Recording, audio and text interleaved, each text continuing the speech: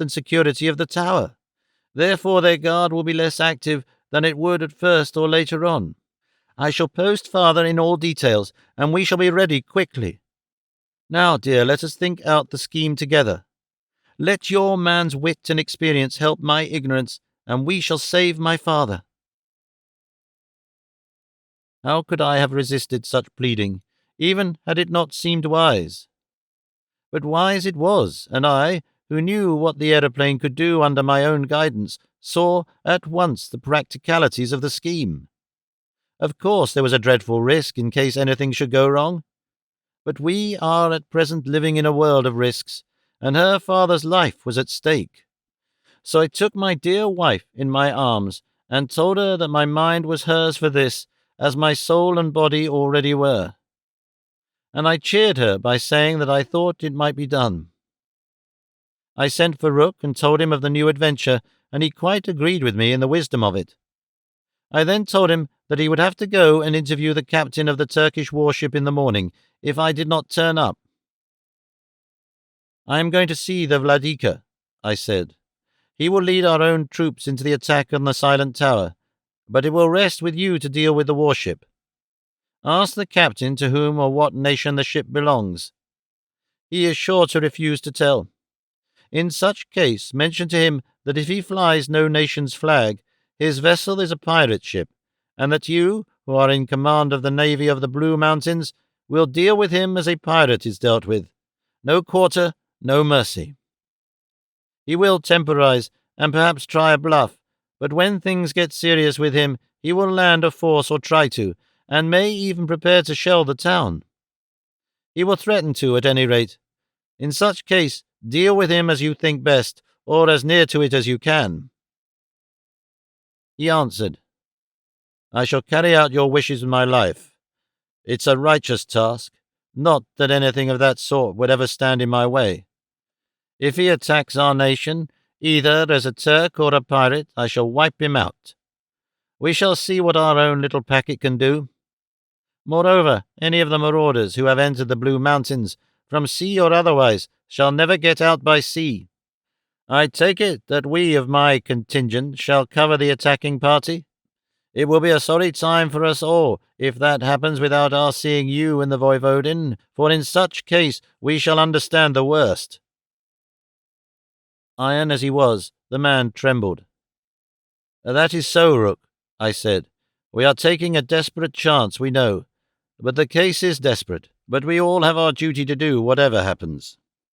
Ours and yours is stern, but when we have done it, the result will be that life will be easier for others, for those that are left." Before he left, I asked him to send up to me 3 suits of the Masterman bulletproof clothes, of which we had a supply on the yacht. "2 are for the Voivodin and myself," I said. "The 3rd is for the Voivode to put on. The Voivodin will take it with her when she descends from the aeroplane into the tower." Whilst any daylight was left, I went out to survey the ground. My wife wanted to come with me, but I would not let her. "No," said I, "you will have at the best a fearful tax on your strength and your nerves. You will want to be as fresh as is possible when you get on the aeroplane." Like a good wife, she obeyed, and laid down to rest in the little tent provided for her. I took with me a local man who knew the ground, and who was trusted to be silent. We made a long detour when we had got as near the Silent Tower as we could without being noticed. I made notes from my compass as to directions, and took good notice of anything that could possibly serve as a landmark. By the time we got home, I was pretty well satisfied that if all should go well, I could easily sail over the tower in the dark. Then I had a talk with my wife, and gave her full instructions. "When we arrive over the tower," I said, "I shall lower you with a long rope. You will have a parcel of food and spirit for your father in case he is fatigued or faint, and, of course, the bullet-proof suit, which he must put on at once. You will also have a short rope with a belt at either end, one for your father, the other for you. When I turn the aeroplane and come back again, you will have ready the ring which lies midway between the belts. This you will catch into the hook at the end of the lowered rope. When all is secure and I have pulled you both up by the windlass so as to clear the top, I shall throw out ballast, which we shall carry on purpose, and away we go. I am sorry it must be so uncomfortable for you both, but there is no other way. When we get well clear of the tower, I shall take you both up on the platform. If necessary, I shall descend to do it, and then we shall steer for Ilsin. When all is safe, our men will attack the tower. We must let them do it, for they expect it. A few men in the clothes and arms which we took from your captors will be pursued by some of ours. It is all arranged. They will ask the Turks to admit them, and if the latter have not learned of your father's escape, perhaps they will do so. Once in, our men will try to open the gate. The chances are against them, poor fellows, but they are all volunteers and will die fighting. If they win out, great glory will be ours. The moon does not rise tonight till just before midnight, so we have plenty of time. We shall start from here at 10. If all be well, I shall place you in the tower with your father in less than a quarter of an hour from that. A few minutes will suffice to clothe him in the bullet-proof and get on his belt. I shall not be away from the tower more than a very few minutes, and please God, long before 11 we shall be safe. Then the tower can be won in an attack by our mountaineers. Perhaps when the guns are heard on the ship of war, for there is sure to be firing, the captain may try to land a shore party. But Rook will stand in the way, and if I know the man and the lady, we shall not be troubled with many Turks tonight. By midnight you and your father can be on the way to Vissarion.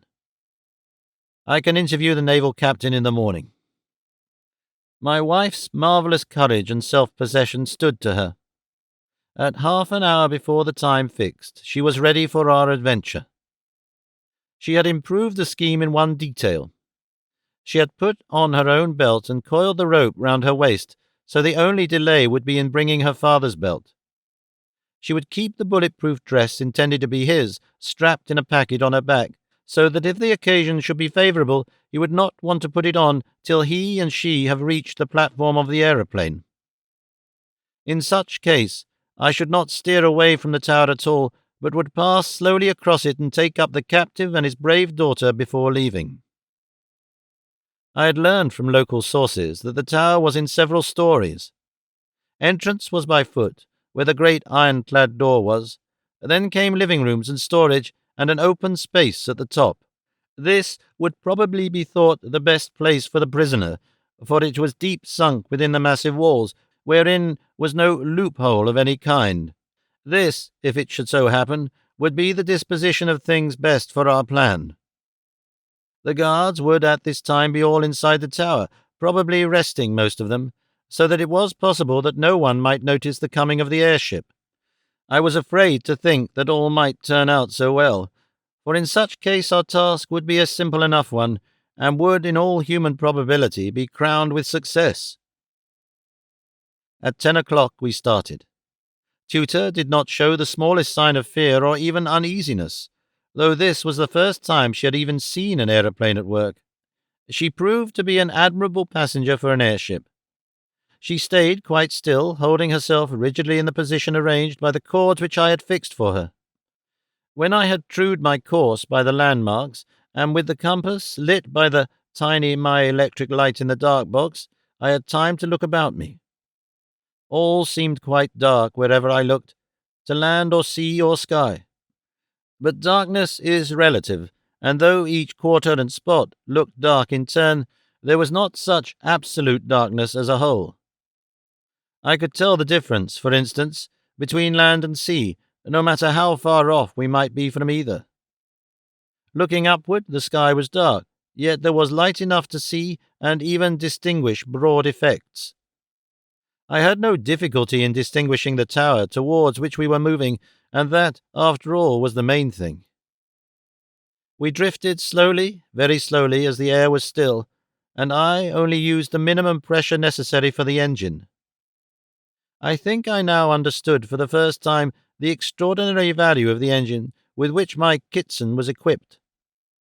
It was noiseless, it was practically of no weight, and it allowed the machine to progress as easily as the old-fashioned balloon used to drift before a breeze.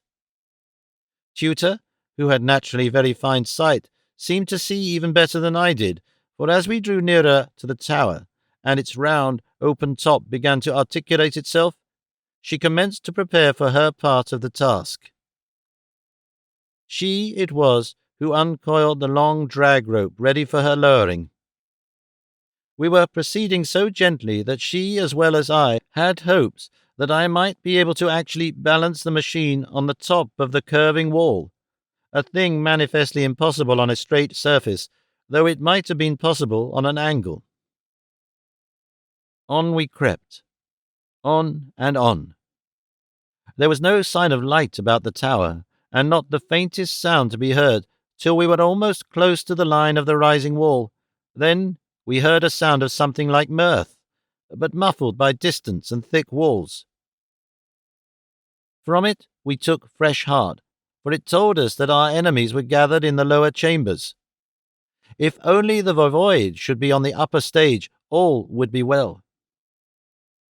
Slowly, almost inch by inch, and with a surprise that was agonizing, we crossed some 20 or 30 feet above the top of the wall.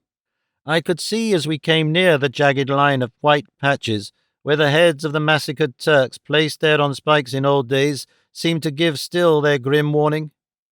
Seeing that they made in themselves a difficulty of landing on the wall, I deflected the plane so that as we crept over the wall we might, if they became displaced, brush them to the outside of the wall. A few seconds more, and I was able to bring the machine to rest, with the front of the platform jutting out beyond the tower wall. Here I anchored her fore and aft with clamps which had been already prepared. Whilst I was doing so, Tutor had leaned over the inner edge of the platform and whispered as softly as the sigh of a gentle breeze. "Hist, hist." The answer came in similar sound from some 20 feet below us, and we knew that the prisoner was alone. Forthwith, having fixed the hook of the rope in the ring to which was attached her belt, I lowered my wife.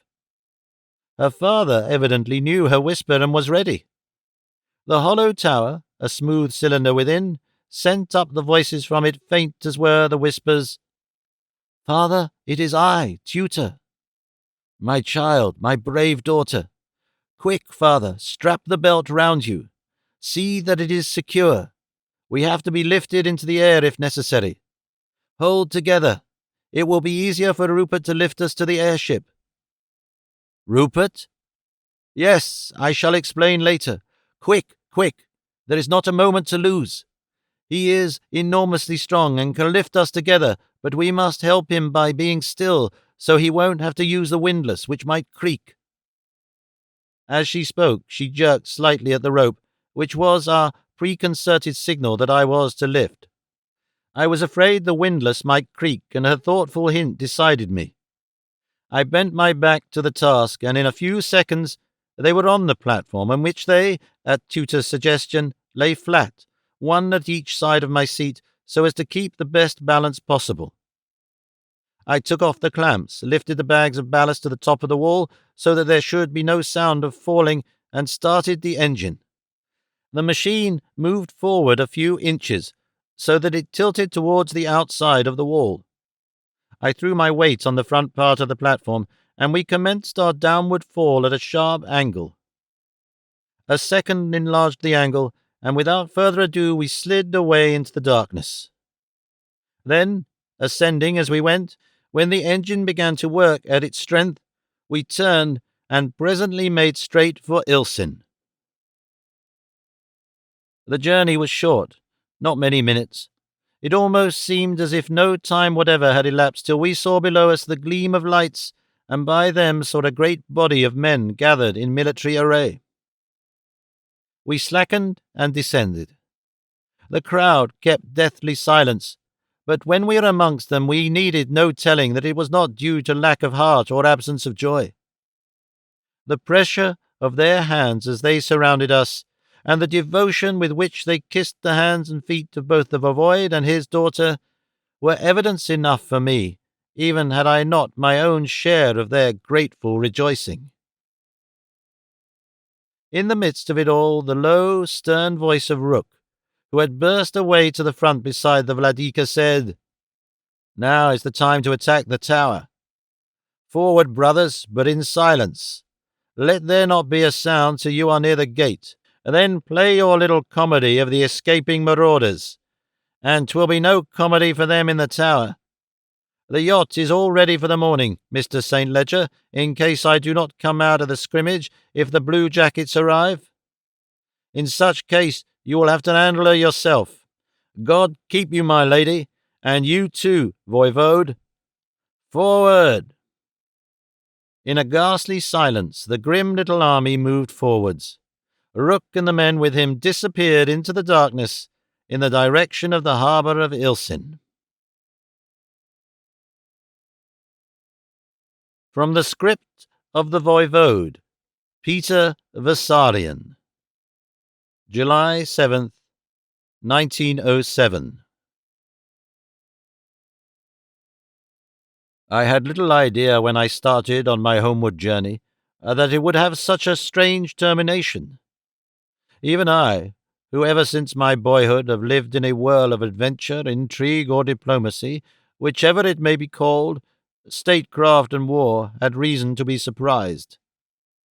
I certainly thought that when I locked myself into my room in the hotel at Ilsin, that I would have at last a spell, however short, of quiet. All the time of my prolonged negotiations with the various nationalities, I had to be at tension. So, too, on my homeward journey, lest something at the last moment should happen adversely to my mission. But when I was safe on my own land of the Blue Mountains, and laid my head on my pillow, where only friends could be around me, I thought I might forget care. But to wake with a rude hand over my mouth, and to feel myself grasped tight by so many hands that I could not move a limb, was a dreadful shock. After all, that was like a dreadful dream. I was rolled in a great rug so tightly that I could hardly breathe, let alone cry out. Lifted by many hands through the window, which I could hear was softly opened and shut for the purpose, and carried to a boat. Again lifted into some sort of litter on which I was borne a long distance, but with considerable rapidity. Again lifted out and dragged through a doorway opened on purpose. I could hear the clang as it was shut behind me. Then the rug was removed, and I found myself still in my night gear in the midst of a ring of men. There were 20 of them, all Turks, all strong-looking, resolute men, armed to the teeth. My clothes, which had been taken from my room, were thrown down beside me, and I was told to dress. As the Turks were going from the room, shaped like a vault, where we then were, the last of them, who seemed to be some sort of officer, said,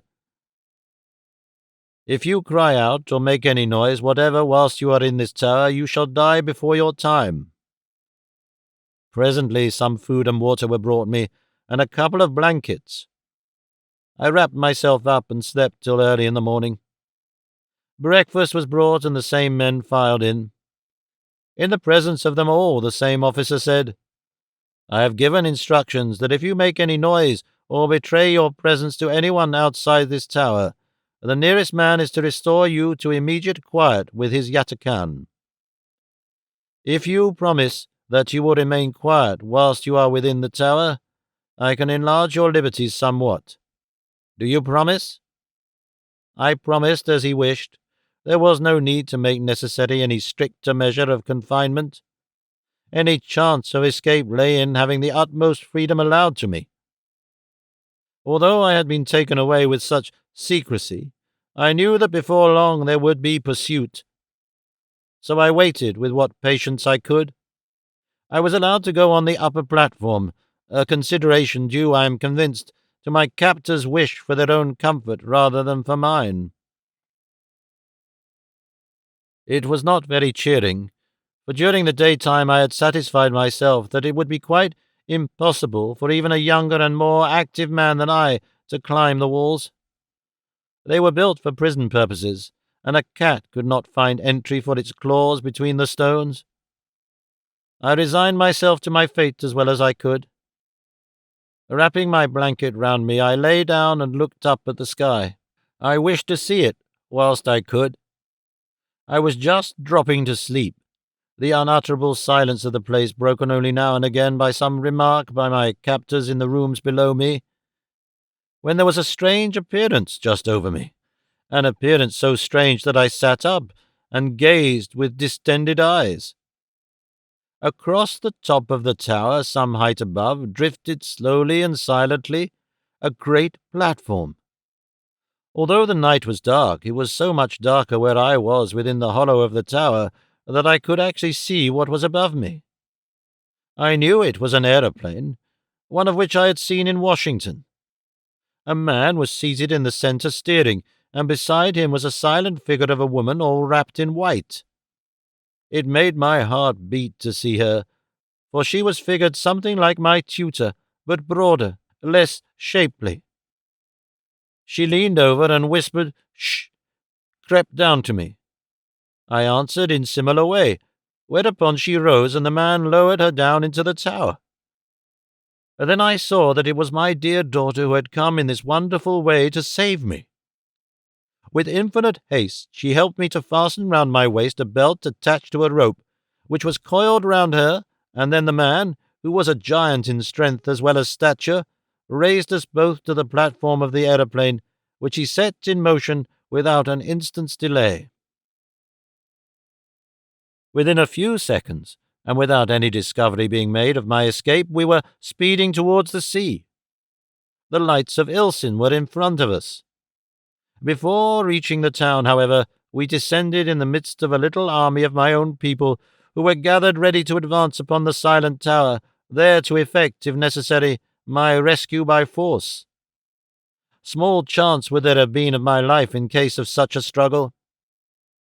Happily, however, the devotion and courage of my dear daughter and of her gallant companion prevented such a necessity. It was strange to me to find such joyous reception amongst my friends expressed in such a whispered silence. There was no time for comment or understanding or the asking of questions. I was fain to take things as they stood and wait for fuller explanation. This came later, when my daughter and I were able to converse alone. When the expedition went out against the silent tower, Tutor and I went to her tent, and with us came her gigantic companion, who seemed not wearied, but almost overcome with sleep. When we came to the tent, over which, at a little distance, a cordon of our mountaineers stood on guard, he said to me, "May I ask you, sir, to pardon me for a time and allow the Voivodin to explain matters to you? She will, I know, so far assist me, for there is so much work still to be done before we are free of the present peril. For myself, I am almost overcome with sleep. For 3 nights I have had no sleep, but all during that time much labour and more anxiety. I could hold on longer, but at daybreak I must go out to the Turkish warship that lies in the offing. She is a Turk, though she does not confess to it, and she it is who has brought hither the marauders who captured both your daughter and yourself. It is needful that I go, for I hold a personal authority from the National Council to take whatever step may be necessary for our protection. And when I go, I should be clear-headed, for war may rest on that meeting. I shall be in the adjoining tent, and shall come at once if I am summoned, in case you wish for me before dawn." Here my daughter struck in. "Father, ask him to remain here. We shall not disturb him, I am sure, in our talking. And moreover, if you knew how much I owe to him, to his own bravery and his strength, you would understand how much safer I feel when he is close to me, though we are surrounded by an army of our brave mountaineers." "But my daughter," I said, for I was as yet all in ignorance, "there are confidences between father and daughter which none other may share.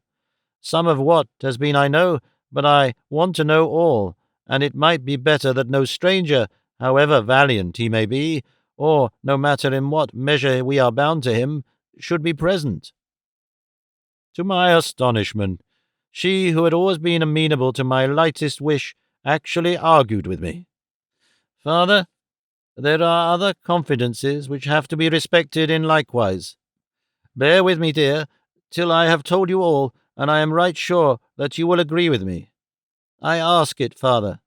That settled the matter, and as I could see that the gallant gentleman who had rescued me was swaying on his feet as he waited respectfully, I said to him, "Rest with us, sir. We shall watch over your sleep." Then I had to help him, for almost on the instant he sank down, and I had to guide him to the rugs spread on the ground. In a few seconds he was in a deep sleep, as I stood looking at him, till I had realized that he was really asleep. I could not help marveling at the bounty of nature that could uphold even such a man as this to the last moment of work to be done, and then allow so swift a collapse when all was over, and he could rest peacefully. He was certainly a splendid fellow. I think I never saw so fine a man physically in my life, and if the lesson of his physiognomy be true, he is as sterling inwardly as his external is fair. "Now," said I to Tutor, "we are to all intents quite alone. Tell me all that has been so that I may understand." Whereupon my daughter, making me sit down, knelt beside me and told me from end to end the most marvellous story I had ever heard or read of. Something of it I had already known from the Archbishop Paleolog's later letters, but of all else I was ignorant. Far away in the great West beyond the Atlantic, and again on the fringe of the eastern seas, I had been thrilled to my heart's core by the heroic devotion and fortitude of my daughter in yielding herself for her country's sake to that fearful ordeal of the crypt, of the grief of the nation at her reported death, news of which was so mercifully and wisely withheld from me as long as possible, of the supernatural rumors that took root so deep, but no word or hint had come to me of a man who had come across the orbit of her life, much less of all that has resulted from it. Neither had I known of her being carried off, or of the thrice gallant rescue of her by Rupert. Little wonder that I thought so highly of him even at the first moment I had a clear view of him when he sank down to sleep before me. Why, the man must be a marvel. Even our mountaineers could not match such endurance as his. In the course of her narrative, my daughter told me of how, being wearied with her long waiting in the tomb, and waking to find herself alone when the floods were out, and even the crypt submerged, she sought safety and warmth elsewhere, and how she came to the castle in the night and found the strange man alone. I said, "That was dangerous, daughter, if not wrong. The man, brave and devoted as he is, must answer me, your father." At that she was greatly upset, and before going on with her narrative, drew me close in her arms and whispered to me, "Be gentle, my father, for I have had much to bear, and be good to him, for he holds my heart in his breast." I reassured her with a gentle pressure. There was no need to speak. She then went on to tell me about her marriage, and how her husband, who had fallen into the belief that she was a vampire, had determined to give even his soul for her, and how she had on the night of the marriage left him and gone back to the tomb to play to the end the grim comedy which she had undertaken to perform till my return, and how, on the second night after her marriage, as she was in the garden of the castle, going, as she shyly told me, to see if all was well with her husband, she was seized, secretly, muffled up, bound, and carried off. Here she made a pause and a digression. Evidently some fear lest her husband and myself should quarrel assailed her, for she said, "Do understand, father, that Rupert's marriage to me was in all ways regular and quite in accord with our customs. Before we were married, I told the Archbishop of my wish. He has, as your representative during your absence, consented himself and brought the matter to the notice of the Vladika and the Archimandrites. All these concurred, having exacted from me, very properly I think, a sacred promise to adhere to my self-appointed task. The marriage itself was orthodox in all ways, though so far unusual that it was held at night and in darkness, save for the lights appointed by the ritual. As to that, the Archbishop himself, or the Archimandrite of Spazak, who assisted him, or the Vladika, who acted as paranymph, will, all or any of them, give you full details. Your representative made all inquiries as to Rupert St. Ledger, who lived in Vissarion, though he did not know who I was, or from his point of view, who I had been. But I must tell you of my rescue. And so she went on to tell me of that unavailing journey south by her captors, of their bafflement by the cordon which Rupert had established at the first word of danger to the daughter of our leader, though he little knew who the leader was, or who was his daughter, of how the brutal marauders tortured her to speed with their daggers, and how her wounds left blood marks on the ground as she passed along. Then of the halt in the valley, when the marauders came to know that their road north was menaced, if not already blocked, of the choosing of the murderers, and their keeping ward over her whilst their companions went to survey the situation, and of a gallant rescue by that noble fellow, her husband. My son I shall call him henceforth, and thank God that I may have happiness and that honour. Then my daughter went on to tell me of the race back to Vissarion, when Rupert went ahead of all, as a leader should do, of the summoning of the Archbishop and the National Council, and of their placing the nation's hand-jar in Rupert's hand, of the journey to Ilsin, and the flight of my daughter and my son on the aeroplane. The rest I knew. As she finished, the sleeping man stirred and woke, broad awake in a second, sure sign of a man accustomed to campaign and adventure. At a glance he recalled everything that had been and sprang to his feet. He stood respectfully before me for a few seconds before speaking. Then he said, with an open, engaging smile, "I see, sir, you know all. Am I forgiven, for tutor's sake as well as my own?" By this time I was also on my feet. A man like that walks straight into my heart. My daughter, too, had risen and stood by my side. I put out my hand and grasped his, which seemed to leap to meet me, as only the hand of a swordsman can do. "I am glad you are my son," I said. It was all I could say, and I meant it, and all it implied. We shook hands warmly. Tutor was pleased. She kissed me, and then stood holding my arm with one hand, while she linked her other hand in the arm of her husband. He summoned one of the sentries without, and told him to ask Captain Rook to come to him. The latter had been ready for a call, and came at once. When through the open flap of the tent we saw him coming, Rupert, as I must call him now, because Tutor wishes it, and I like to do it myself, said, "I must be off to board the Turkish vessel before it comes in shore. Goodbye, sir, in case we do not meet again." He said the last few words in so low a voice that I only could hear them. Then he kissed his wife, and told her he expected to be back in time for breakfast, and was gone. He met Rook. I am hardly accustomed to call him captain as yet, though, indeed, he well deserves it, at the edge of the cordon of sentries, and they went quickly together towards the port, where the yacht was lying with steam up.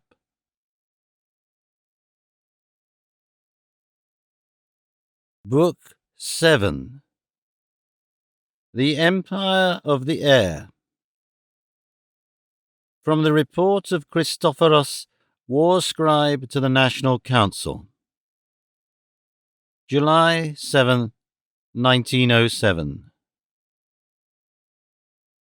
When the Gospodar Rupert and Captain Rook came within hailing distance of the strange ship, the former hailed her, using one after another the languages of England, Germany, France, Russia, Turkey, Greece, Spain, Portugal, and another which I did not know.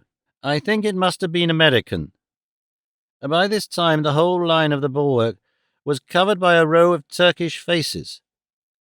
When in Turkish the Gospodar asked for the captain, the latter came to the gangway, which had been opened, and stood there. His uniform was that of the Turkish Navy, of that I am prepared to swear, but he made signs of not understanding what had been said, whereupon the Gospodar spoke again but in French this time. I append the exact conversation which took place, none other joining in it. I took down in shorthand the words of both as they were spoken. The Gospodar. Are you the captain of this ship? The captain. I am. Gospodar. To what nationality do you belong? Captain. It matters not. I am the captain of this ship. Gospodar. I alluded to your ship. What national flag is she under? Captain, throwing his eye over the top hamper. I do not see that any flag is flying. Gospodar. I take it that, as commander, you can allow me on board with my 2 companions? Captain. I can, upon proper request being made. Gospodar, taking off his cap. I ask your courtesy, Captain. I am the representative and accredited officer of the National Council of the Land of the Blue Mountains, in whose waters you now are, and on their account I ask for a formal interview on urgent matters. The Turk, who was, I am bound to say, in manner most courteous as yet, gave some command to his officers, whereupon the companion ladders and stage were lowered, and the gangway manned, as is usual for the reception on a ship of war of an honoured guest. Captain. You are welcome, sir, you and your 2 companions, as you request. The Gospodar bowed. Our companion ladder was rigged on the instant, and a launch lowered. The Gospodar and Captain Rook, taking me with them, entered and rowed to the warship, where we were all honourably received. There were an immense number of men on board, soldiers as well as seamen. It looked more like a warlike expedition than a fighting ship in time of peace. As we stepped on the deck, the seamen and marines, who were all armed as at drill, presented arms. The Gospodar went first towards the captain, and Captain Rook and I followed close behind him. The Gospodar spoke. I am Rupert St. Leger, a subject of His Britannic Majesty, presently residing at Vissarion in the Land of the Blue Mountains. I am at present empowered to act for the National Council in all matters. Here is my credential. As he spoke, he handed to the captain a letter. It was written in 5 different languages: Balkan, Turkish, Greek, English, and French. The captain read it carefully all through, forgetful for the moment that he had seemingly been unable to understand the Gospodar's question spoken in the Turkish tongue, and then he answered, I see the document is complete. May I ask on what subject you wish to see me? Gospodar. You are here in a ship of war in Blue Mountain waters, yet you fly no flag of any nation. You have sent armed men ashore in your boats, thus committing an act of war.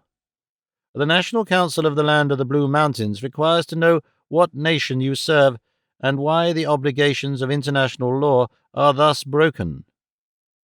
The captain seemed to wait for further speech, but the Gospodar remained silent, whereupon the former spoke.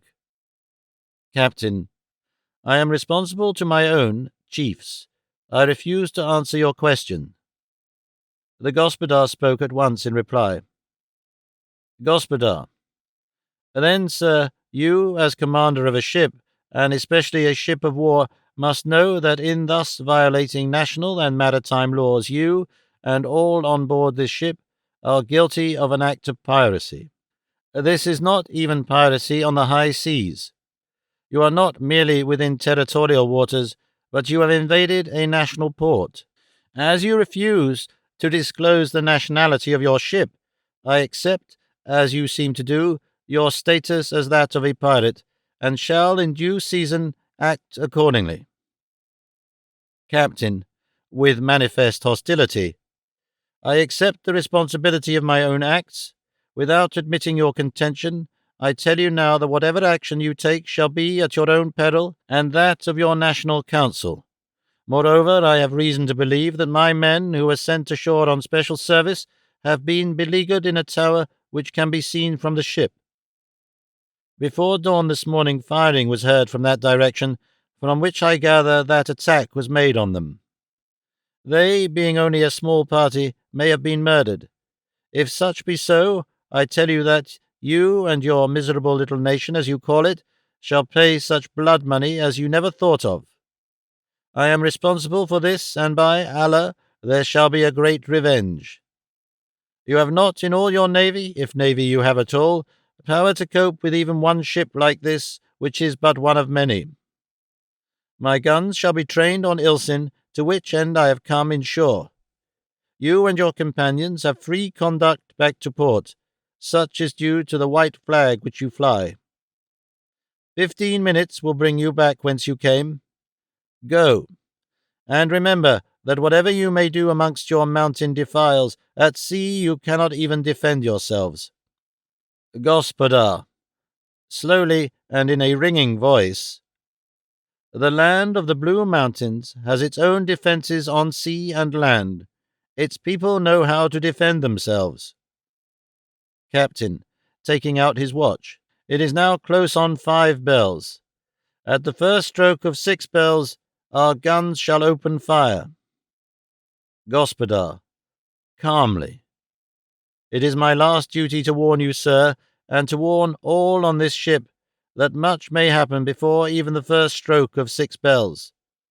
Be warned in time, and give over this piratical attack, the very threat of which may be the cause of much bloodshed. Captain, violently. Do you dare to threaten me, and moreover my ship's company?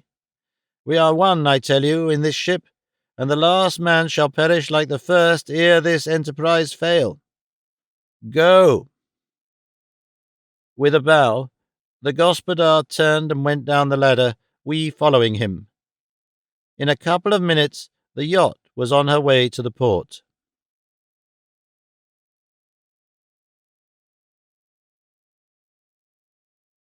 From Rupert's Journal, July 10, 1907. When we turned shoreward after my stormy interview with the pirate captain, I can call him nothing else at present, Rook gave orders to a quartermaster on the bridge, and the lady began to make to a little northward of Ilsin Port. Rook himself went aft to the wheelhouse, taking several men with him. When we were quite near the rocks, the water is so deep here that there is no danger. We slowed down, merely drifting along southwards towards the port. I was myself on the bridge, and could see all over the decks. I could also see preparations going on upon the warship. Ports were opened, and the great guns on the turrets were lowered for action. When we were starboard broadside onto the warship, I saw the port side of the steering house open, and Rook's men sliding out what looked like a huge grey crab, which, by tackle from within the wheelhouse, was lowered softly into the sea. The position of the yacht hid the operation from sight of the warship. The doors were shut again, and the yacht's pace began to quicken. We ran into the port. I had a vague idea that Rook had some desperate project on hand. Not for nothing had he kept the wheelhouse locked on that mysterious crab. All along the frontage was a great crowd of eager men. But they had considerably left the little mole at the southern entrance, whereon was a little tower, on whose round top a signal gun was placed, free for my own use. When I was landed on this pier, I went along to the end and, climbing the narrow stair within, went out onto the sloping roof. I stood up, for I was determined to show the Turks that I was not afraid for myself, as they would understand when the bombardment should begin. It was now but a very few minutes before the fatal hour, 6 bells. But all the same I was almost in a state of despair. It was terrible to think of all those poor souls in the town who had done nothing wrong, and who were to be wiped out in the coming bloodthirsty, wanton attack. I raised my glasses to see how preparations were going on upon the warship. As I looked, I had a momentary fear that my eyesight was giving way. At one moment I had the deck of the warship focused with my glasses, and could see every detail as the gunners waited for the word to begin the bombardment with the great guns of the barbettes. The next I saw nothing but the empty sea. Then, in another instant, there was the ship as before, but the details were blurred. I steadied myself against the signal gun and looked again. Not more than 2, or at the most 3, seconds had elapsed. The ship was, for the moment, full in view. As I looked, she gave a queer kind of quick shiver, prow and stern, and then sideways. It was for all the world like a rat shaken in the mouth of a skilled terrier. And then she remained still, the one placid thing to be seen, for all around her the sea seemed to shiver in little independent eddies, as when water is broken without a current to guide it. I continued to look, and when the deck was or seemed quite still, for the shivering water round the ship kept catching my eyes through the outer rays of the lenses, I noticed that nothing was stirring. The men who had been at the guns were all lying down. The men in the fighting tops had leaned forward or backward, and their arms hung down helplessly. Everywhere was desolation, in so far as life was concerned. Even a little brown bear, which had been seated on the cannon which was being put into range position, had jumped or fallen on deck, and lay there, stretched out, and still. It was evident that some terrible shock had been given to the mighty war vessel. Without a doubt or a thought why I did so, I turned my eyes towards where the lady lay, port broadside now to the inside in the harbour mouth. I had the key now to the mystery of Rook's proceedings with the great grey crab. As I looked, I saw just outside the harbour a thin line of cleaving water. This became more marked each instant, till a steel disk with glass eyes that shone in the light of the sun rose above the water. It was about the size of a beehive, and was shaped like one. It made a straight line for the aft of the yacht. At the same moment, in obedience to some command given so quietly that I did not hear it, the men went below, all save some few, who began to open out doors in the port side of the wheelhouse. The tackle was run out through an open gangway on that side, and a man stood on the great hook at the lower end, balancing himself by hanging on the chain. In a few seconds he came up again. The chain tightened, and the great grey crab rose over the edge of the deck, and was drawn into the wheelhouse, the doors of which were closed, shutting in a few only of the men. I waited, quite quiet. After a space of a few minutes, Captain Rook in his uniform walked out of the wheelhouse. He entered a small boat which had been in the meantime lowered for the purpose, and was rowed to the steps on the mole. Ascending these, he came directly towards the signal tower. When he had ascended and stood beside me, he saluted. "Well?" I asked. "All well, sir," he answered. "We shan't have any more trouble with that lot, I think. You warned that pirate, and I wish he had been in truth a clean, honest, straightforward pirate, instead of the measly Turkish swab he was, that something might occur before the first stroke of 6 bells. Well, something has occurred, and for him and all his crew that 6 bells will never sound. So the Lord fights for the cross against the crescent. Bismillah. Amen." He said this in a manifestly formal way, as though declaiming a ritual. The next instant he went on in the thoroughly practical, conventional way which was usual to him. "May I ask a favour, Mr. St. Ledger?" "1,000, my dear Rook," I said. "You can't ask me anything which I shall not freely grant. And I speak within my brief from the National Council. You have saved Ilsin this day, and the Council will thank you for it in due time." "Me, sir?" he said, with a look of surprise on his face which seemed quite genuine. "If you think that, I am well out of it. I was afraid when I woke that you might court-martial me." "Court-martial you? What for?" I asked, surprised in my turn. "For going to sleep on duty, sir. And the fact is, I was worn out in the attack on the Silent Tower last night, and when you had your interview with the pirate, all good pirates forgive me for the blasphemy, amen, and I knew that everything was going smoothly. I went into the wheelhouse and took 40 winks." He said all this without moving so much as an eyelid, from which I gathered that he wished absolute silence to be observed on my part.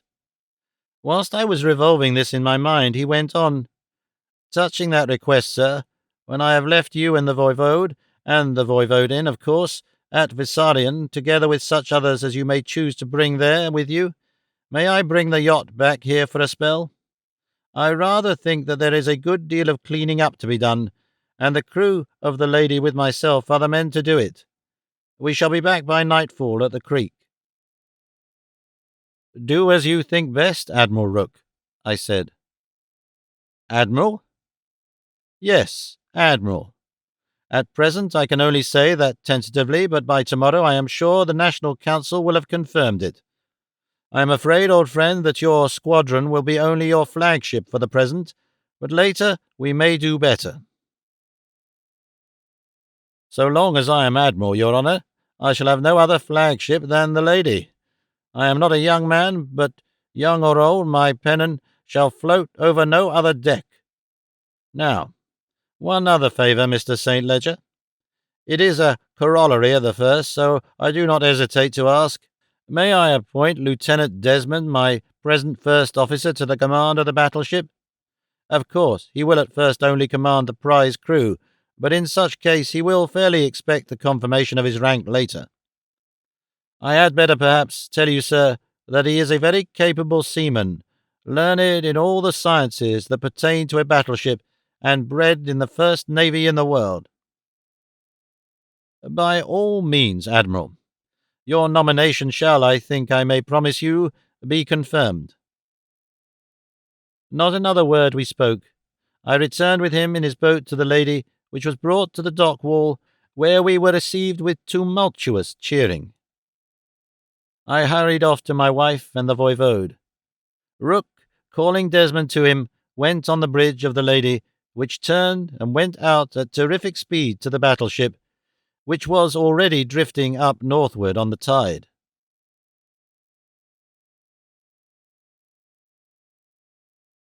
From the report of Christophoros, scribe of the National Council of the Land of the Blue Mountains, July 8, 1907. The meeting of the National Council, July 6, was but a continuation of that held before the rescue of the Voivode in Vissarion, the members of the council having been during the intervening night housed in the castle of Vissarion. When, in the early morning, they met, all were jubilant, for late at night the fire signal had flamed up from Ilsin with the glad news that the Voivode, Peter Vissarion, was safe, having been rescued with great daring on an aeroplane by his daughter and the Gospodar Rupert, as the people call him, Mr. Rupert St. Ledger, as he is in his British name and degree. Whilst the council was sitting, word came that a great peril to the town of Ilsin had been averted. A war vessel, acknowledging to no nationality, and therefore to be deemed a pirate, had threatened to bombard the town, but just before the time fixed for the fulfilment of her threat, she was shaken to such an extent by some subaqueous means that, though she herself was seemingly uninjured, nothing was left alive on board. Thus the Lord preserves his own. The consideration of this, as well as the other incident, was postponed until the coming voivode and the Gospodar Rupert, together with who were already on their way hither. The same, later in the same day. The council resumed its sitting at 4 o'clock. The voivode, Peter Vissarion, and the voivodin, Tutor, had arrived with the Gospodar Rupert, as the mountaineers call him, Mr. Rupert St. Ledger, on the armoured yacht he calls the Lady. The National Council showed great pleasure when the voivode entered the hall in which the council met. He seemed much gratified by the reception given to him.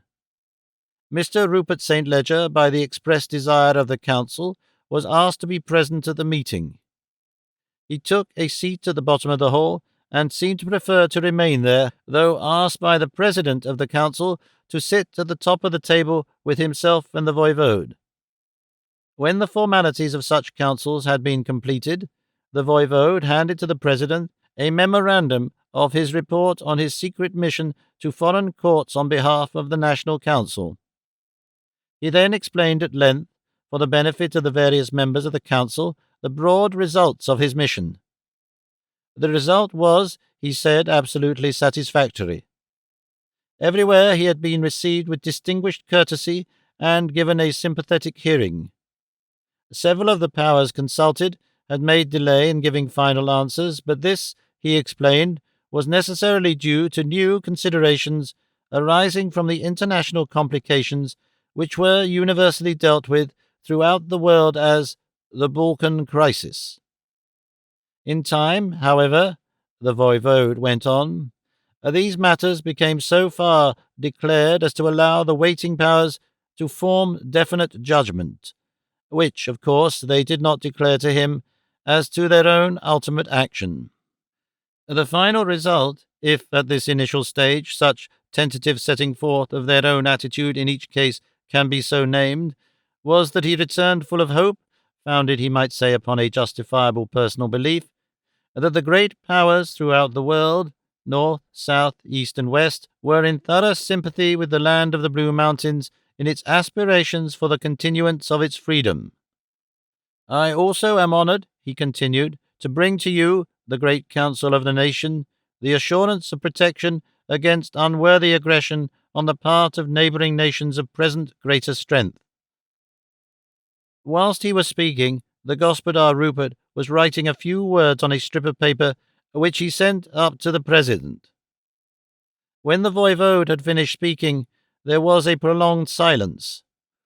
The President rose, and in a hush said that the Council would like to hear Mr. Rupert St. Ledger, who had a communication to make regarding certain recent events.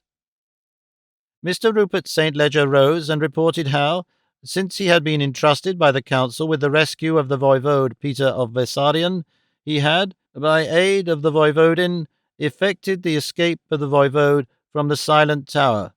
Also that, following this happy event, the mountaineers, who had made a great cordon round the tower so soon as it was known that the voivode had been imprisoned within it, had stormed it in the night.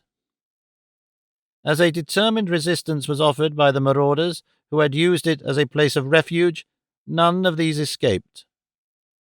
He then went on to tell how he sought interview with the captain of the strange warship, which, without flying any flag, invaded our waters. He asked the President to call on me to read the report of that meeting. This, in obedience to his direction, I did. The acquiescent murmuring of the Council showed how thoroughly they endorsed Mr. St. Ledger's words and acts. When I resumed my seat, Mr. St. Ledger described how, just before the time fixed by the pirate captain, so he designated him, as he did every speaker thereafter, the warship met with some undersea accident, which had a destructive effect on all on board her. Then he added certain words, which I give verbatim, as I am sure that others will sometime wish to remember them in their exactness.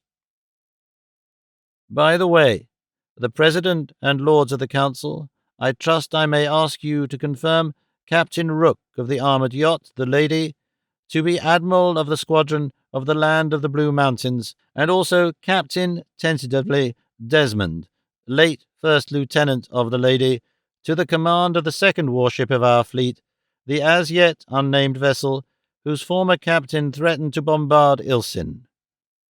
My lords, Admiral Rook has done great service to the land of the Blue Mountains, and deserves well at your hands.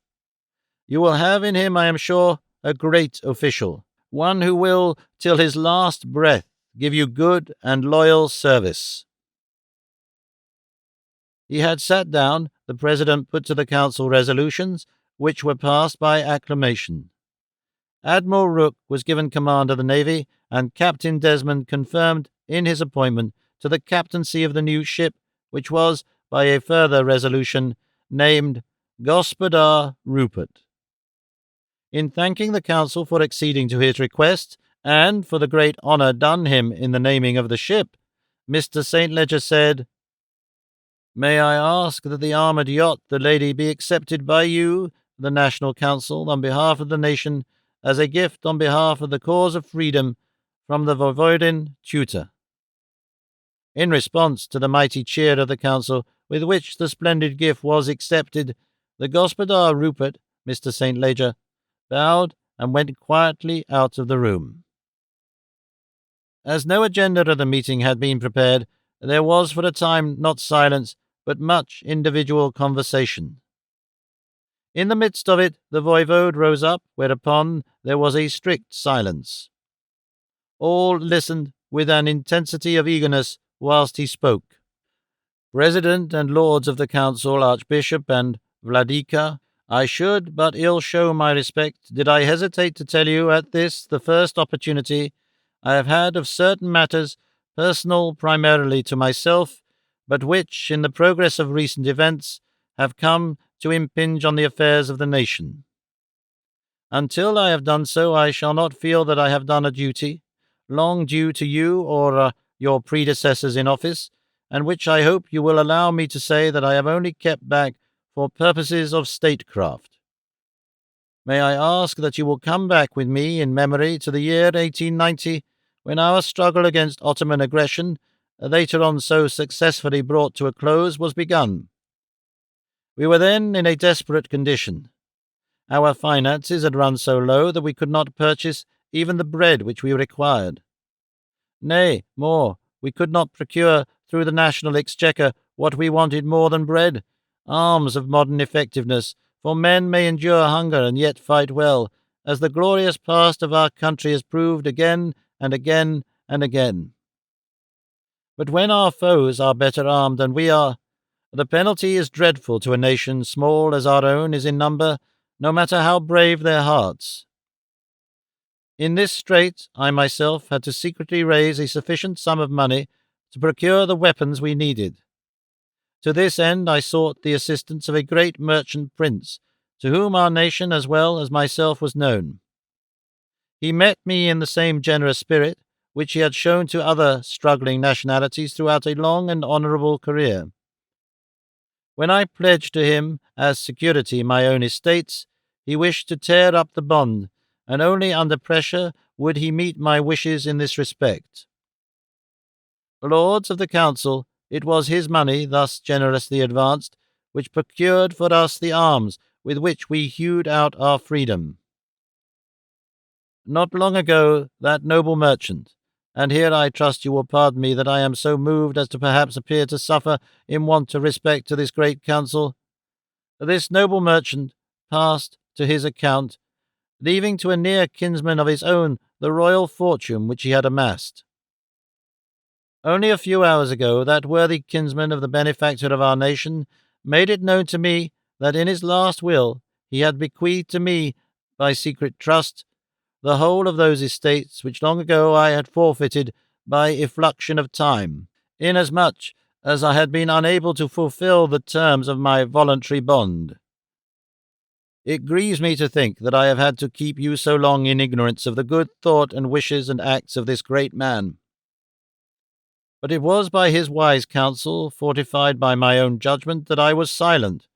For indeed I feared, as he did, lest in our troublous time some doubting spirit without our boundaries, or even within it, might mistrust the honesty of my purposes for public good, because I was no longer one whose whole fortune was invested within our confines. The prince merchant, the great English Roger Melton, let his name be forever graven on the hearts of our people, kept silent during his own life, and enjoined on others come after him to keep secret from the men of the Blue Mountains that secret loan made to me on their behalf, lest in their eyes I, who had striven to be their friend and helper, should suffer a wrong repute.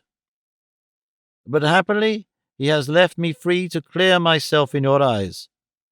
Moreover, by arranging to have, under certain contingencies which have come to pass, the estates which were originally my own retransferred to me, I have no longer the honour of having given what I could to the national cause.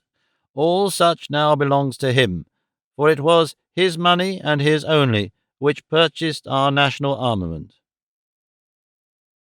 His worthy kinsman you already know, for he has not only been amongst you for many months, but has already done you good service in his own person. He it was who, as a mighty warrior, answered the summons of the Vladika when misfortune came upon my house in the capture by enemies of my daughter, the Voivodin tutor, whom you hold in your hearts, who, with a chosen band of our brothers, pursued the marauders, and himself, by a deed of daring and prowess, of which poets shall hereafter sing, saved her, when hope itself seemed to be dead, from their ruthless hands, and brought her back to us, who administered condign punishment to the miscreants who had dared to so wrong her. He it was who later took me, your servant, out of the prison wherein another band of Turkish miscreants held me captive, rescued me with the help of my dear daughter, whom he had already freed, whilst I had on my person the documents of international secrecy of which I have already advised you, rescued me whilst I had been as yet unsubjected to the indignity of search. Beyond this you know now, that of which I was in partial ignorance, how he had, through the skill and devotion of your new admiral, wrought destruction on a hecatomb of our malignant foes. You have received for the nation the splendid gift of the little warship, which already represents a new era in naval armament, can understand the great-souled generosity of the man who has restored the vast possessions of my house. On our way hither from Ilsen, Rupert St. Ledger made known to me the terms of the trust of his noble uncle Roger Melton, and believe me that he did so generously with a joy that transcended my own, restored to the last male of the Vissarion race the whole inheritance of a noble line. And now, my lords of the council, I come to another matter, in which I find myself in something of a difficulty, for I am aware that in certain ways you actually know more of it than even I myself do. It is regarding the marriage of my daughter to Rupert St. Ledger. It is known to me that the matter has been brought before you by the Archbishop, who, as guardian of my daughter during my absence on the service of the nation, wished to obtain your sanction, as till my return he held her safety in trust. This was so, not from any merit of mine, but because she, in her own person, had undertaken for the service of our nation a task of almost incredible difficulty. My lords, were she child of another father, I should extol to the skies her bravery, her self-devotion, her loyalty to the land she loves.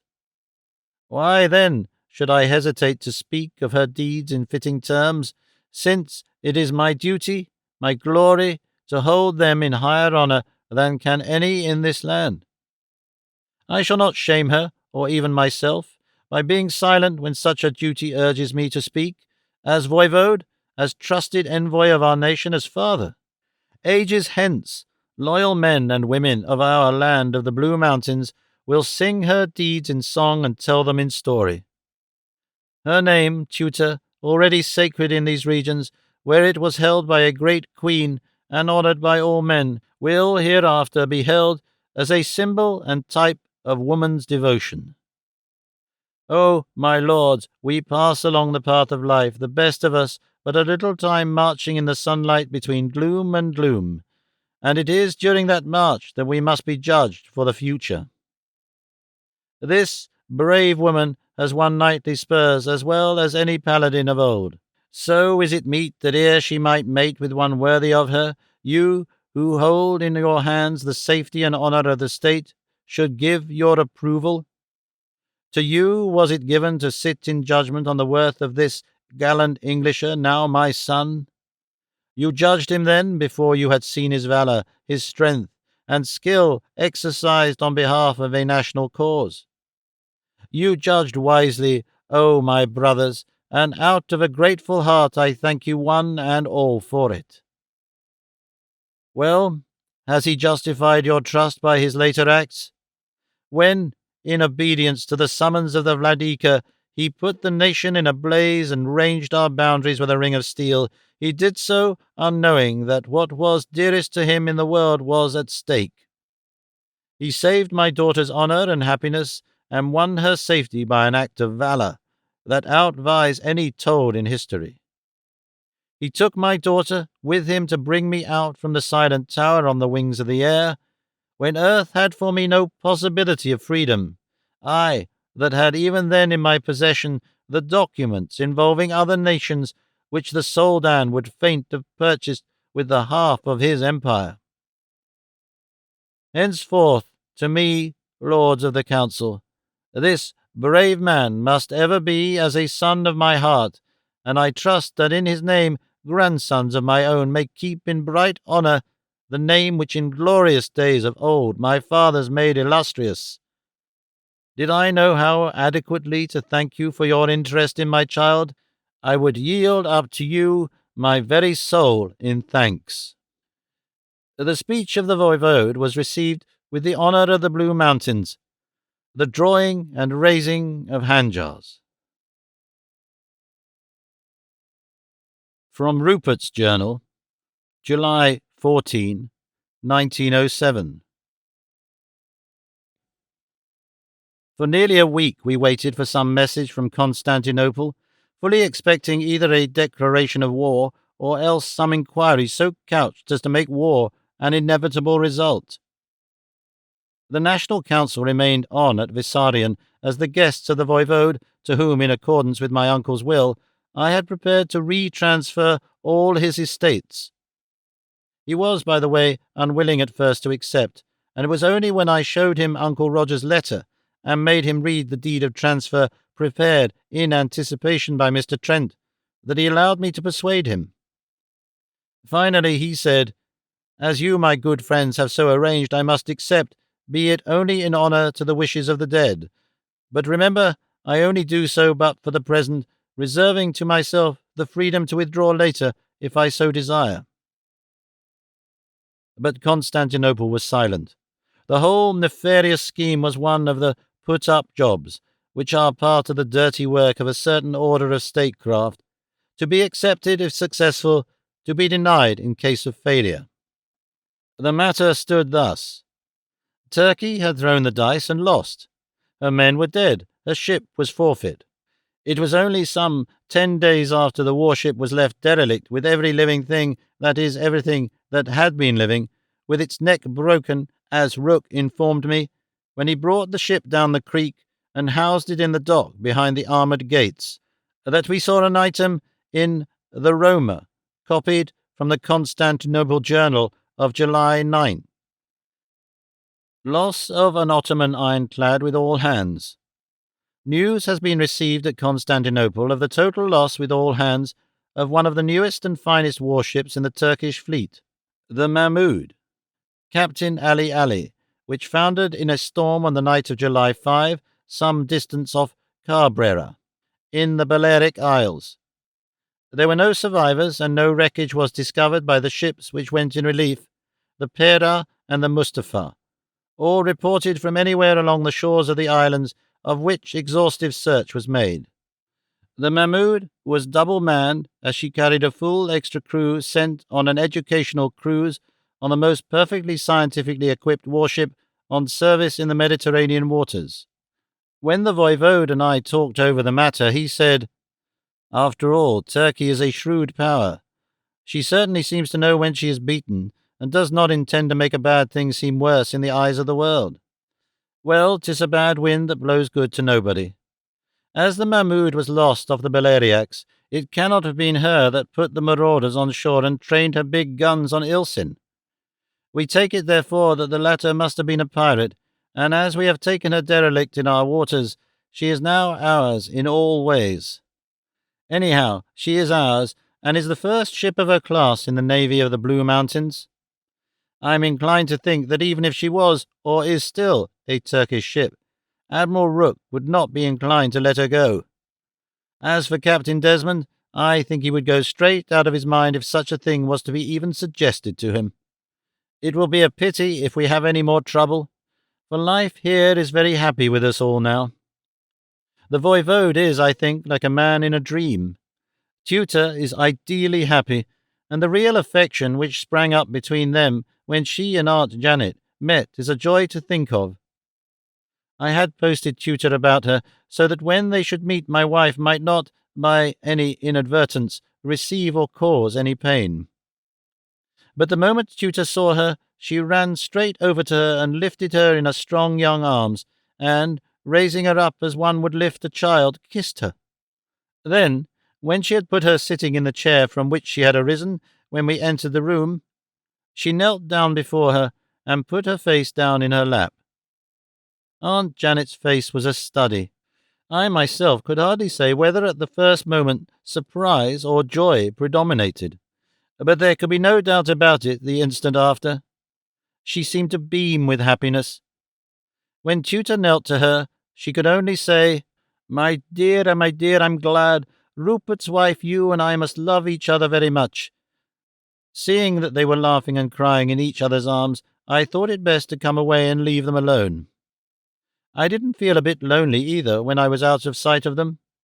I knew that where those two dear women were, there was a place for my own heart. When I came back, Tutor was sitting on Aunt Janet's knee.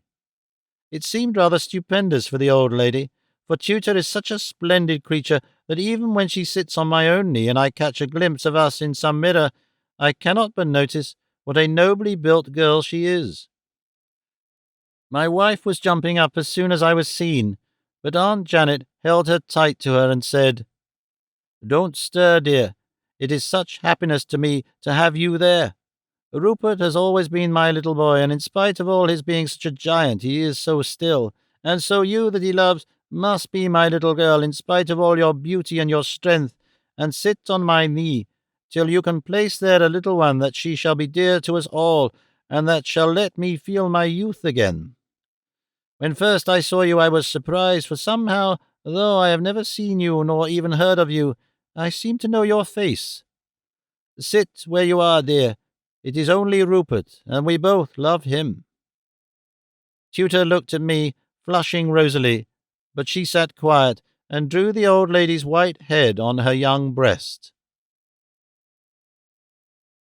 Janet McKelpie's Notes, July 8, 1907. I used to think that whenever Rupert should get married or start on the way to it by getting engaged, I would meet his future wife with something of the same affection that I have always had for himself.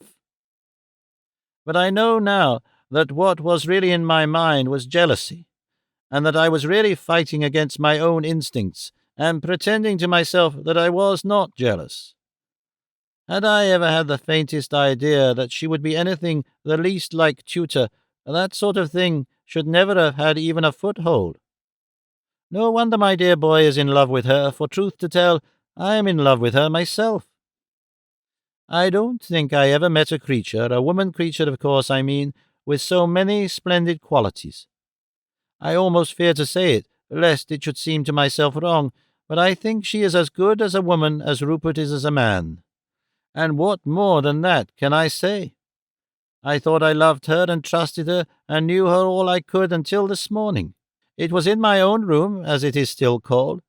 For though Rupert tells me in confidence that under his uncle's will the whole estate of Vissarion Castle and all really belongs to the voivode, and though the voivode has been persuaded to accept the position, he, the voivode, will not allow anything to be changed.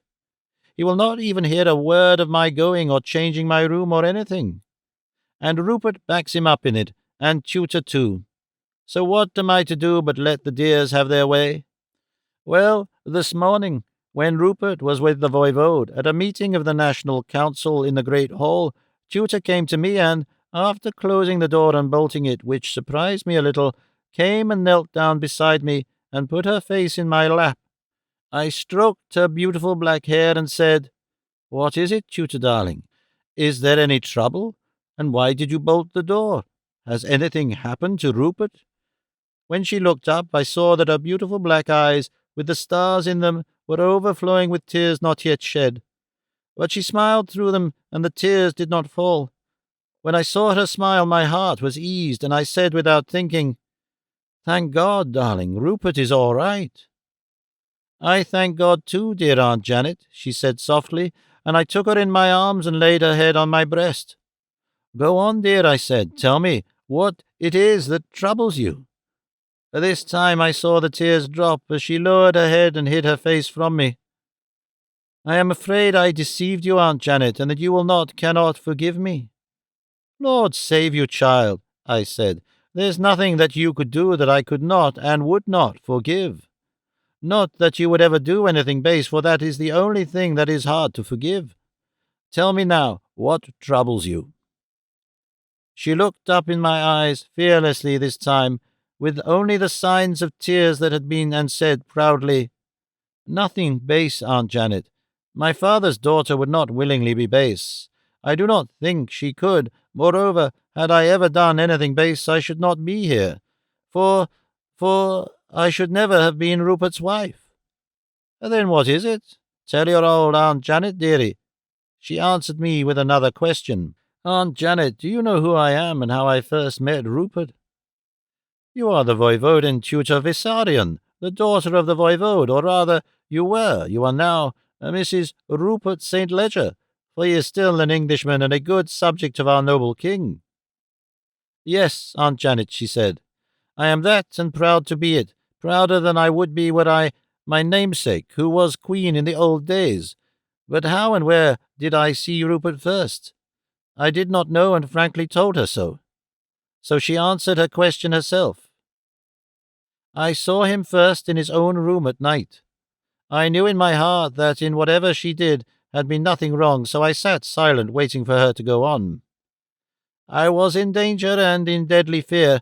I was afraid I might die, not that I feared death, and I wanted help and warmth. I was not dressed as I am now. On the instant it came to me how I knew her face, even the first time I had seen it.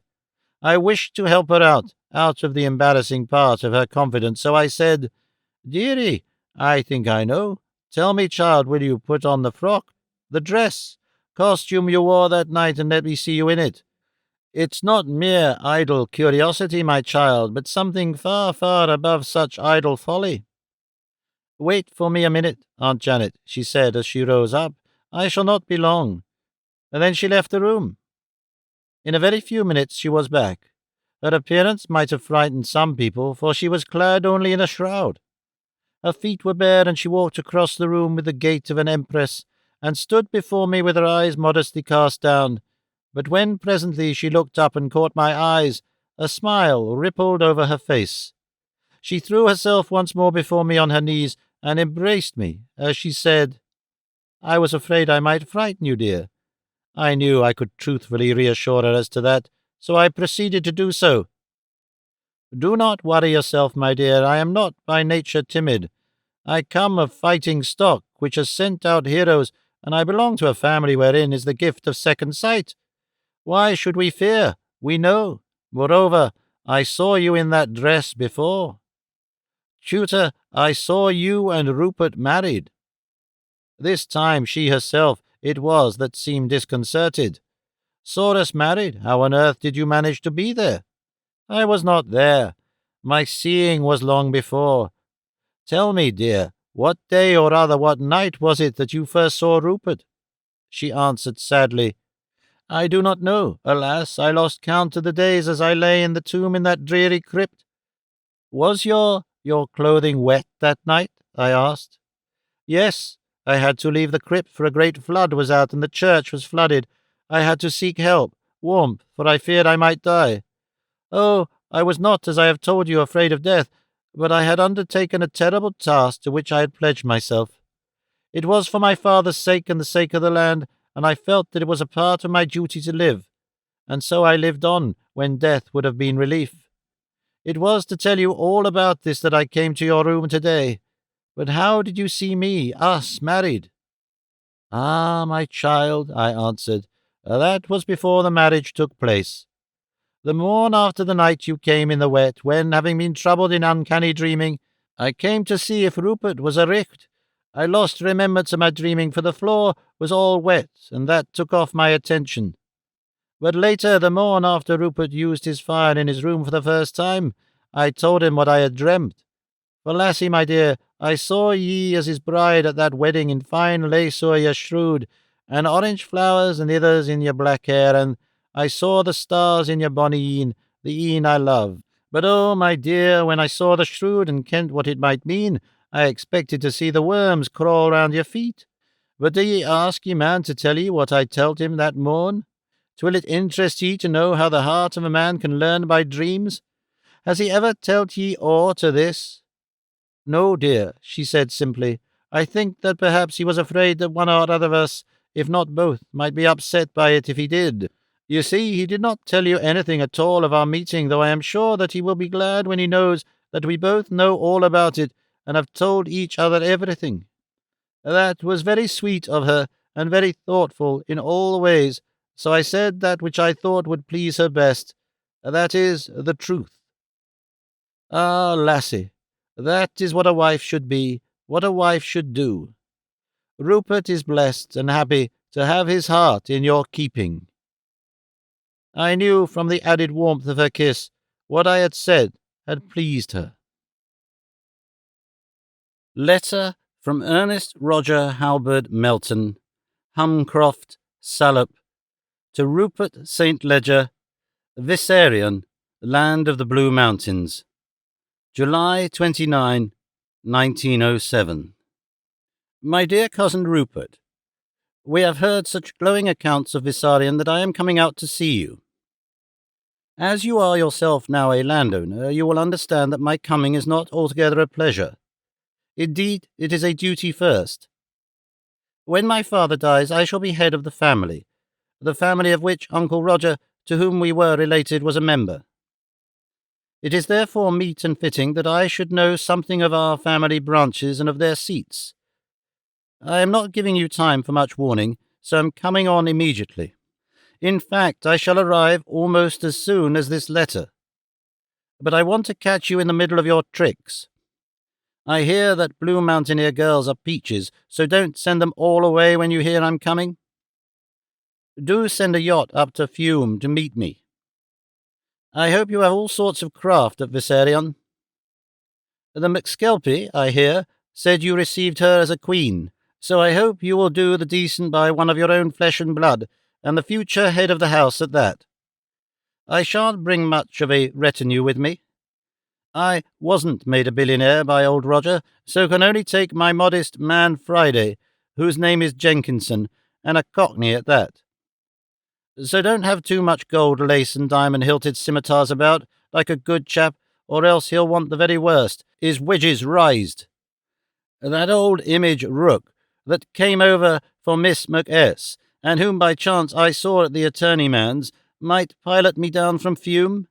The old gentleman by Act of Parliament, Mr. Bingham Trent, I suppose he has hyphened it by this time, told me that Miss McS said he did her proud when she went over under his charge. I shall be at Fiume on the evening of Wednesday, and shall stay at the Europa, which is, I am told, the least indecent hotel in the place.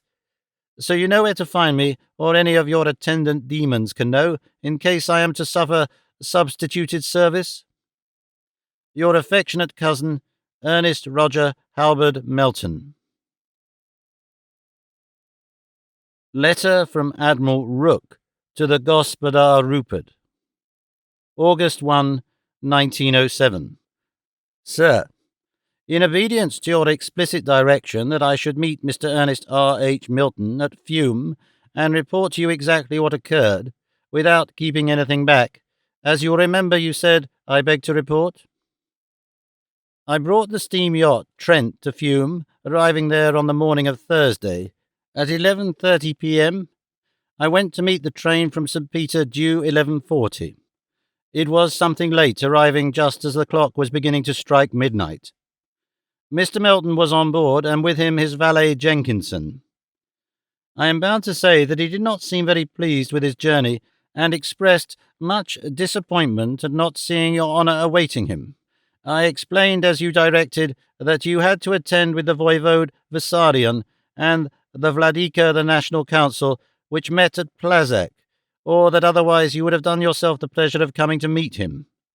I had, of course, reserved rooms, the Prince of Wales' suite, for him at the Re Dungeria, and had waiting the carriage which the proprietor had provided for the Prince of Wales when he stayed there.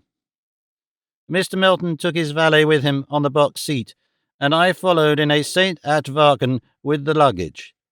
When I arrived, I found the maitre d'hotel in a stupor of concern. The English nobleman, he said, had found fault with everything, and used to him language to which he was not accustomed. I quieted him, telling him that the stranger was probably unused to foreign ways, and assuring him that your honour had every faith in him. He announced himself satisfied and happy at the assurance. But I noticed that he promptly put everything in the hands of the head waiter, telling him to satisfy the my law at any cost, and then went away to some urgent business in Vienna. Clever man. I took Mr. Melton's orders for our journey in the morning and asked if there was anything for which he wished. He simply said to me, "Everything is rotten, go to hell and shut the door after you." His man, who seems a very decent little fellow, though he is as vain as a peacock and speaks with a Cockney accent, which is simply terrible, come down the passage after me and explained on his own, as he expressed it, that his master, Mr. Ernest, was upset by the long journey and that I was not to mind. I did not wish to make him uncomfortable, so I explained that I minded nothing except what your honour wished, that the steam yacht would be ready at 7 a.m., and that I should be waiting in the hotel from that time on till Mr. Melton cared to start, to bring him aboard. In the morning, I waited till the man Jenkinson came and told me that Mr. Ernest would start at 10. I asked if he would breakfast on board. He answered that he would take his café complet at the hotel, but breakfast on board. We left at 10 and took the electric pinnace out to the Trent, which lay with steam up in the roads.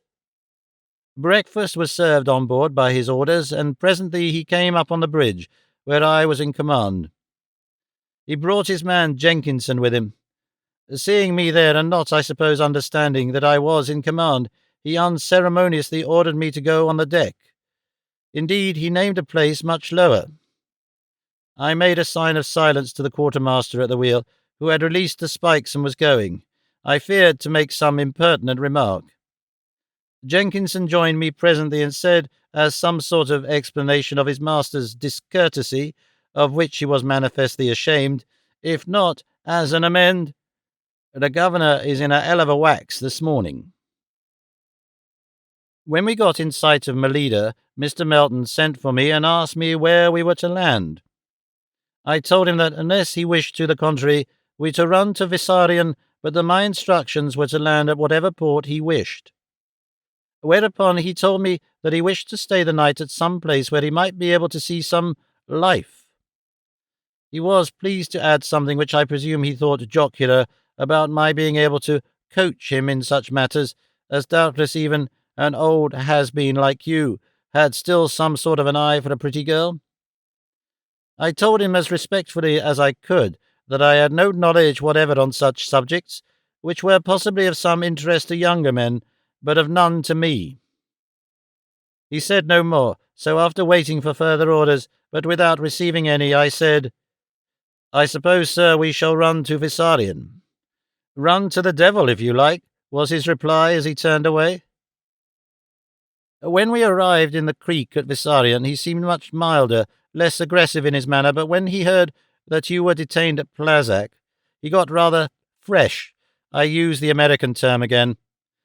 I greatly feared there would be a serious misfortune before we got into the castle, for on the dock was Julia, the wife of Michael, the master of the wine, who is, as you know, very beautiful. Mr. Melton seemed much taken with her, and she, being flattered by the attention of a strange gentleman and your honour's kinsman, put aside the stand-offishness of most of the Blue Mountain women.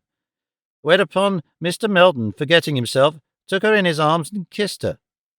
Instantly there was a hubbub. The mountaineers present drew their hand-jars, and almost on the instant sudden death appeared to be amongst us. Happily the men waited, as Michael, who had just arrived on the quay wall as the outrage took place, ran forward, wheeling his hand-jar round his head, and manifestly intending to decapitate Mr. Melton. On the instant, I am sorry to say it, for it created a terribly bad effect, Mr. Melton dropped on his knees in a state of panic. There was just this good use in it, that there was a pause of a few seconds. During that time, the little Cockney valet, who has the heart of a man in him, literally burst his way forward and stood in front of his master in boxing attitude, calling out, "Here, come on, the whole lot of ye. He ain't done no harm. He only kissed the girl as any man would. If you want to cut off somebody's head, cut off mine. I ain't afraid." There was such genuine pluck in this, and it formed so fine a contrast to the other's craven attitude, forgive me, your honour, but you want the truth, that I was glad he was an Englishman too. The mountaineers recognized his spirit and saluted with their handjars, even Michael amongst the number. Half turning his head, the little man said in a fierce whisper, "Back up, Governor, get up, or they'll slice ye. Here's Mr. Rook. He'll see you through it." By this time the men were amenable to reason, and when I reminded them that Mr. Melton was your honour's cousin, they put aside their handjars and went about their work. I asked Mr. Melton to follow and led the way to the castle. When we got close to the great entrance within the walled courtyard, we found a large number of the servants gathered, and with them many of the mountaineers, who have kept an organised guard all round the castle ever since the abducting of the Voivodin. As both your honour and the Voivode were away at Plazak, the guard had for the time been doubled. When the steward came and stood in the doorway, the servants stood off somewhat, and the mountaineers drew back to the farther sides and angles of the courtyard. The Voivodin had, of course, been informed of the guest's, your cousin, coming, and came to meet him in the old custom of the Blue Mountains. As your honour only came to the Blue Mountains recently, and as no occasion has been since then of illustrating the custom since the Voivode was away, and the Voivodin then believed to be dead, perhaps I, who have lived here so long, may explain.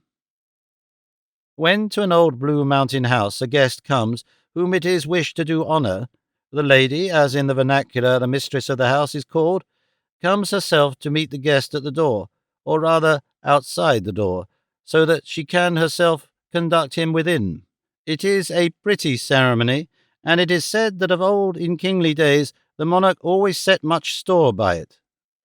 The custom is that, when she approaches the honoured guest, he need not be royal, she bends, or more properly kneels, before him and kisses his hand. It has been explained by historians that the symbolism is that the woman, showing obedience to her husband, as the married woman of the Blue Mountains always does, emphasizes that obedience to her husband's guest. The custom is always observed in its largest formality when a young wife receives for the first time a guest, and especially one whom her husband wishes to honour. The Voivodin was, of course, aware that Mr. Melton was your kinsman, and naturally wished to make the ceremony of honour as marked as possible, so as to show overtly her sense of her husband's worth. When we came into the courtyard, I held back, of course, for the honour is entirely individual, and is never extended to any other, no matter how worthy he may be. Naturally, Mr. Melton did not know the etiquette of the situation, and so for that is not to be blamed. He took his valet with him when, seeing someone coming to the door, he went forward. I thought he was going to rush to his welcomer. Such, though not in the ritual, would have been natural in a young kinsman wishing to do honour to the bride of his host, and would to anyone have been both understandable and forgivable. It did not occur to me at the time, but I have since thought that perhaps he had not then heard of your honour's marriage, which I trust you will, in justice to the young gentleman, bear in mind when considering the matter. Unhappily, however, he did not show any such eagerness. On the contrary, he seemed to make a point of showing indifference. It seemed to me myself that he, seeing somebody wishing to make much of him, took what he considered a safe opportunity of restoring to himself his own good opinion, which must have been considerably lowered in the episode of the wine-master's wife. The Voivodin, thinking doubtless your honour to add a fresh lustre to her welcome, had donned the costume which all her nation has now come to love and to accept as a dress of ceremonial honour. She wore her shroud. It moved the hearts of all of us who looked on to see it, and we appreciated its being worn for such a cause. But Mr. Melton did not seem to care. As he had been approaching, she had begun to kneel, and was already on her knees whilst he was several yards away. There he stopped and turned to speak to his valet, put a glass in his eye, and looked all round him and up and down. Indeed, everywhere except at the great lady, who was on her knees before him, waiting to bid him welcome. I could see in the eyes of such of the mountaineers as were within my range of vision a growing animosity. So, hoping to keep down any such expression which I knew would cause harm to your honour and the Voivodin, I looked all round them straight in their faces with a fixed frown, which indeed they seemed to understand, for they regained and for the time maintained their usual dignified calm. The Voivodin, may I say, bore the trial wonderfully.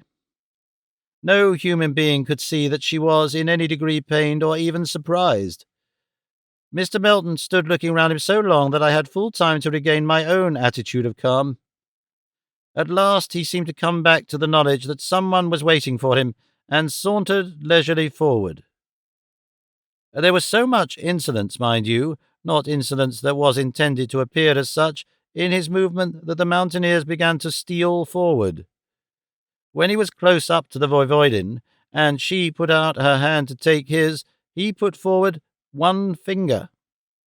I could hear the intake of the breath of the men, now close around, for I had moved forward too. I thought it would be as well to be close to your guest, lest something should happen to him. The Voivodin still kept her splendid self-control. Raising the finger put forward by the guest, with the same deference as though it might have been the hand of a king, she bent her head down and kissed it. Her duty of courtesy now done, she was preparing to rise, when he put his hands into his pocket, and pulling out a sovereign, offered it to her. His valet moved his hand forward, as if to pull back his arm, but it was too late. I am sure, Your Honour, that no affront was intended. He doubtless thought that he was doing a kindness of the sort usual in England when one tips a housekeeper. But all the same, to one in her position, it was an affront, an insult, open and unmistakable. So it was received by the mountaineers, whose hand-jars flashed out as one. For a second it was so received even by the Voivodin, who, with face flushing scarlet and the stars in her eyes flaming red, sprang to her feet. But in that second she had regained herself, and to all appearances her righteous anger passed away. Stooping, she took the hand of her guest and raised it.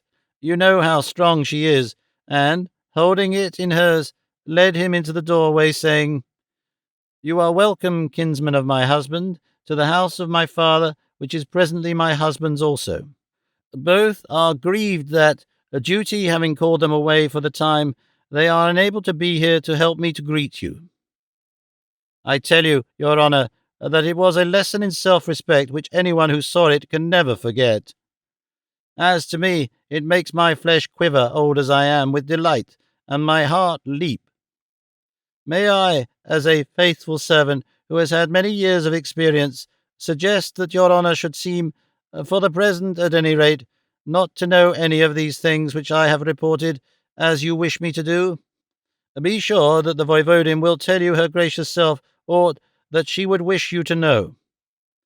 And such reticence on your part must make for her happiness, even if it did not for your own. So that you may know all, as you desired, and that you may have time to school yourself to whatever attitude you think best to adopt, I send this off to you at once by fleet messenger. Were the aeroplane here, I should take it myself. I leave here shortly to await the arrival of Sir Colin at Otranto. Your Honour's faithful servant, Rook. Janet McKelpie's Notes. August 9, 1907. To me it seems very providential that Rupert was not at home when that dreadful young man, Ernest Melton, arrived, though it is possible that if Rupert had been present he would not have dared to conduct himself so badly. Of course I heard all about it from the maids. The tutor never opened her lips to me on the subject. It was bad enough and stupid enough for him to try to kiss a decent young woman like Julia, who is really as good as gold and as modest as one of our own Highland lassies, but to think of him insulting tutor. The little beast! One would think that a champion idiot out of an equatorial asylum would know better. If Michael the wine-master wanted to kill him, I wonder what my Rupert and hers would have done. I am truly thankful that he was not present. I am thankful, too, that I was not present either, for I should have made an exhibition of myself, and Rupert would not have liked that. He, the little beast, might have seen from the very dress that the dear girl wore that there was something exceptional about her. but on one account I should have liked to see her. They tell me that she was, in her true dignity, like a queen, and that her humility in receiving her husband's kinsman was a lesson to every woman in the land. I must be careful not to let Rupert know that I have heard of the incident. Later on, when it is all blown over and the young man has been got safely away, I shall tell him of it. Mr. Rook, Lord High Admiral Rook, I should say, must be a really wonderful man to have so held himself in check, for, from what I have heard of him, he must in his younger days have been worse than old Morgan of Panama. Mr. Ernest Roger Halbert Melton of Humcroft Salop little knows how near he was to being cleft to the chin, also. Fortunately, I heard of his meeting with Tutor before he came to see me, for I did not get back from my walk till after he had arrived. Tutor's noble example was before me, and I determined that I, too, would show good manners under any circumstances. But I didn't know how mean he is. Think of his saying to me that Rupert's position here must be a great source of pride to me, who had been his nursery governess. He said nursemaid first, but then stumbled in his words, seeming to remember something. I did not turn a hair, I'm glad to say. It is a mercy Uncle Colin was not here, for I honestly believe that if he had been, he would have done the cleaving to the chin himself. It has been a narrow escape for Master Ernest, for only this morning Rupert had a message sent on from Gibraltar, saying that he was arriving with his clansmen, and that they would not be far behind his letter. He would call at Otranto in case someone should come across to pilot him to Vissarion. Uncle told me all about that young cad having offered him one finger in Mr. Trent's office, though, of course, he didn't let the cad see that he noticed. I have no doubt that when he does arrive, that young man, if he is still here, will find that he will have to behave himself, if it be only on Sir Colin's account alone. The same, later. I had hardly finished writing when the lookout on the tower announced that the tutor, as Rupert calls his aeroplane, was sighted crossing the mountains from Plazac. I hurried up to see him arrive, for I had not as yet seen him in his aero. Mr. Ernest Melton came up too. Tutor was, of course, before any of us. She seems to know by instinct when Rupert is coming. It was certainly a wonderful sight to see the little aeroplane, with outspread wings like a bird in flight, come sailing high over the mountains. There was a headwind, and they were beating against it. Otherwise we should not have had time to get to the tower before the arrival. When once the aero had begun to drop on the near side of the mountains, however, and had got a measure of shelter from them, her pace was extraordinary. We could not tell, of course, what sort of pace she came at from looking at herself, but we gathered some idea from the rate at which the mountains and hills seemed to slide away from under her. When she got over the foothills, which are about 10 miles away, she came on at a swift glide that seemed to throw the distance behind her. When quite close, she rose up a little till she was something higher than the tower, to which she came as straight as an arrow from the bow, and glided to her moorings, stopping dead as Rupert pulled a lever which seemed to turn a barrier in the wind. The voivode sat beside Rupert, but I must say that he seemed to hold on to the bar in front of him even more firmly than Rupert held to his steering gear. When they had alighted, Rupert greeted his cousin with the utmost kindness, and bade him welcome to Vissarion. "I see," he said, "you have met Tutor. Now you may congratulate me if you wish." Mr. Melton made a long rhodomontade about her beauty, but presently, stumbling about in his speech, said something regarding it being unlucky to appear in grave clothes. Rupert laughed and clapped him on the shoulder as he answered, "That pattern of frock is likely to become a national dress for loyal women of the Blue Mountains. When you know something of what that dress means to us all at present, you will understand. In the meantime, take it that there is not a soul in the nation that does not love it and honour her for wearing it." To which the cad replied, "Oh, indeed, I thought it was some preparation for a fancy dress ball." Rupert's comment on this ill-natured speech was, for him, quite grumpily given. "I should not advise you to think such things whilst you are in this part of the world, Ernest. They bury men here for much less." The cad seemed struck with something. either what Rupert had said or his manner of saying it, for he was silent for several seconds before he spoke. "I'm very tired with that long journey, Rupert. Would you and Mrs. St. Ledger mind if I go to my room and turn in? My man can ask for a cup of tea and a sandwich for me." Rupert's Journal, August 10, 1907. When Ernest said he wished to retire, it was about the wisest thing he could have said or done, and it suited Tutor and me down to the ground. I could see that the dear girl was agitated about something, so thought it would be best for her to be quiet and not worried about being civil to the bounder. Though he is my cousin, I can't think of him as anything else. The voivode and I had certain matters to attend to arising out of the meeting of the council, and when we were through, the night was closing in.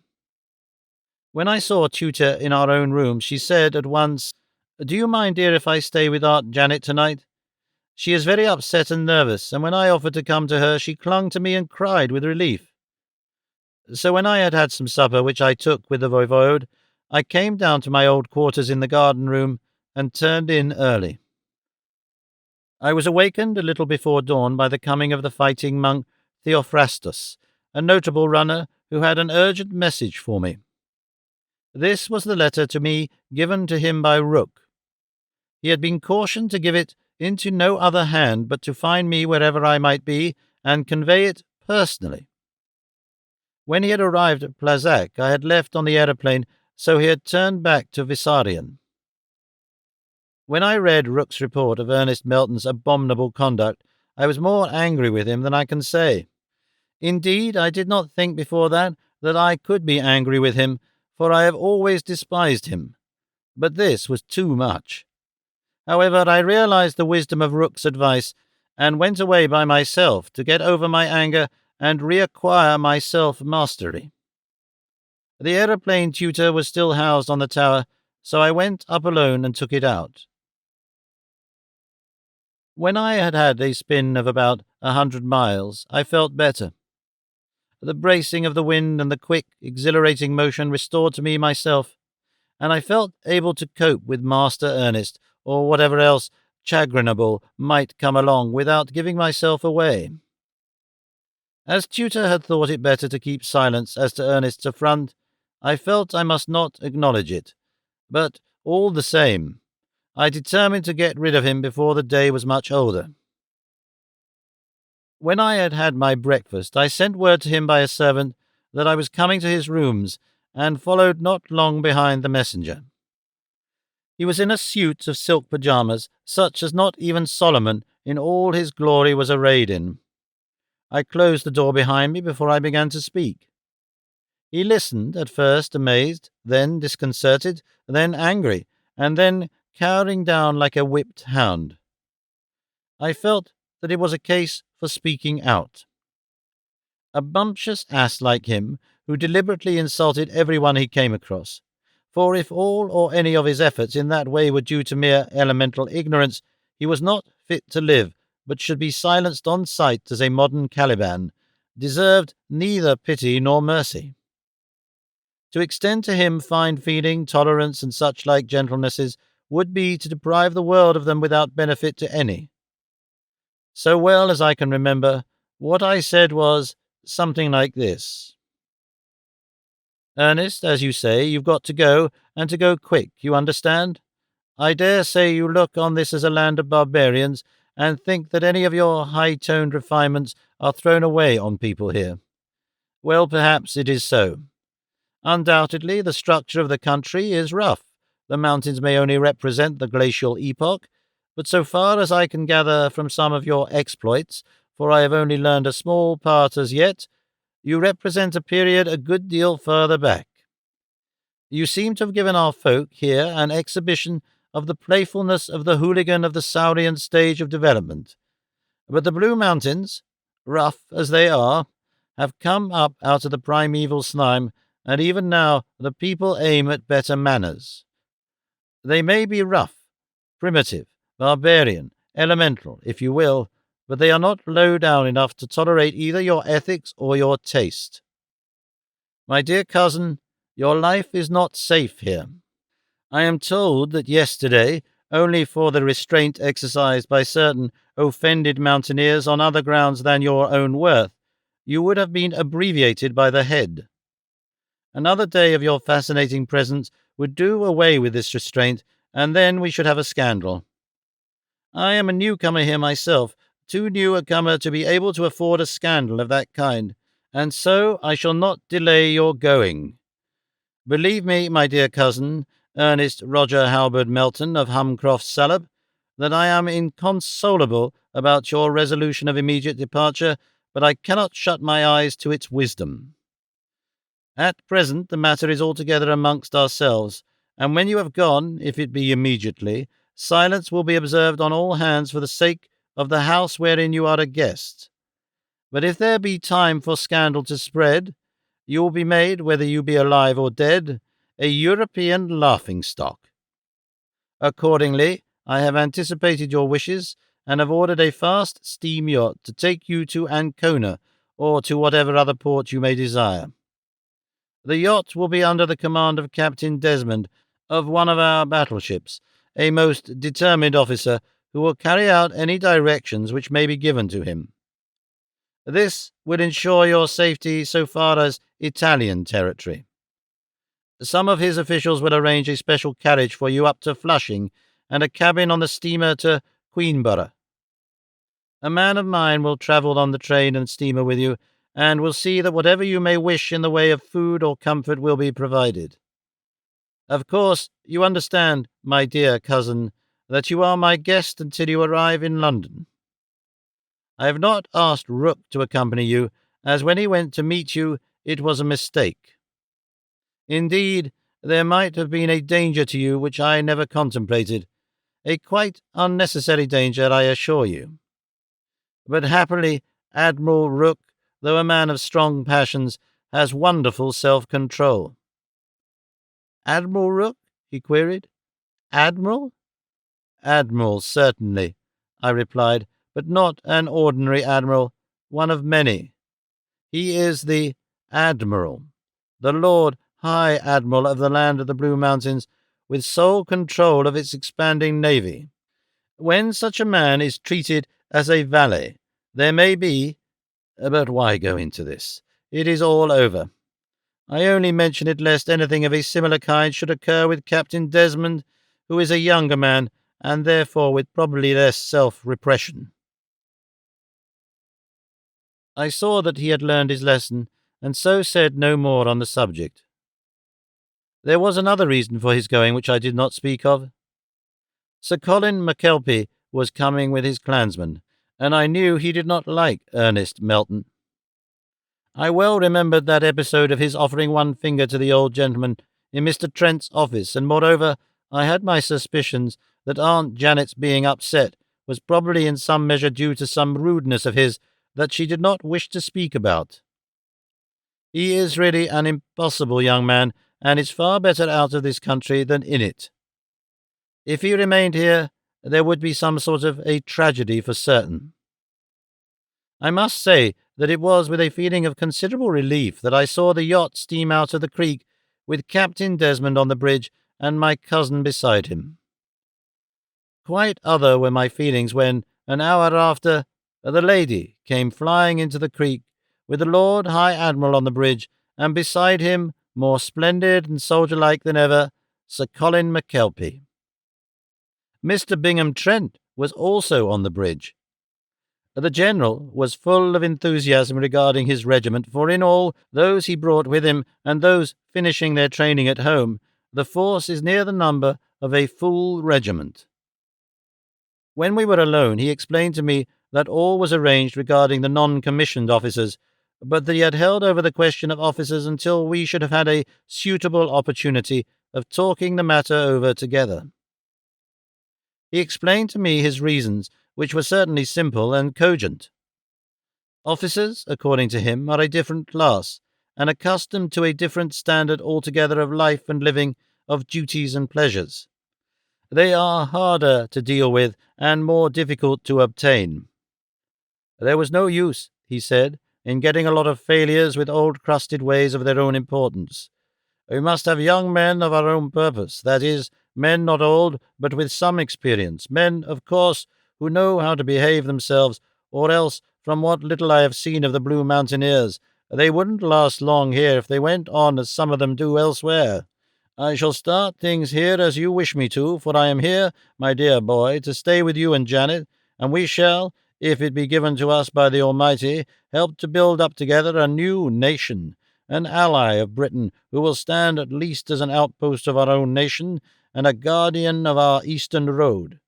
When things are organized here on the military side and are going strong, I shall, if you can spare me, run back to London for a few weeks. Whilst I am there, I shall pick up a lot of the sort of officers we want. I know that there are loads of them to be had. I shall go slowly, however, and carefully, too, and every man I bring back will be recommended to me by some old soldier whom I know, and who knows the man he recommends and has seen him work. We shall have, I dare say, an army for its size second to none in the world, and the day may come when your old country will be proud of your new one. Now, I'm off to see that all is ready for my people, your people now. I had had arrangements made for the comfort of the clansmen and the women, but I knew that the good old soldier would see for himself that his men were to be comfortable. It was not for nothing that he is, looked on as perhaps the general most beloved by his men in the whole British army. When he had gone, and I was alone, Mr. Trent, who had evidently been waiting for the opportunity, came to me. When he had spoken of my marriage and of Tutor, who seems to have made an immense impression on him, he said suddenly, "I suppose we are quite alone, and that we shall not be interrupted?" I summoned the man outside. There is always a sentry on guard outside my door or near me, wherever I may be, and gave orders that I was not to be disturbed until I gave fresh orders. "If," I said, "there be anything pressing or important, let the Voivodin or Miss McKelpie know. If either of them brings anyone to me, it will be all right." When we were quite alone, Mr. Trent took a slip of paper and some documents from the bag which was beside him. He then read out items from the slip, placing as he did so the documents so checked over before him. 1. New will made on marriage to be signed presently. Copy of the reconveyance of Vissarion estates to Peter Vissarion as directed by will of Roger Melton. 3. Report of correspondence with Privy Council and proceedings following. Taking up the last named, he untied the red tape and, holding the bundle in his hand, went on.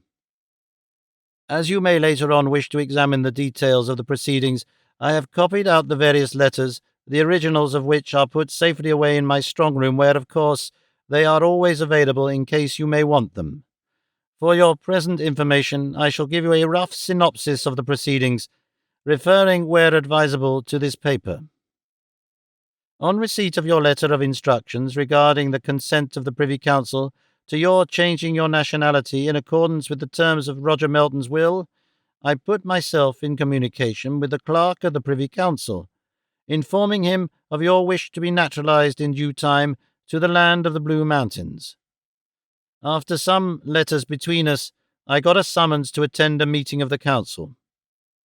I attended as required, taking with me all necessary documents and such as I conceived might be advisable to produce, if wanted. The Lord President informed me that the present meeting of the Council was specially summoned in obedience to the suggestion of the King, who had been consulted as to his personal wishes on the subject, should he have any. The President then proceeded to inform me officially that all proceedings of the Privy Council were altogether confidential, and were not to be made public under any circumstances. He was gracious enough to add, "The circumstances of this case, however, are unique, and as you act for another, we have thought it advisable to enlarge your permission in the matter, so as to allow you to communicate freely with your principal. As that gentleman is settling himself in a part of the world which has been in the past, and may be again, united to this nation by some common interest, His Majesty wishes Mr. St. Leger to feel assured of the good will of Great Britain to the land of the Blue Mountains, and even of his own personal satisfaction that a gentleman of so distinguished a lineage and such approved personal character is about to be, within his own scope, a connecting link between the nations.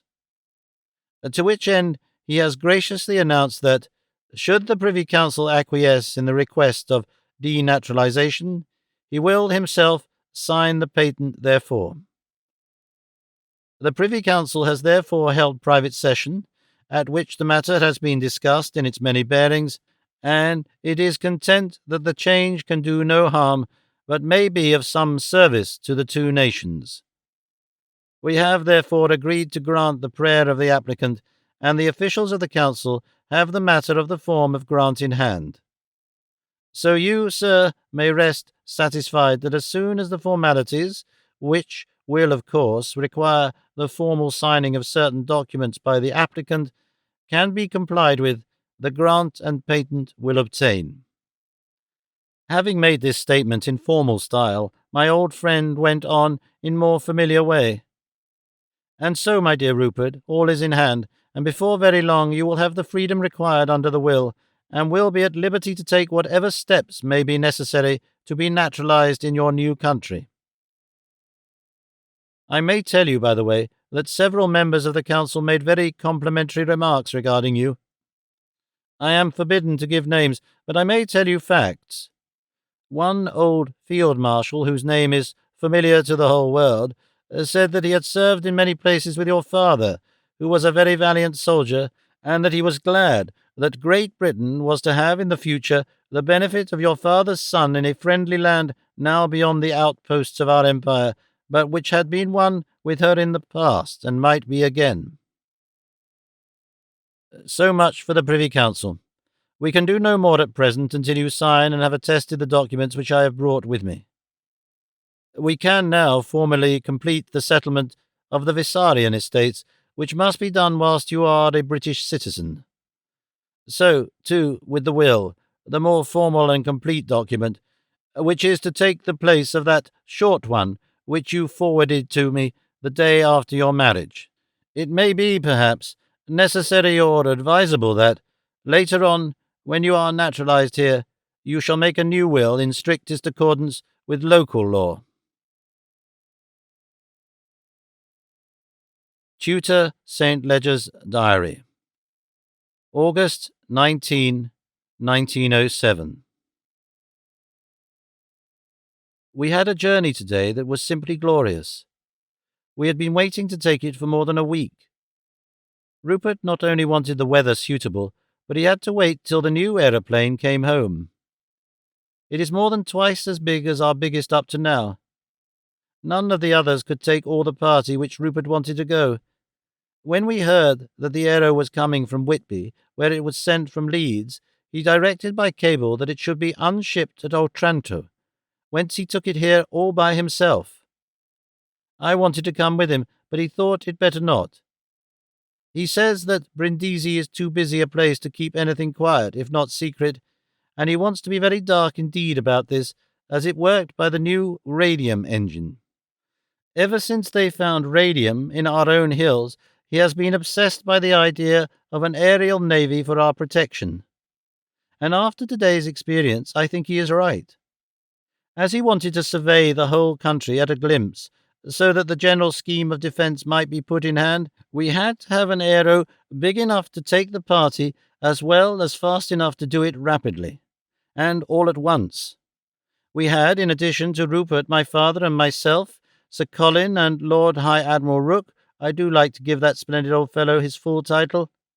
The military and naval experts had with them scientific apparatus of various kinds, also cameras and range-finders, so that they could mark their maps as they required. Rupert, of course, drove, and I acted as his assistant. Father, who has not yet become accustomed to aerial travel, took a seat in the centre, which Rupert had thoughtfully prepared for him, where there is very little motion. I must say I was amazed to see the way that splendid old soldier Sir Colin bore himself. He had never been on an aeroplane before, but all the same he was as calm as if he was on a rock. Height or motion did not trouble him. Indeed, he seemed to enjoy himself all the time. The Admiral is himself almost an expert, but in any case I am sure he would have been unconcerned, just as he was in the crab, as Rupert has told me. We left just after daylight and ran down south. When we got to the east of Ilsin, we kept slightly within the borderline and went north or east as it ran, making occasional loops inland over the mountains and back again. When we got up to our farthest point north, we began to go much slower. Sir Colin explained that for the rest all would be comparatively plain sailing in the way of defence, but that as any foreign power other than the Turk must attack from seaward, he would like to examine the seaboard very carefully in conjunction with the Admiral, whose advice as to sea defence would be invaluable. Rupert was fine. No one could help admiring him as he sat working his lever and making the great machine obey every touch. He was wrapped up in his work. I don't believe that whilst he was working he ever thought of even me. He is splendid. We got back just as the sun was dropping down over the Calabrian mountains. It is quite wonderful how the horizon changes when you are sailing away up high on an aeroplane. Rupert is going to teach me how to manage one all by myself, and when I am fit he will give me one, which he is to have specially built for me. I think I too have done some good work. At least I have got some good ideas from our journey today. Mine are not of war, but of peace, and I think I see a way by which we shall be able to develop our country in a wonderful way. I shall talk the idea over with Rupert tonight when we are alone. In the meantime, Sir Colin and Admiral Rooke will think their plans over individually, and tomorrow morning together. And then the next day they, too, are to go over their idea with Rupert and my father, and something may be decided then. Rupert's Journal continued. August 21, 1907. Our meeting on the subject of national defence, held this afternoon, went off well. We were 5 in all, for with permission of the voivode and the 2 fighting men, naval and military, I brought Tutor with me. She sat beside me quite quietly, and never made a remark of any kind till the defence business had been gone through. Both Sir Colin and Admiral Rooke were in perfect agreement as to the immediate steps to be taken for defence. In the first instance, the seaboard was to be properly fortified in the necessary places, and the navy largely strengthened. When we had got thus far, I asked Rooke to tell of the navy increase already in hand, whereupon he explained that, as we had found the small battleship, the Lady, of an excellent type for coast defence, acting only in home waters, and of a size to take cover where necessary at many places on our own shores, we had ordered 9 others of the same pattern. Of these the first 4 were already in hand, and were proceeding with the greatest expedition. The General then supplemented this by saying that big guns could be used from points judiciously chosen on the seaboard, which was in all so short a length that no very great quantity of armament would be required. We can have, he said, the biggest guns of the most perfect kind yet accomplished, and use them from land batteries of the most up-to-date pattern. The one serious proposition we have to deal with is the defence of the harbour, as yet quite undeveloped, which is known as the Blue Mouth. Since our aerial journey I have been to it by sea with Admiral Rooke in the Lady, and then on land with the Vladika, who was born on its shores, and who knows every inch of it. It is worth fortifying, and fortifying well, for as a port it is peerless in Mediterranean seas. The navies of the world might ride in it, landlocked, and even hidden from view seawards. The mountains which enclose it are in themselves absolute protection. In addition, these can only be assailed from our own territory. Of course, voivode, you understand when I say our, I mean the land of the Blue Mountains, for whose safety and well-being I am alone concerned. Any ship anchoring in the roads of the Blue Mouth would have only one need, sufficient length of cable for its magnificent depth. When proper guns are properly placed on the steep cliffs to the north and south of the entrance, And when the rock islet between has been armored and armed as well as will be necessary, the mouth will be impregnable. But we should not depend on the aiming of the entrance alone. At certain salient points which I have marked upon this map, armor-plated sunken forts within earthwork should be established. There should be covering forts on the hillsides and, of course, the final summits protected. Thus we could resist attack on any side or all sides, from sea or land. That port will yet mean the wealth as well as the strength of this nation, so it will be well to have it properly protected. This should be done soon, and the utmost secrecy observed in the doing of it, lest the so doing should become a matter of international concern. Here Rook smote the table hard. By God, that is true. It has been the dream of my own life for this many a year. In the silence which followed, the sweet, gentle voice of Tutor came clear as a bell. May I say a word? I am emboldened too, as Sir Colin has spoken so splendidly, and as the Lord High Admiral has not hesitated to mention his dreaming. I too have had a dream, a daydream, which came in a flash, but no less a dream for all that. It was when we hung on the aeroplane over the Blue Moth. It seemed to me in an instant that I saw that beautiful spot, as it will sometime be, typical, as Sir Colin said, of the wealth as well as the strength of this nation, a mart for the world whence will come for barter some of the great wealth of the Blue Mountains. That wealth is as yet undeveloped, but the day is at hand when we may begin to use it, and through that very port. Our mountains and their valleys are clad with trees of splendid growth, virgin forests of priceless worth, hardwoods of all kinds, which have no superior throughout the world. In the rocks, though hidden as yet, is vast mineral wealth of many kinds. I have been looking through the reports of the geological exports of the Commission of Investigation, which my husband organized soon after he came to live here, and according to them, our whole mountain ranges simply teem with vast quantities of minerals, almost more precious for industry than gold and silver are for commerce, though, indeed, gold is not altogether lacking as a mineral. When once our work on the harbour is done, and the place has been made secure against any attempt at foreign aggression, we must try to find a way to bring this wealth of woods and ores down to the sea. And then, perhaps, may begin the great prosperity of our land, of which we have all dreamt. She stopped, all vibrating, almost choked with emotion. We were all moved. For myself, I was thrilled to the core. Her enthusiasm was all-sweeping, and under its influence I found my own imagination expanding. Out of its experiences I spoke. And there is a way, I can see it. Whilst our dear Voivodin was speaking, the way seemed clear. I saw at the back of the Blue Mouth, where it goes deepest into the heart of the cliffs, the opening of a great tunnel, which ran upward over a steep slope till it debouched on the first plateau beyond the range of the encompassing cliffs.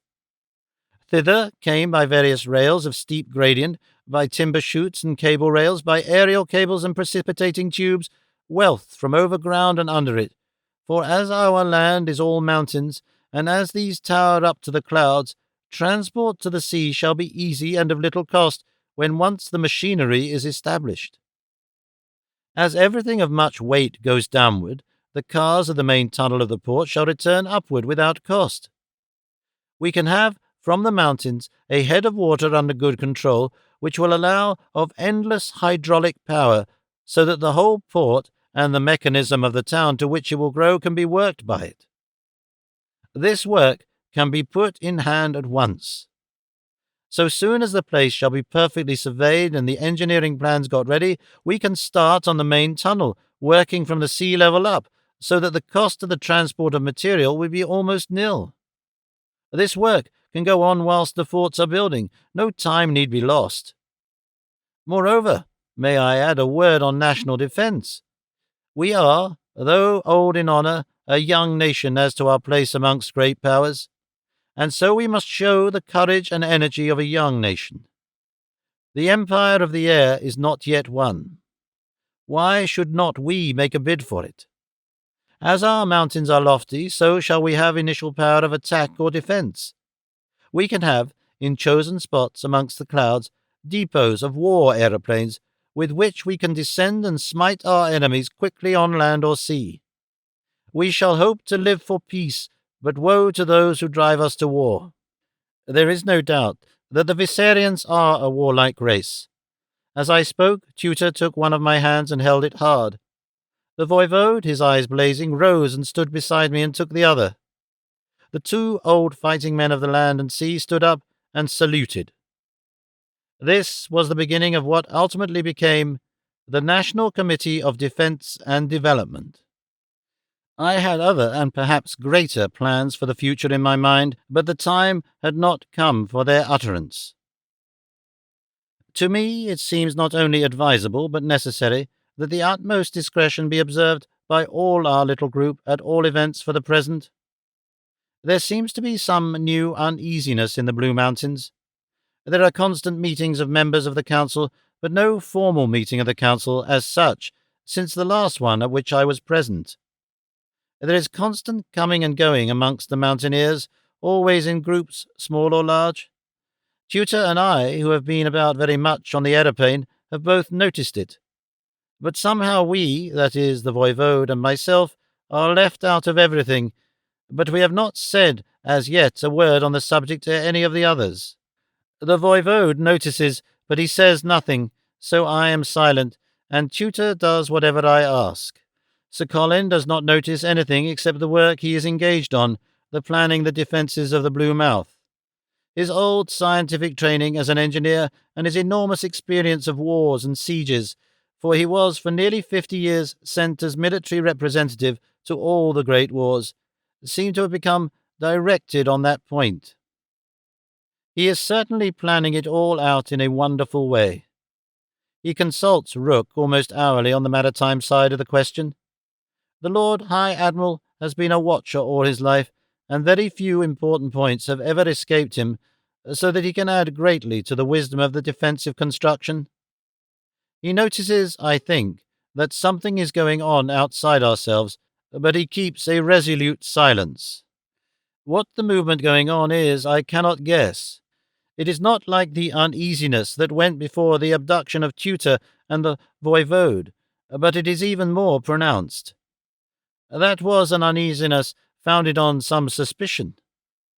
This is a positive thing, and has definite meaning of some sort. We shall, I suppose, know all about it in good time.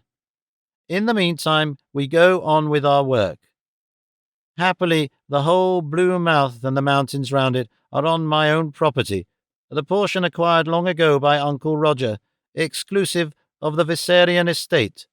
I asked the voivode to allow me to transfer it to him, but he sternly refused and forbade me, quite peremptorily, to ever open the subject to him again.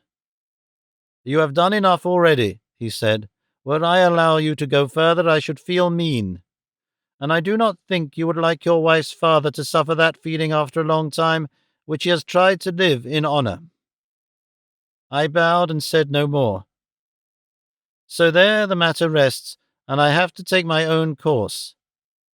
I have made a survey, and on the head of it, the tunnel to the harbour is begun.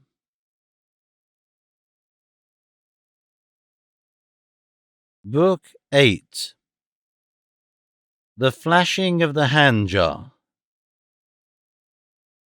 Private Memorandum of the meeting of various members of the National Council held at the State House of the Blue Mountains at Plazac on Monday, August 26, 1907. Written by Christophorus, scribe of the council, by instruction of those present.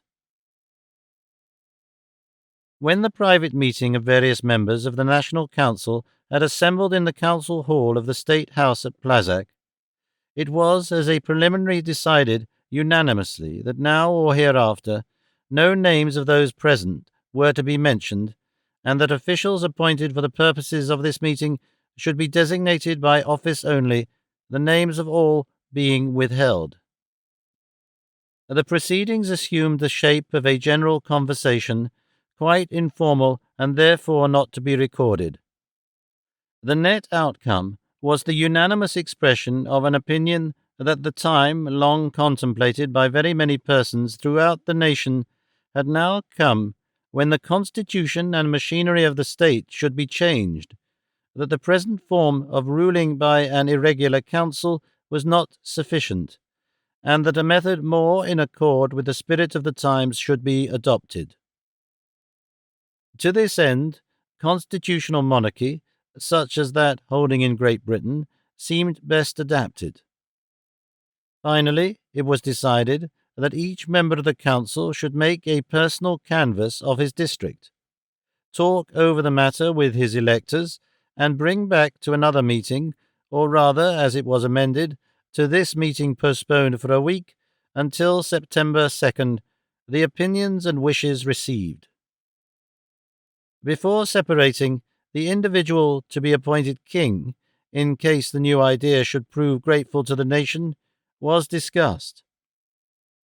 The consensus of opinion was entirely to the effect that the voivode Peter Vissarion should, if he would accept the high office, be appointed. It was urged that, as his daughter, the voivodin tutor, was now married to the Englishman Rupert St. Leger, called generally by the mountaineers the Gospodar Rupert, a successor to follow the voivode when God should call him would be at hand, a successor worthy in every way to succeed to so illustrious a post. It was urged by several speakers, with general acquiescence, that already Mr. St. Leger's services to the state were such that he would be in himself a worthy person to begin the new dynasty, but that, as he was now allied with the voivode Peter Vissarion, it was becoming that the elder born of the nation should receive the first honour. The same continued. The adjourned meeting of certain members of the National Council was resumed in the hall of the State House at Plazac on Monday, September 2nd, 1907. By motion, the same chairman was appointed, and the rule regarding the record renewed. Reports were made by the various members of the council in turn, according to the state roll. Every district was represented. The reports were unanimously in favour of the new constitution, and it was reported by each and all of the councillors that the utmost enthusiasm marked in every case the suggestion of the voivode Peter Vissarion as the first king to be crowned under the new constitution, and that remainder should be settled on the Gospodar Rupert. The mountaineers would only receive his lawful name as an alternative. One and all said that he would be Rupert to them and to the nation forever. The above matter having been satisfactorily settled, it was decided that a formal meeting of the National Council should be held at the State House, Plazac, in 1 week from today, and that the voivode Peter Vissarion should be asked to be in the State House in readiness to attend. It was also decided that instruction should be given to the High Court of National Law to prepare and have ready, in skeleton form, a rescript of the new constitution to be adopted, the same to be founded on the constitution and procedure of Great Britain, so far as the same may be applicable to the traditional ideas of free government in the land of the Blue Mountains. By unanimous vote, this private and irregular meeting of various national councillors was then dissolved. Record of the first meeting of the National Council of the Land of the Blue Mountains, held at Plazac on Monday, September 9th, 1907, to consider the adoption of a new constitution and to give permanent effect to the same if and when decided upon. Kept by monk Christophorus, scribe to the National Council. The adjourned meeting duly took place as arranged. There was a full attendance of members of the council, together with the Vladika, the archbishop, the archimandrites of Spasak, of Ispazar, of Domitan and Astrag, the chancellor, the lord of the exchequer, the president of the High Court of National Law, the President of the Council of Justice, and such other high officials as it is customary to summon to meetings of the National Council on occasions of great importance. The names of all present will be found in the full report, wherein are given the ipsissima verba of the various utterances made during the consideration of the questions discussed, the same having been taken down in shorthand by the humble scribe of this précis, which has been made for the convenience of members of the council and others. The voivode Peter Vissarion, obedient to the request of the council, was in attendance at the State House, waiting in the chamber of the high officers until such time as he should be asked to come before the council. The President put before the National Council the matter of the new Constitution, outlining the headings of it as drawn up by the High Court of National Law, and the Constitution having been formally accepted nem. con. By the National Council on behalf of the people, he proposed that the crown should be offered to the voivode Peter Vissarion, with remainder to the gospodar Rupert, legally Rupert St. Leger, husband of his only child, the voivodin tutor. This also was received with enthusiasm and passed nem. con. Thereupon the President of Council, the Archbishop, and the Vladika, acting together as a deputation, went to pray the attention of the voivode Peter Vissarion. When the voivode entered, the whole council and officials stood up, and for a few seconds waited in respectful silence with heads bowed down. Then, as if by a common impulse, for no word was spoken nor any signal given, they all drew their handjars and stood to attention, with points raised and edges of the handjars to the front. The voivode stood very still. He seemed much moved, but controlled himself admirably. The only time when he seemed to lose his self-control was when, once again, with a strange simultaneity, all present raised their handjars on high and shouted, "Hail, Peter King!" Then, lowering their points till those almost touched the ground, they once again stood with bowed heads. When he had quite mastered himself, the voivode Peter Vissarion spoke. "How can I, my brothers, sufficiently thank you, and through you the people of the Blue Mountains, for the honor done to me this day? In very truth it is not possible, and therefore I pray you to consider it as done, measuring my gratitude in the greatness of your own hearts. Such honor as you offer to me is not contemplated by any man in whose mind a wholesome sanity rules, nor is it even the dream of fervent imagination. So great is it that I pray you, men with hearts and minds like my own, to extend to me as a further measure of your generosity a little time to think it over. I shall not want long, for even already, with the blaze of honor fresh upon me, I see the cool shadow of duty, though his substance is yet hardly visible. Give me but an hour of solitude, an hour at most, if it do not prolong this your session unduly. It may be that a lesser time will serve, but in any case I promise you that, when I can see a just and fitting issue to my thought, I shall at once return." The President of the Council looked around him, and seeing everywhere the bowing heads of acquiescence, spoke with a reverent gravity. "We shall wait in patience whatsoever time you will, and may the God who rules all worthy hearts guide you to his will."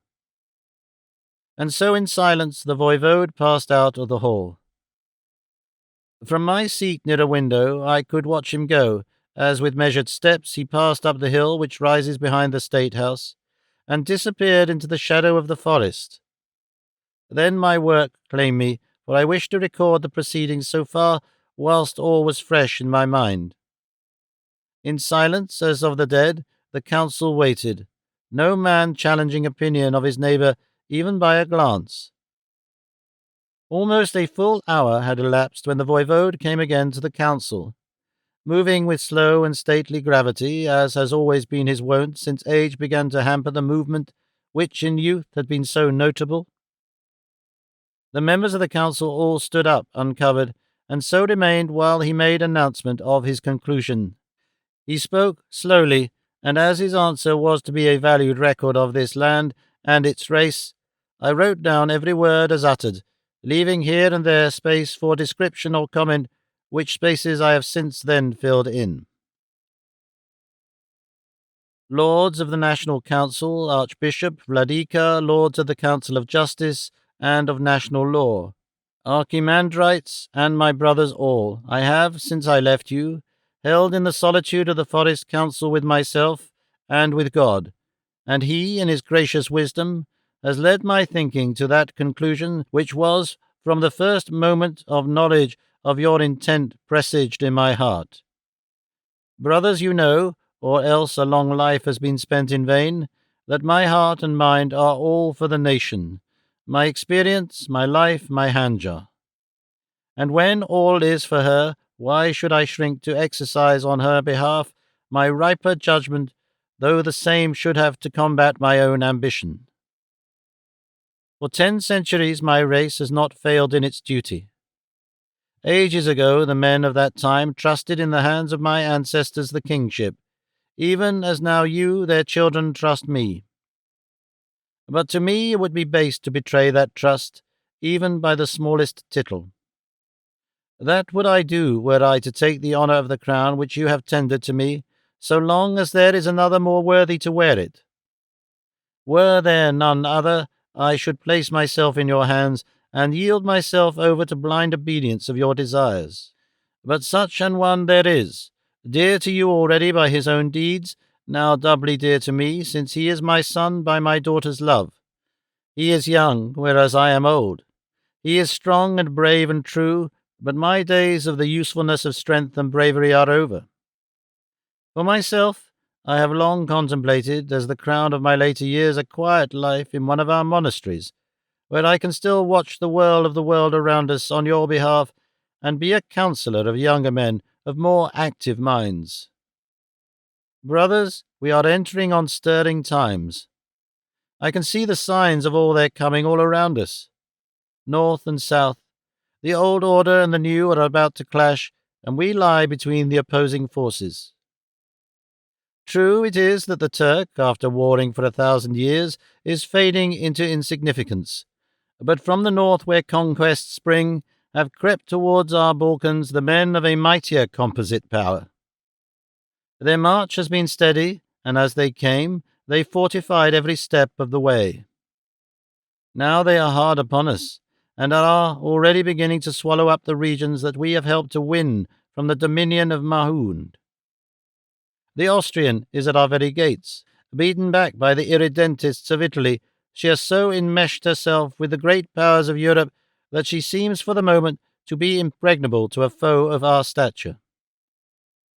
There is but one hope for us, the uniting of the Balkan forces to turn a masterly front to north and west, as well as to south and east. Is that a task for old hands to undertake? No.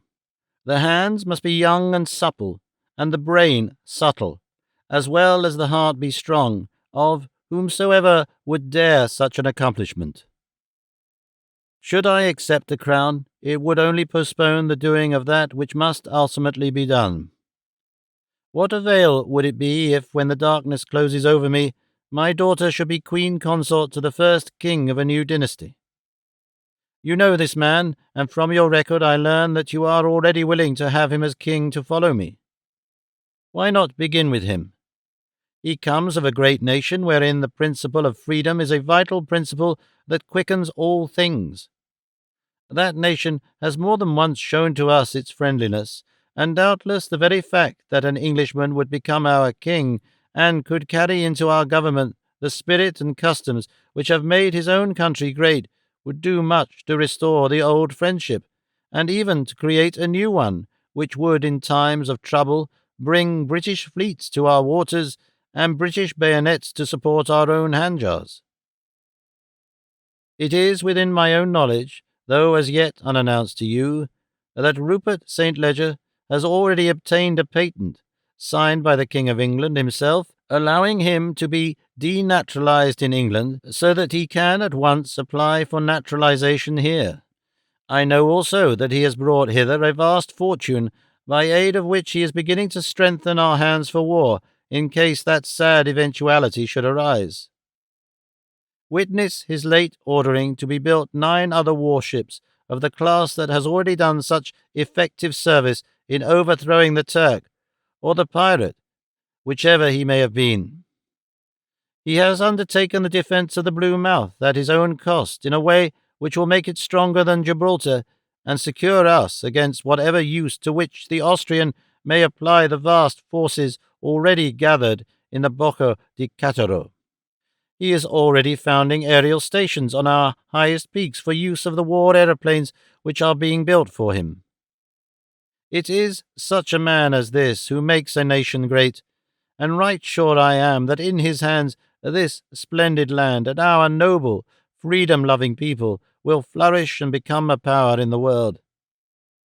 Then, brothers, let me, as one to whom this nation and its history and its future are dear, ask you to give to the husband of my daughter the honour which you would confer on me. For her I can speak as well as for myself.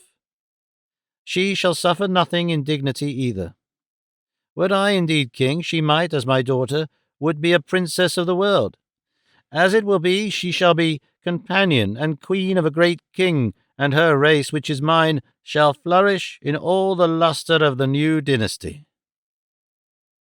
Therefore, on all accounts, my brothers, for the sake of our dear land of the Blue Mountains, make the Gospodar Rupert, who has so proved himself, your king, and make me happy in my retirement to the cloister." When the voivode ceased to speak, all remained silent and standing. But there was no mistaking their acquiescence in his most generous prayer. The president of the council well interpreted the general wish when he said, "Lords of the National Council, Archbishop, Vladika, Lords of the Councils of Justice and National Law, Archimandrites, and all who are present, is it agreed that we prepare at leisure a fitting reply to the voivode Peter of the historic house of Vissarion, stating our agreement with his wish?" To which there was a unanimous answer. "It is." He went on.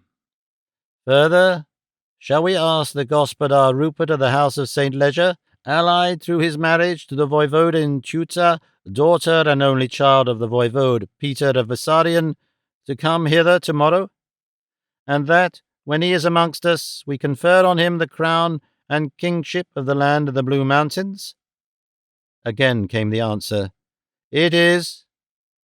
But this time it rang out like a sound of a gigantic trumpet, and the hand-jars flashed, whereupon the session was adjourned for the space of a day. The same continued. September 10, 1907. When the National Council met today, the Voivode Peter Vissarion sat with them, but well back, so that at first his presence was hardly noticeable. After the necessary preliminaries had been gone through, they requested the presence of the Gospodar Rupert, Mr. Rupert St. Leger, who was reported as waiting in the chamber of the high officers. He at once accompanied back to the hall the deputation sent to conduct him. As he made his appearance in the doorway, the councillors stood up. There was a burst of enthusiasm, and the hand-jars flashed. For an instant he stood silent, with lifted hand, as though indicating that he wished to speak. So soon as this was recognized, silence fell on the assembly, and he spoke. "I pray you, may the Voivodin Tutor of Vissarion, who has accompanied me hither, appear with me to hear your wishes?" There was an immediate and enthusiastic acquiescence, and after bowing his thanks, he retired to conduct her.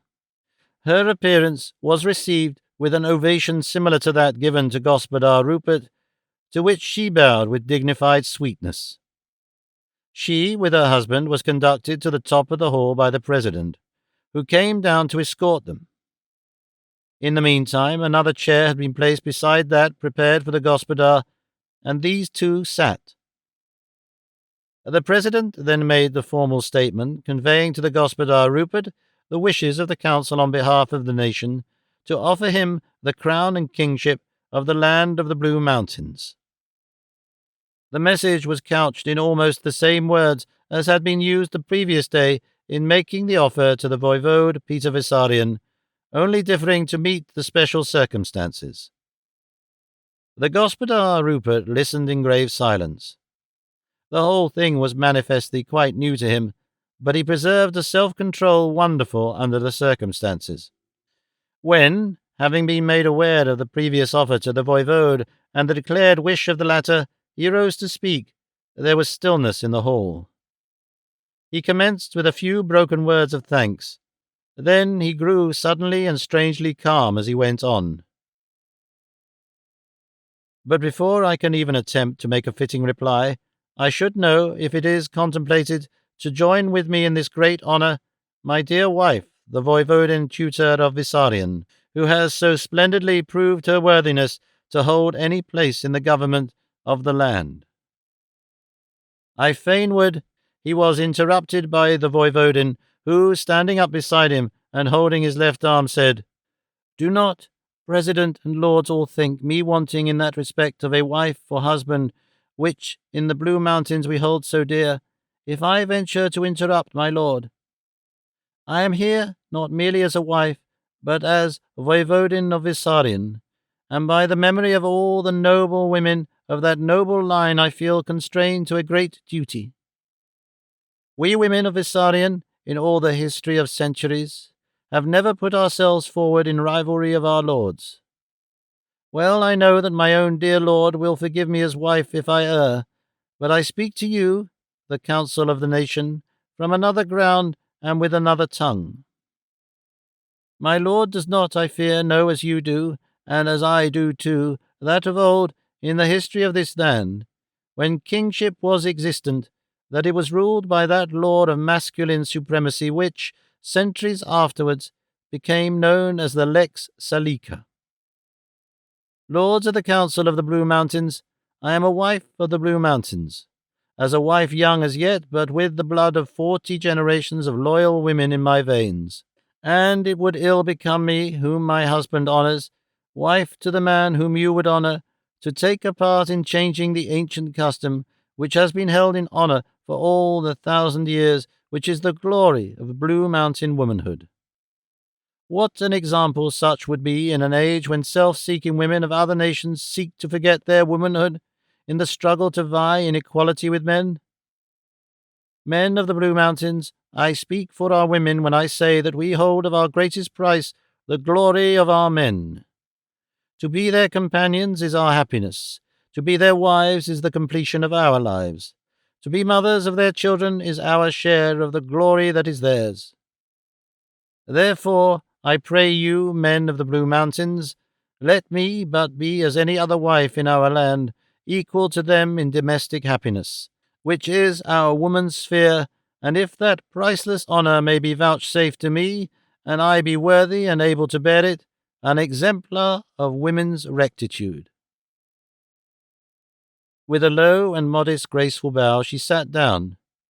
There was no doubt as to the reception of her renunciation of queenly dignity. There was more honour to her in the quick, fierce shout which arose, and the unanimous upward swing of the handjars, than in the wearing of any crown which could adorn the head of woman. The spontaneous action of the Gospodar Rupert was another source of joy to all, a fitting corollary to what had gone before. He rose to his feet, and, taking his wife in his arms, kissed her before all. Then they sat down, with their chairs close, bashfully holding hands like a pair of lovers. Then Rupert arose. He is Rupert now. No lesser name is on the lips of his people henceforth. With an intense earnestness which seemed to glow in his face, he said simply, "What can I say except that I am in all ways, now and forever, obedient to your wishes?" And then, raising his handjar and holding it before him, he kissed the hilt, saying, "Hereby I swear to be honest and just, To be, God helping me, such a king as you would wish, in so far as the strength is given me. Amen. This ended the business of the session, and the council showed unmeasured delight. Again and again the hand jars flashed as the cheers rose, 3 times 3 in British fashion. When Rupert, I am told, must not write him down as King Rupert until after the formal crowning, which is ordained for Wednesday, October 16th, and tutor had withdrawn, the voivode, Peter Fazarian, the President and Council conferred in committee with the Presidents of the High Courts of National Law and of Justice as to the formalities to be observed in the crowning of the King and of the formal notification to be given to foreign powers. These proceedings kept them far into the night. From the London Messenger. Coronation festivities of the Blue Mountains, from our special correspondent. Plazac, October 14, 1907.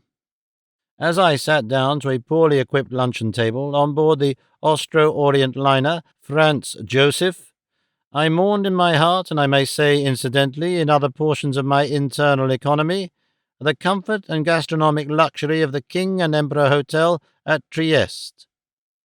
A brief comparison between the menus of today's lunch and yesterday's will afford to the reader a striking object lesson.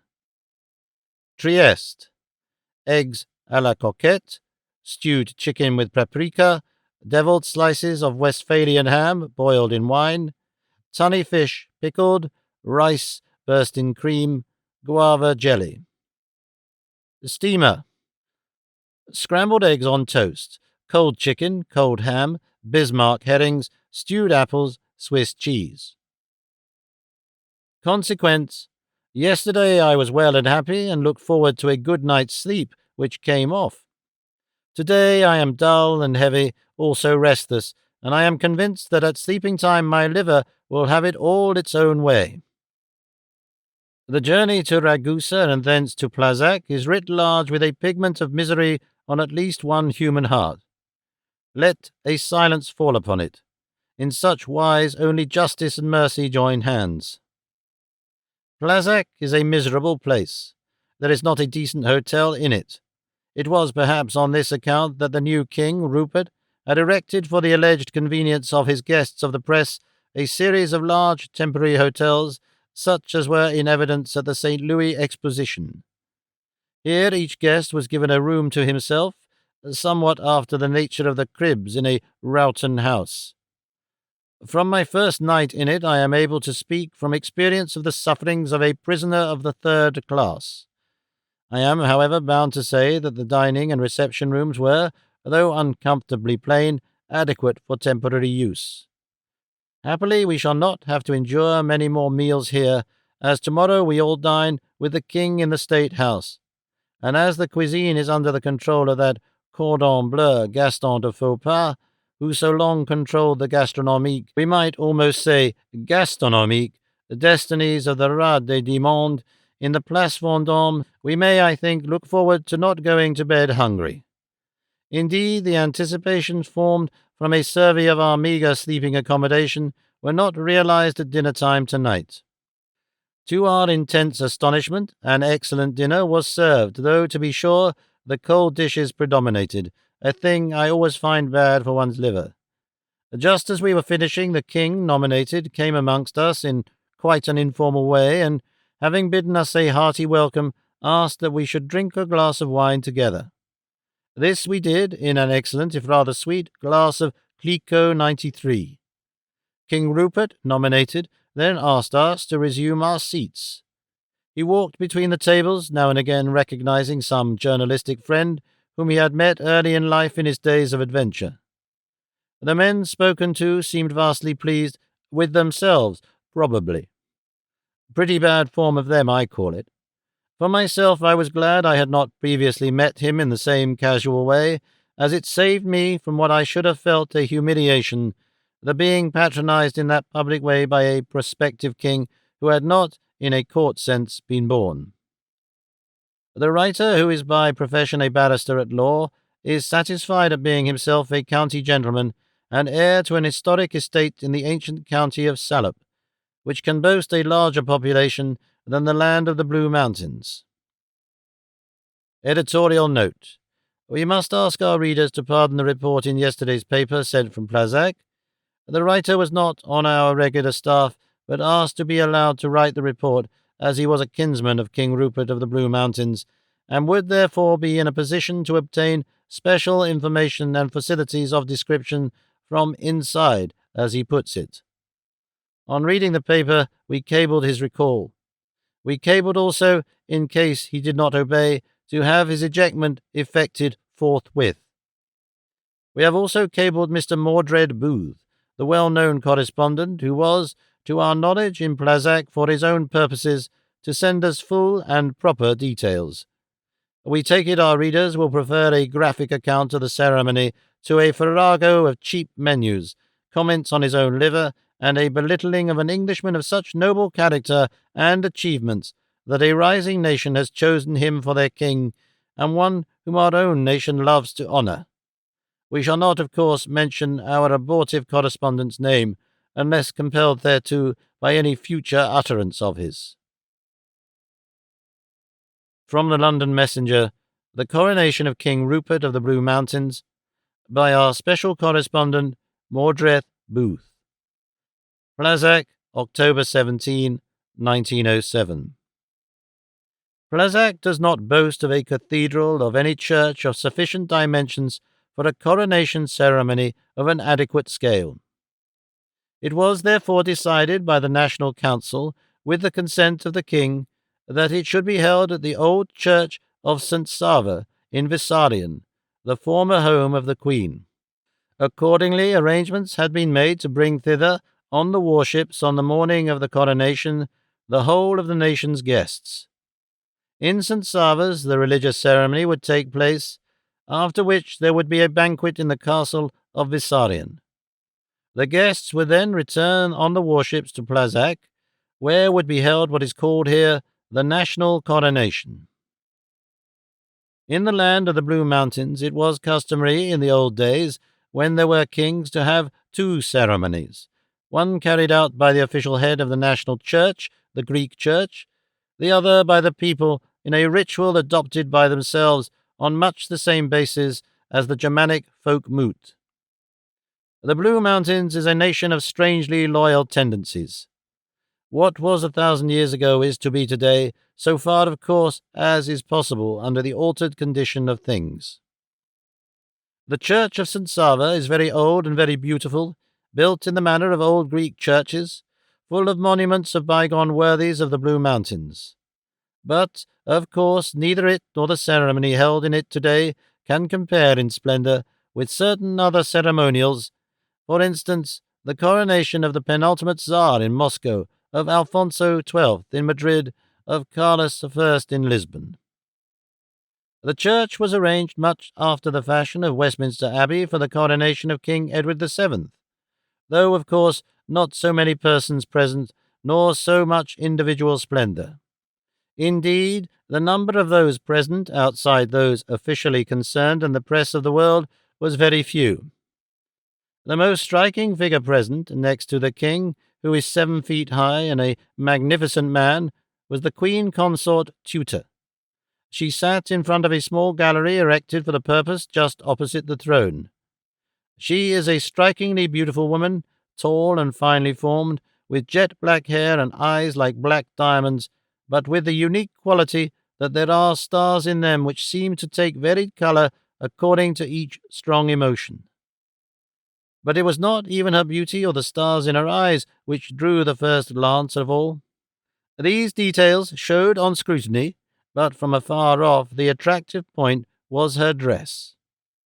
Surely never before did woman, be she queen or peasant, wear such a costume on a festive occasion.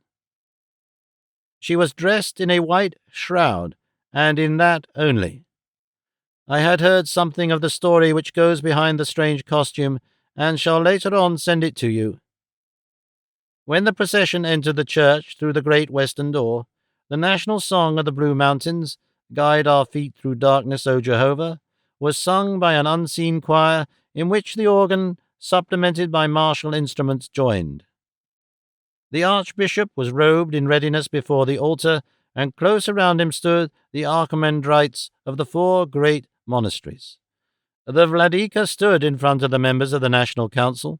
A little to one side of this body was a group of high officials, presidents of the councils of national law and justice, the chancellor, etc., all in splendid robes of great antiquity, the high marshal of the forces, and the Lord High Admiral. When all was ready for the ceremonial act of coronation, the archbishop raised his hand, whereupon the music ceased. Turning round so that he faced the queen, who thereon stood up, the king drew his handjar and saluted her in Blue Mountain fashion, the point raised as high as possible, and then dropped down till it almost touches the ground. Every man in the church, ecclesiastics and all, wear the handjar, and following the king by the interval of a second, their weapons flashed out.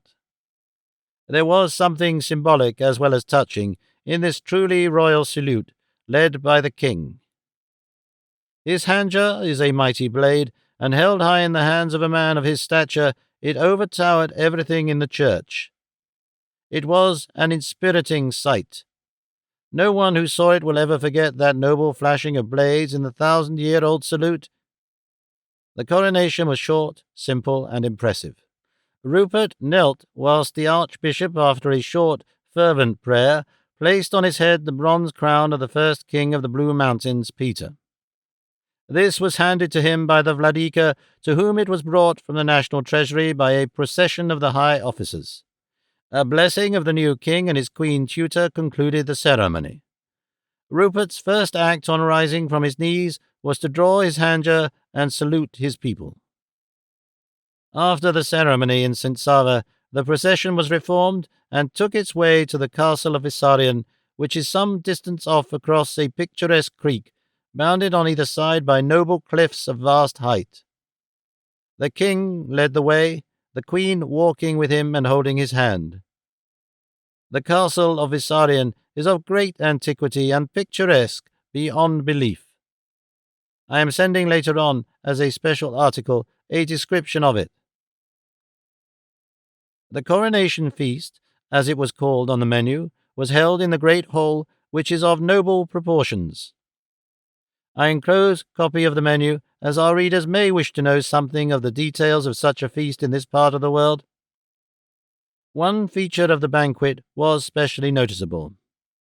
As the national officials were guests of the king and queen, they were waited on and served by the king and queen in person. The rest of the guests, including us of the press, were served by the king's household, not the servants. None of that cult were visible, but by the ladies and gentlemen of the court.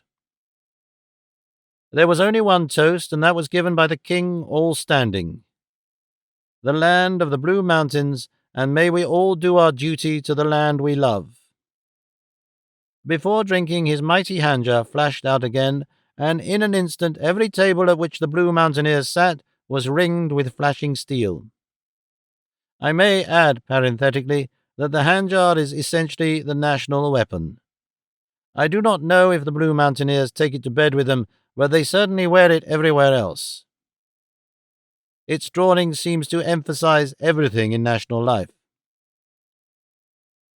We embarked again on the warships.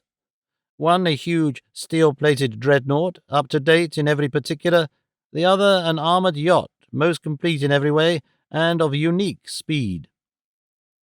The king and queen, the lords of the council, together with the various high ecclesiastics and great officials, went on the yacht which the Lord High Admiral, a man of remarkably masterful physiognomy, himself steered. The rest of those present at the coronation came on the warship. The latter went fast, but the yacht showed her heels all the way. However, the king's party waited in the dock in the Blue Mouth. From this a new cable line took us all to the State House at Plazac. Here the procession was reformed and wound its way to a bare hill in the immediate vicinity.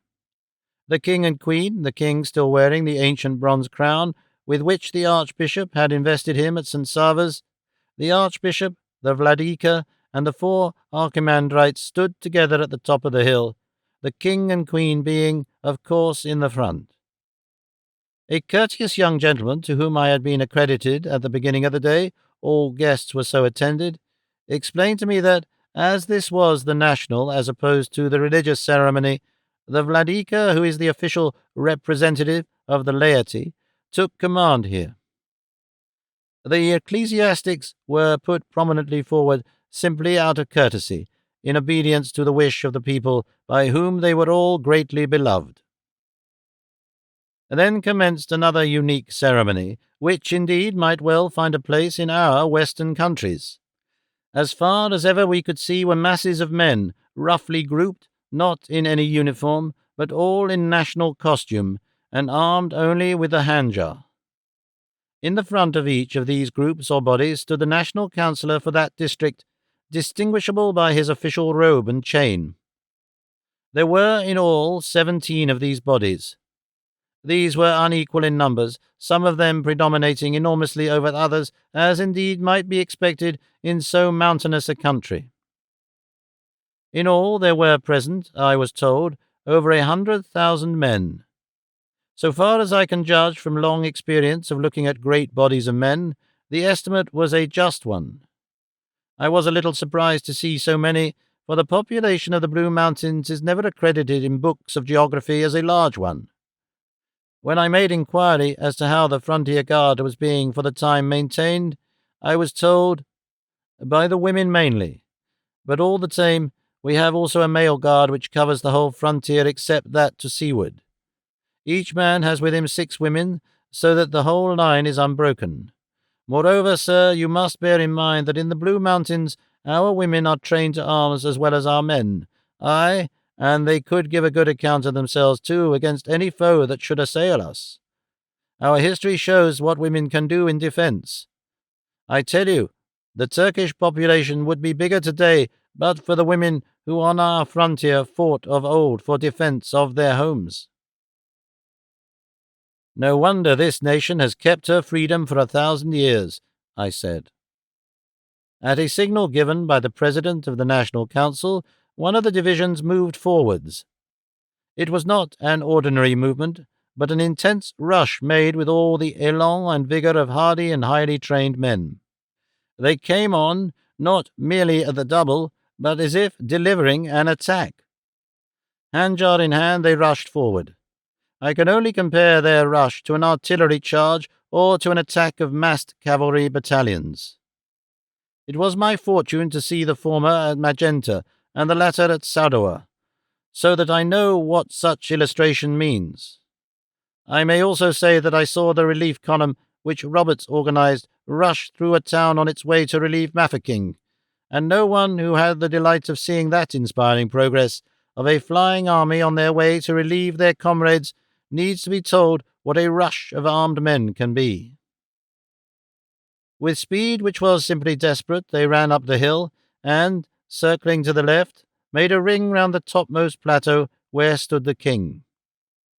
When the ring was complete, the stream went on lapping round and round till the whole tally was exhausted. In the meantime, another division had followed, its leader joining close behind the end of the first. And then came another and another. An unbroken line circled and circled round the hill in seeming endless array, till the whole slopes were massed with moving men, dark in colour and with countless glittering points everywhere. When the whole of the divisions had thus surrounded the king, there was a moment's hush, a silence so still that it almost seemed as if nature stood still also. We who looked on were almost afraid to breathe. And then suddenly, without, so far as I could see, any fugleman or word of command, the handjars of all that mighty array of men flashed upward as one, and like thunder pealed the national cry, "The Blue Mountains and Duty."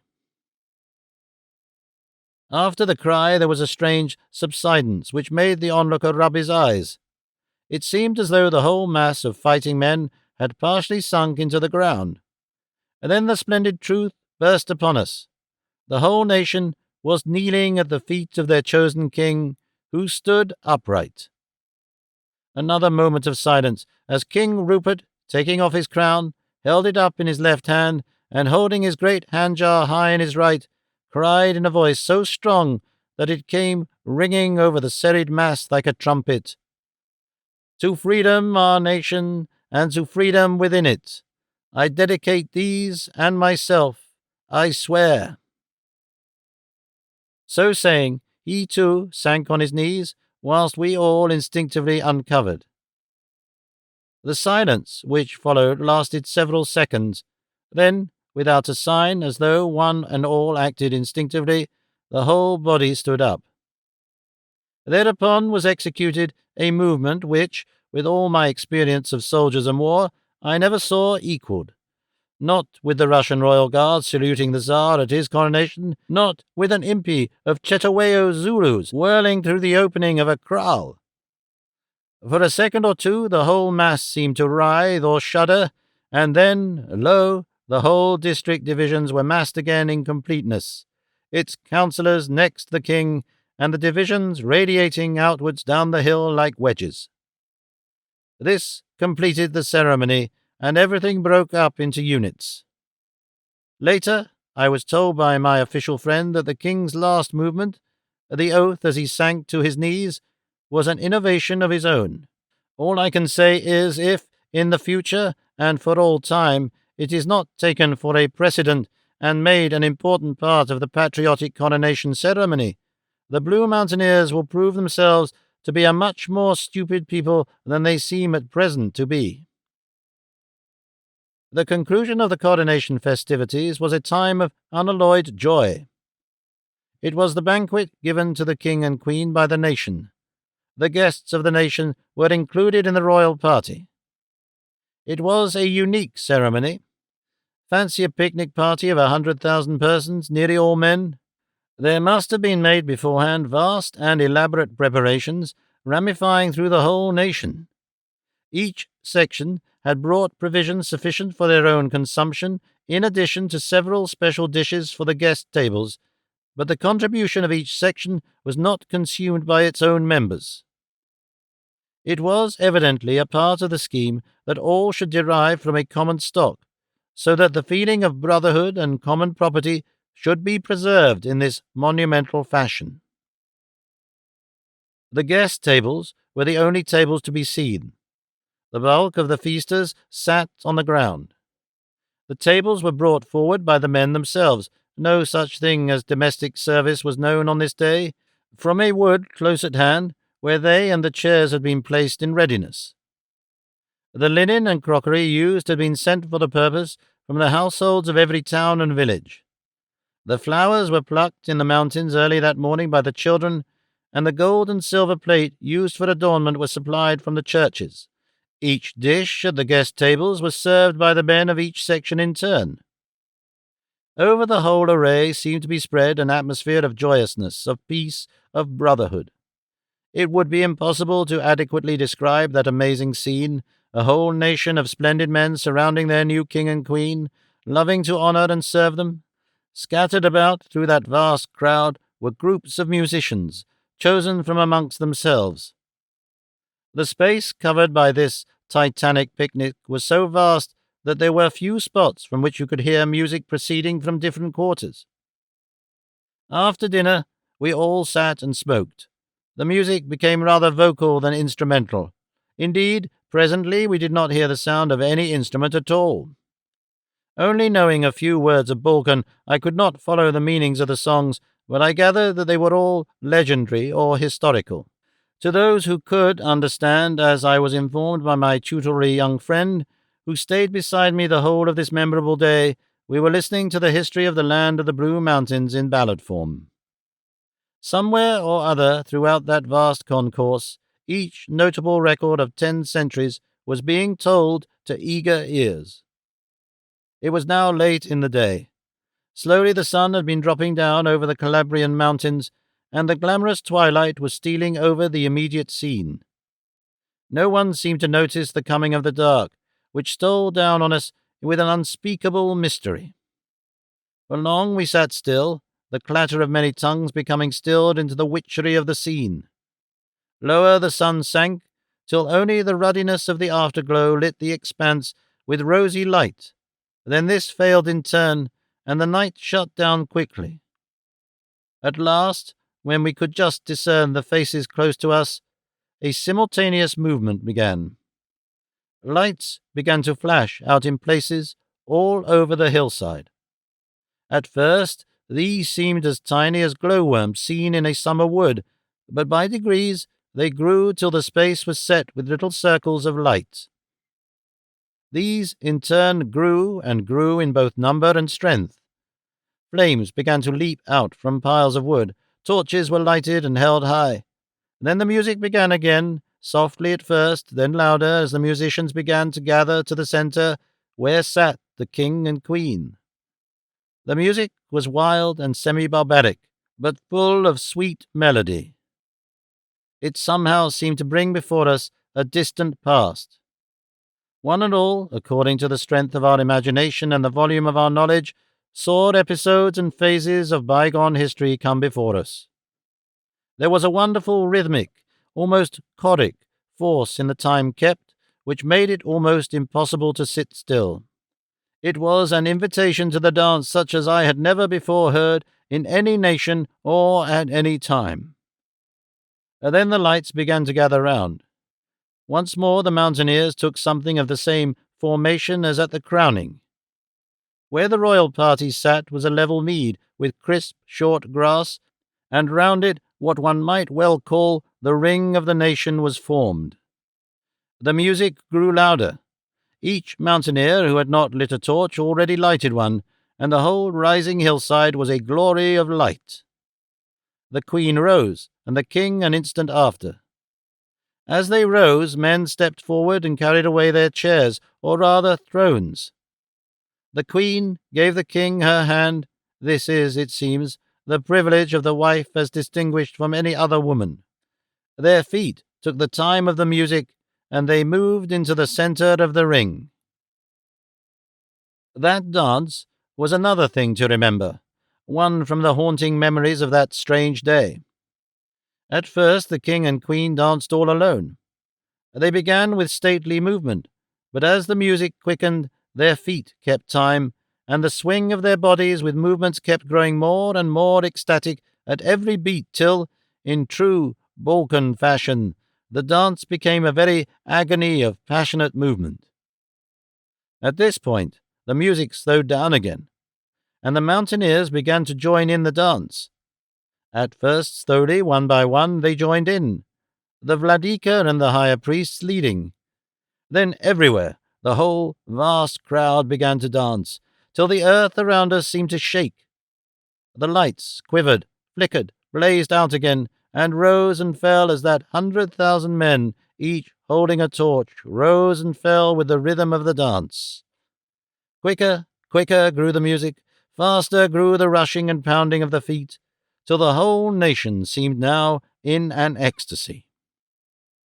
I stood near the Vladika, and in the midst of this final wildness, I saw him draw from his belt a short, thin flute. Then he put it to his lips and blew a single note, a fierce, sharp note, which pierced the volume of sound more surely than would the thunder of a cannon shot. On the instant, everywhere, each man put his torch under his foot. There was complete and immediate darkness, for the fires which had by now fallen low had evidently been trodden out in the measure of the dance. The music still kept in its rhythmic beat, but slower than it had yet been. Little by little this beat was pointed and emphasized by the clapping of hands. At first only a few, but spreading till everyone present was beating hands to the slow music in the darkness. This lasted a little while, during which, looking round, I noticed a faint light beginning to steal up behind the hills. The moon was rising. Again there came a note from the Vladika's flute, a single note, sweet and subtle, which I can only compare with a note from a nightingale, vastly increased in powers. It, too, won through the thunder of the hand-claps, and on the second the sound ceased. The sudden stillness, together with the darkness, was so impressive that we could almost hear our hearts beating. And then came through the darkness the most beautiful and impressive sound heard yet. That mighty concourse, without fugleman of any sort, began, in low, fervent voice, to sing the national anthem. At first it was of so low tone as to convey the idea of a mighty assembly of violinists playing with the mutes on.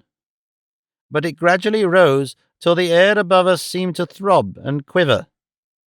Each syllable, each word, spoken in unison by the vast throng, was as clearly enunciated as though spoken by a single voice. Guide our feet through darkness, O Jehovah. This anthem, sung out of full hearts, remains on our minds as the last perfection of a perfect day. For myself, I am not ashamed to own that it made me weep like a child. Indeed, I cannot write of it now as I would. It unmans me so. In the early morning, whilst the mountains were still rather grey than blue, the cable line took us to the Blue Mouth, where we embarked in the King's yacht, the Lady, which took us across the Adriatic at a pace which I had hitherto considered impossible. The King and Queen came to the landing to see us off. They stood together at the right-hand side of the red-carpeted gangway, and shook hands with each guest as he went on board. The instant the last passenger had stepped on deck, the gangway was withdrawn. The Lord High Admiral, who stood on the bridge, raised his hand, and we swept towards the mouth of the gulf. Of course, all hats were off, and we cheered frantically. I can truly say that if King Rupert and Queen Tutor should ever wish to found in the Blue Mountains a colony of diplomatists and journalists, those who were their guests on this great occasion will volunteer to a man. I think old Hempech, who is the doyen of English-speaking journalists, voiced our sentiments when he said, "May God bless them and theirs with every grace and happiness, and send prosperity to the land and the rule." I think the King and Queen heard us cheer. They turned to look at our flying ship again.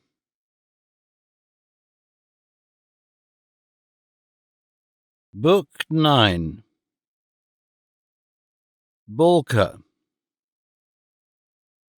Rupert's Journal. Continued Longa Intervallo. February 10, 1908. It is so long since I even thought of this journal that I hardly know where to begin. I always heard that a married man is a pretty busy man, but since I became one, though it is a new life to me, and of a happiness undreamt of, I know what that life is. But I had no idea that this king business was anything like what it is. Why, it never leaves me a moment at all to myself, or what is worse, to Tutor. If people who condemn kings had only a single month of my life in that capacity, they would form an opinion different from that which they hold. It might be useful to have a professor of kingship in the anarchists' college whenever it is founded. Everything has gone on well with us, I am glad to say. Tutor is in splendid health, though she is, but only very lately, practically given up going on her own aeroplane. It was, I know, a great sacrifice to make, just as she had become an expert at it. They say here that she is one of the best drivers in the Blue Mountains, and that is in the world, for we have made that form of movement our own. Ever since we found the pitch-blende pockets of the great tunnel, and discovered the simple process of extracting the radium from it, we have gone on by leaps and bounds. When first Tutor told me she would aero no more for a while, I thought she was wise, and backed her up in it, for driving an aeroplane is trying work and hard on the nerves. I only learned then the reason for her caution, the usual one of a young wife. That was 3 months ago, and only this morning she told me she would not go sailing in the air, even with me, till she could do so without risk. She did not mean risk to herself. Aunt Janet knew what she meant, and counselled her strongly to stick to her resolution. So for the next few months I am to do my air sailing alone.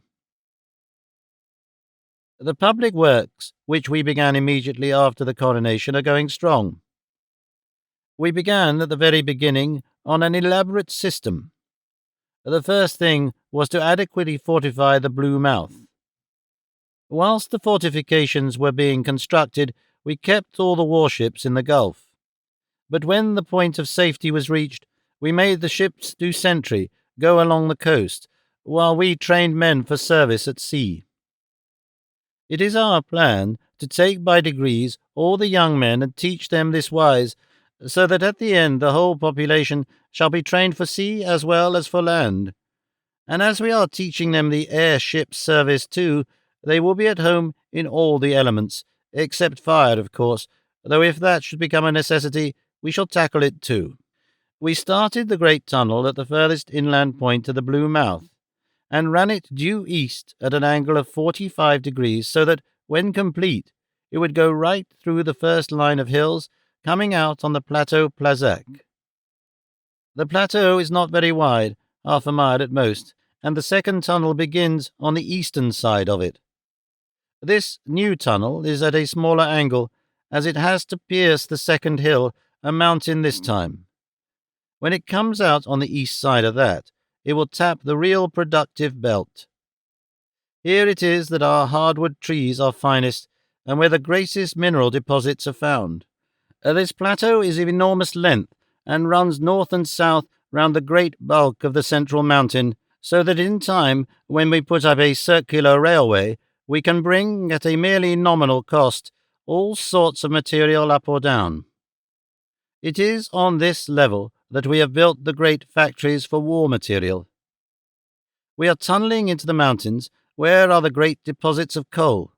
We run the trucks in and out on the level, and can get perfect ventilation with little cost or labour. Already we are mining all the coal which we consume within our own confines, and we can, if we wish, within a year export largely. The great slopes of these tunnels give us the necessary aid of specific gravity, and as we carry an endless water supply in great tubes that way also, we can do whatever we wish by hydraulic power. As one by one the European and Asiatic nations began to reduce their war preparations, we took over their disbanded workmen through our agents, so that already we have a productive staff of skilled workmen larger than anywhere else in the world.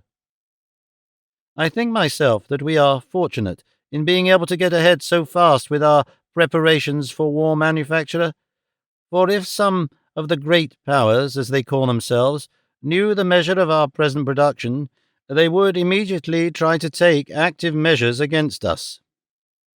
In such case, we should have to fight them, which would delay us. But if we can have another year untroubled, we shall, so far as war material is concerned, be able to defy any nation in the world. And if the time may only come peacefully till we have our buildings and machinery complete, we can prepare war stores and implements for the whole Balkan nations. And then, but that is a dream. We shall know in good time. In the meantime, all goes well. The cannon foundries are built and active. We are already beginning to turn out finished work. Of course, our first guns are not very large, but they are good. The big guns, and especially siege guns, will come later. And when the great extensions are complete, and the boring and wire-winding machines are in working order, we can go merrily on. I suppose that by that time the whole of the upper plateau will be like a manufacturing town. At any rate, we have plenty of raw material to hand. The hematite mines seem to be inexhaustible, and as the raising of the ore is cheap and easy by means of our extraordinary water power, and as coal comes down to the plateau by its own gravity on the cable line, we have natural advantages which exist hardly anywhere else in the world, certainly not altogether as here. That bird's-eye view of the Blue Mouth which we had from the aeroplane when Tutor saw that vision of the future has not been in vain. The aeroplane works are having a splendid output. The aeroplane is a large and visible product, There is no mistaking when it is there. We have already a large and respectable aerial fleet. The factories for explosives are, of course, far away in bare valleys, where accidental effects are minimized. So too are the radium works wherein unknown dangers may lurk. The turbines in the tunnel give us all the power we want at present, and later on, when the new tunnel, which we call the water tunnel, which is already begun, is complete, the available power will be immense. All these works are bringing up our shipping, and we are in great hopes for the future. So much for our material prosperity. But with it comes a larger life and greater hopes. The stress of organizing and founding these great works is practically over. As they are not only self-supporting but largely productive, all anxiety in the way of national expenditure is minimized. And more than all, I am able to give my unhampered attention to those matters of even more than national importance on which the ultimate development, if not the immediate strength, of our country must depend. I am well into the subject of a great Balkan Federation. This, it turns out, has for long been the dream of Tutor's life, as also of the present Archimandrite Plazek, her father, who, since I last touched this journal, having taken on himself a holy life, was, by will of the Church, the monks, and the people, appointed to that great office on the retirement of Petrov Vlastimir. Such a federation had long been in the air. For myself, I had seen its inevitableness from the first. The modern aggressions of the dual nation, interpreted by her past history with regard to Italy, pointed towards the necessity of such a protective measure. And now, when Servia and Bulgaria were used as blinds to cover her real movements to incorporate with herself as established the provinces, once Turkish, which had been entrusted to her temporary protection by the Treaty of Berlin, when it would seem that Montenegro was to be deprived for all time of the hope of regaining the Bosch di Cataro, which she had a century ago won, and held at the point of the sword until a great power had, under a wrong conviction, handed it over to her neighbouring Goliath, when the Sanjak of Novi Bazar was threatened with the fate which seemed to have already overtaken Bosnia and Herzegovina, when gallant little Montenegro was already shut out from the sea by the octopus-like grip of Dalmatia crouching along her western shore, when Turkey was dwindling down to almost ineptitude, when Greece was almost a byword, and when Albania as a nation, though still nominally subject, was of such unimpaired virility that there were great possibilities of her future, it was imperative that something must happen if the Balkan race was not to be devoured piecemeal by her northern neighbours. To the end of ultimate protection, I found most of them willing to make defensive alliance. And as the true defence consists in judicious attack, I have no doubt that an alliance so based must ultimately become one for all purposes. Albania was the most difficult to win to the scheme, as her own complications with her suzerain, combined with the pride and suspiciousness of her people, made approach a matter of extreme caution. It was only possible when I could induce her rulers to see that, no matter how great her pride and valour, the magnitude of northern advance, if unchecked, must ultimately overwhelm her. I own that this map-making was nervous work, for I could not shut my eyes to the fact that German lust of enlargement lay behind Austria's advance. At and before that time, expansion was the dominant idea of the three great powers of Central Europe. Russia went eastward, hoping to gather to herself the rich northeastern provinces of China, till ultimately she should dominate the whole of northern Europe and Asia, from the Gulf of Finland to the Yellow Sea. Germany wished to link the North Sea to the Mediterranean by her own territory, and thus stand as a flawless barrier across Europe from north to south. When nature should have terminated the headship of the Empire Kingdom, she, as a natural heir, would creep southward through the German-speaking provinces. Thus, Austria, of course kept in ignorance of her neighbour's ultimate aims, had to extend towards the south. She had been barred in her western movement by the rise of the Irredentist party in Italy, and consequently had to withdraw behind the frontiers of Carinthia, Carniola, and Istria. My own dream of the new map was to make Balka, the Balkan Federation, take in ultimately all south of a line drawn from the Isle of Serpents to Aquileia. There must be difficulties in the carrying out of such a scheme. Of course, it involved Austria giving up Dalmatia, Istria, and Sclavonia, as well as a part of Croatia and the Hungarian Banat. On the contrary, she might look for centuries of peace in the south, but it would make for peace so strongly that each of the states impinging on it would find it worthwhile to make a considerable sacrifice to have it effected. To its own integers, it would offer a lasting settlement of interests which at present conflicted, and a share in a new world power. Each of these integers would be absolutely self-governing and independent, being only united for purposes of mutual good. I did not despair that even Turkey and Greece, recognizing that benefit and safety would ensue without the destruction or even minimizing of individuality, would sooner or later come into the Federation. The matter is already so far advanced that within a month the various rulers of the states involved are to have a secret and informal meeting. Doubtless some larger plan and further action will be then involved.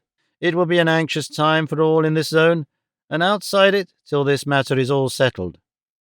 In any case, the manufacture of more material will go on until it is settled, one way or another. Rupert's Journal continued. March 6, 1908. I breathe more freely. The meeting has taken place here at Vissarion. Nominal cause of meeting, a hunting party in the Blue Mountains. Not any formal affair.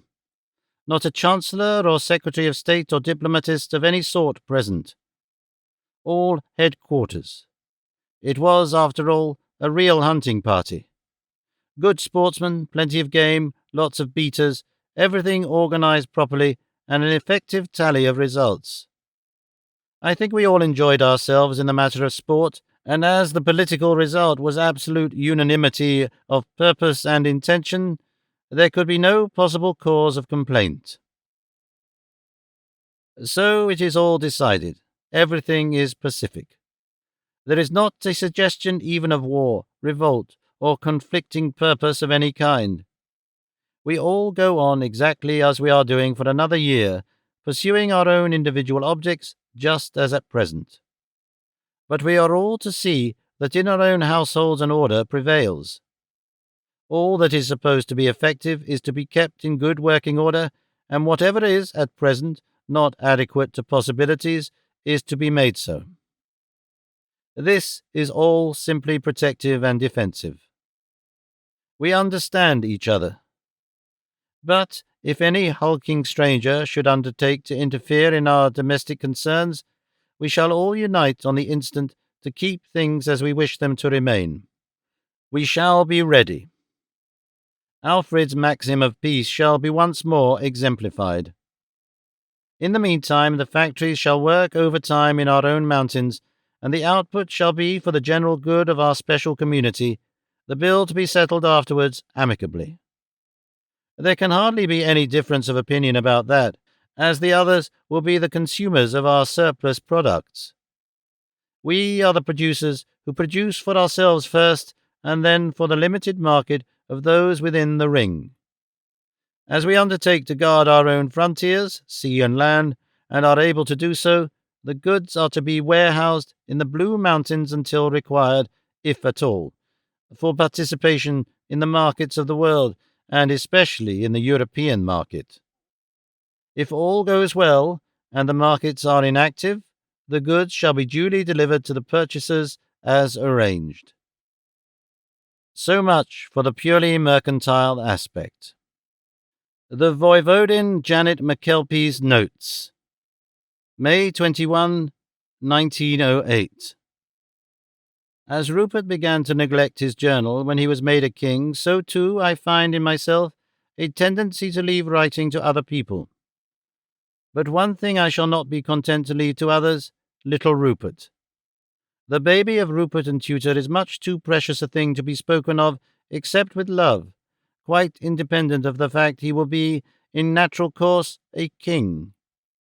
So I have promised tutor that whatever shall be put into this record of the first king of the St. Leger dynasty relating to His Royal Highness the Crown Prince shall only appear in either her hand or my own. And she has deputed the matter to me. Our dear little prince arrived punctually and in perfect condition. The angels that carried him evidently took the greatest care of him, and before they left him they gave him dower of all their best. He is a dear, like both his father and his mother, and that says everything. My own private opinion is that he is born a king. He does not know what fear is, and he thinks more of everyone else than he does of his dear little self. And if those things do not show a truly royal nature, I do not know what does. Tutor has read this. She held up a warning finger and said, "Aunt Janet, dear, that is all true. He is a dear and a king and an angel, but we mustn't have too much about him just yet. This book is to be about Rupert, so our little man can only be what we shall call a corollary. And so it is. I should mention here that the book is Tutor's idea.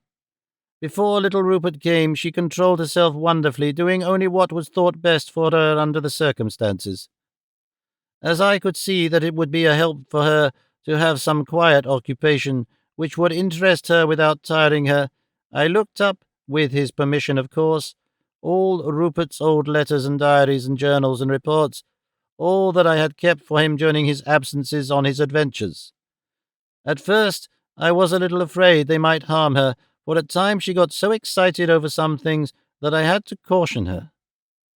Here again came in her wonderful self-control. I think the most soothing argument I used with her was to point out that the dear boy had come through all the dangers safely, and was actually with us, stronger and nobler than ever. After we had read over together the whole matter several times, for it was practically new to me too, that I got nearly as excited as she was, though I have known him so much longer, we came to the conclusion that this particular volume would have to be of selected matter. There is enough of Rupert's work to make a lot of volumes, and we have an ambitious literary project of some day publishing an edition deluxe of his whole collected works. It will be a rare showing amongst the works of kings, but this is to be all about himself, so that in future it may serve as a sort of backbone of his personal history. By the by, we came to a part where we had to ask him questions, and he was so interested in Tutor's work, he is really bound up body and soul in his beautiful wife, and no wonder, that we had to take him into full confidence. He promised he would help us all he could by giving us the use of his later journals and such letters and papers as he had kept privately. He said he would make one condition. I use his own words. As you two dear women are to be my editors, you must promise to put in everything exactly as I wrote it. It will not do to have any fake about this. I do not wish anything foolish or egotistical toned down out of affection for me. It was all written in sincerity, and if I had faults, they must not be hidden. If it is to be history, it must be true history, even if it gives you and me or any of us away. So we promised. He also said that, as Sir Edward Bingham Trent, Bart, as he is now, was sure to have some matter which we should like, he would write and ask him to send such to us. He also said that Mr. Ernest Roger Halbert Melton of Humcroft Salop, he always gives this name and address in full, which is his way of showing contempt, would be sure to have some relevant matter, and that he would have him written to on the subject. This he did. The Chancellor wrote to him in his most grandiloquent style. Mr. E. R. H. Melton of H.S. replied by return post. His letter is a document which speaks for itself. Humcroft Salop, May 30, 1908. My dear cousin King Rupert, I am honoured by the request made on your behalf by the Lord Chancellor of your kingdom that I should make a literary contribution to the volume which my cousin, Queen Tutor, is, with the help of your former governess, Miss McKelpie, compiling. I am willing to do so, as you naturally wish to have it in that work some contemporary record made by the head of the House of Melton, with which you are connected, though only on the distaff side. It is a natural ambition enough, even on the part of a barbarian, or perhaps semi-barbarian king, and far be it from me, as head of the house, to deny you such a coveted privilege. Perhaps you may not know that I am now head of the house. My father died 3 days ago. I offered my mother the use of the dower house, to the incumbency of which, indeed, she is entitled by her marriage settlement. But she preferred to go to live at her seat, Carfax, in Kent. She went this morning after the funeral. In letting you have the use of my manuscript, I make only one stipulation, but that I expect to be rigidly adhered to. It is that all that I have written to be put in the book in extenso. I do not wish any record of mine to be garbled to suit other ends than those ostensible, or whatever may be to the honour of myself or my house to be burked. I dare say you have noticed, my dear Rupert, that the compilers of family histories often, through jealousy, alter matter that they are allowed to use so as to suit their own purpose or minister to their own vanity. I think it right to tell you that I have had a certified copy made by Petter and Galpin, the law stationers, so that I shall be able to verify whether my stipulation has been honourably observed. I am having the book, which is naturally valuable, carefully packed, and shall have it forwarded to Sir Edward Bingham Trent, Baronet, which he now is, heaven save the mark, the attorney. Please see that he returns it to me, and in proper order. He is not to publish for himself anything in it about him. A man of that class is apt to advertise the fact of anyone of distinction taking any notice of him. I would bring out the MS to you myself and stay for a while with you for some sport, only your lot, subjects I suppose you call them, are such bounders that a gentleman's life is hardly safe amongst them. I never met anyone who had so poor an appreciation of a joke as they have. By the way, how is Tutor? She is one of them. I heard all about the hatching business. I hope the kid is all right. This is only a word in your ear, so don't get cocky, old son. I am open to godfathership. Think of that, Hedda. Of course, if the other godfather and godmother are up to the mark, I don't want to have to boost up the whole lot. Savvy? Kiss Tutor and the kid for me. I must have the boy over here for a bit later on, when he is presentable and has learned not to be a nuisance. It would be good for him to see something of a real first-class English country house, like Humcroft. To a person only accustomed to rough ways and meagre living, its luxury will make a memory which will serve in time as an example to be aimed at. I shall write again soon. Don't hesitate to ask any favour which I may be able to confer on you. So long. Your affectionate cousin, Ernest Roger Halberd Melton. Extract from letter from E. Bingham Trent to Queen Tutor of the Blue Mountains. So I thought the best way to serve that appalling cad would be to take him at his word and put in his literary contribution in full. I have had made and attested a copy of his record, as he calls it, so as to save you trouble. But I send the book itself because I am afraid that unless you see his words in his own writing, you will not believe that he or anyone else ever penned seriously a document so incriminating. I am sure that he must have forgotten what he had written, for even such a dull dog as he is could never have made public such a thing knowingly. Such a nature has its revenges on itself. In this case, the offices of revenge are his ipsissima verba. Rupert's Journal continued. February 1, 1909. All is now well in train. When the Tsar of Russia, on being asked by the Sklavs, as was meet, to be the referee in the Balkan settlement, declined on the ground that he was himself by inference an interested party, it was unanimously agreed by the Balkan rulers that the Western King should be asked to arbitrate, as all concerned had perfect confidence in his wisdom as well as his justice. To their wish he graciously assented. The matter has now been for more than 6 months in his hands, and he has taken endless trouble to obtain full information. He has now informed us, through his Chancellor, that his decision is almost ready and will be communicated as soon as possible. We have another hunting party at Vissarion next week. Tutor is looking forward to it with extraordinary interest.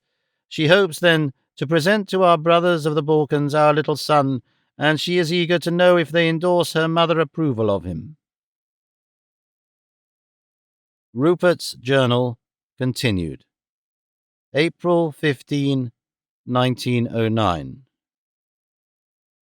The arbitrator's decision has been communicated to us through the Chancellor of the Western King, who brought it to us himself as a special act of friendliness.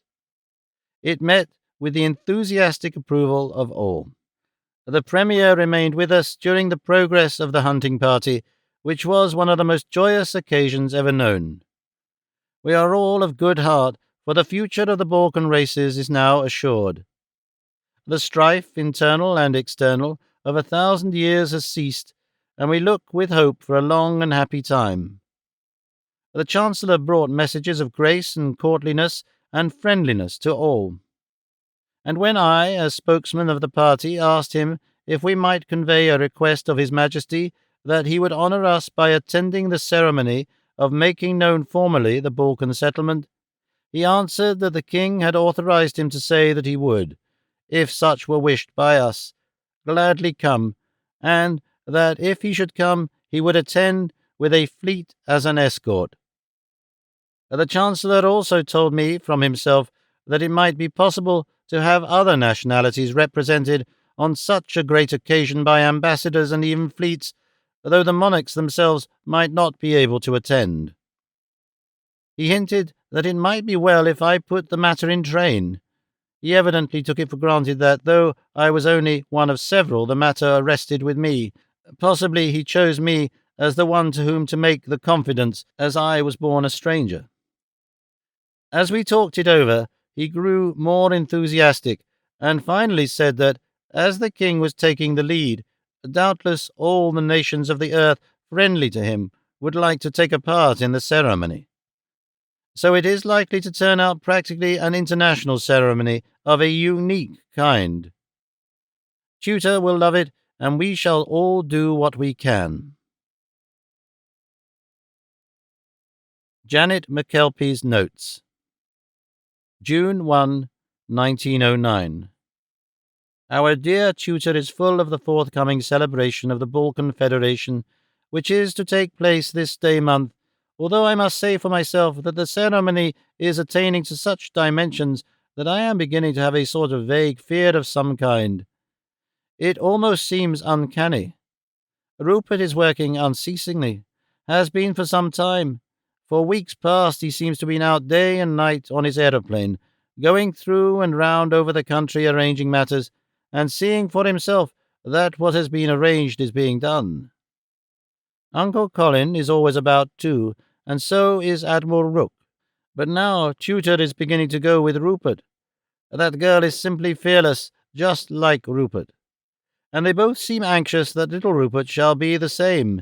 Indeed, he is the same. A few mornings ago Rupert and Tutor were about to start just after dawn from the top of the castle. Little Rupert was there. He is always awake early and as bright as a bee. I was holding him in my arms when his mother leant over to kiss him good-bye. He held out his arms to her in a way that said, as plainly as if he had spoken, "Take me with you."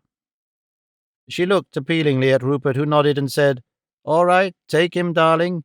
He will have to learn some day, and the sooner the better."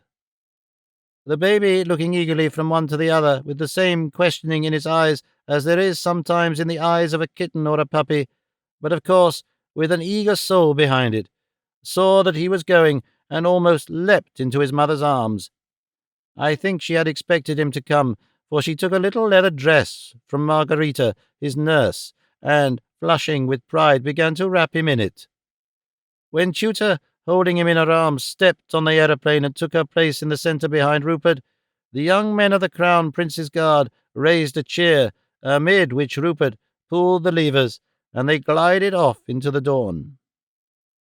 The Crown Prince's Guard was established by the mountaineers themselves the day of his birth.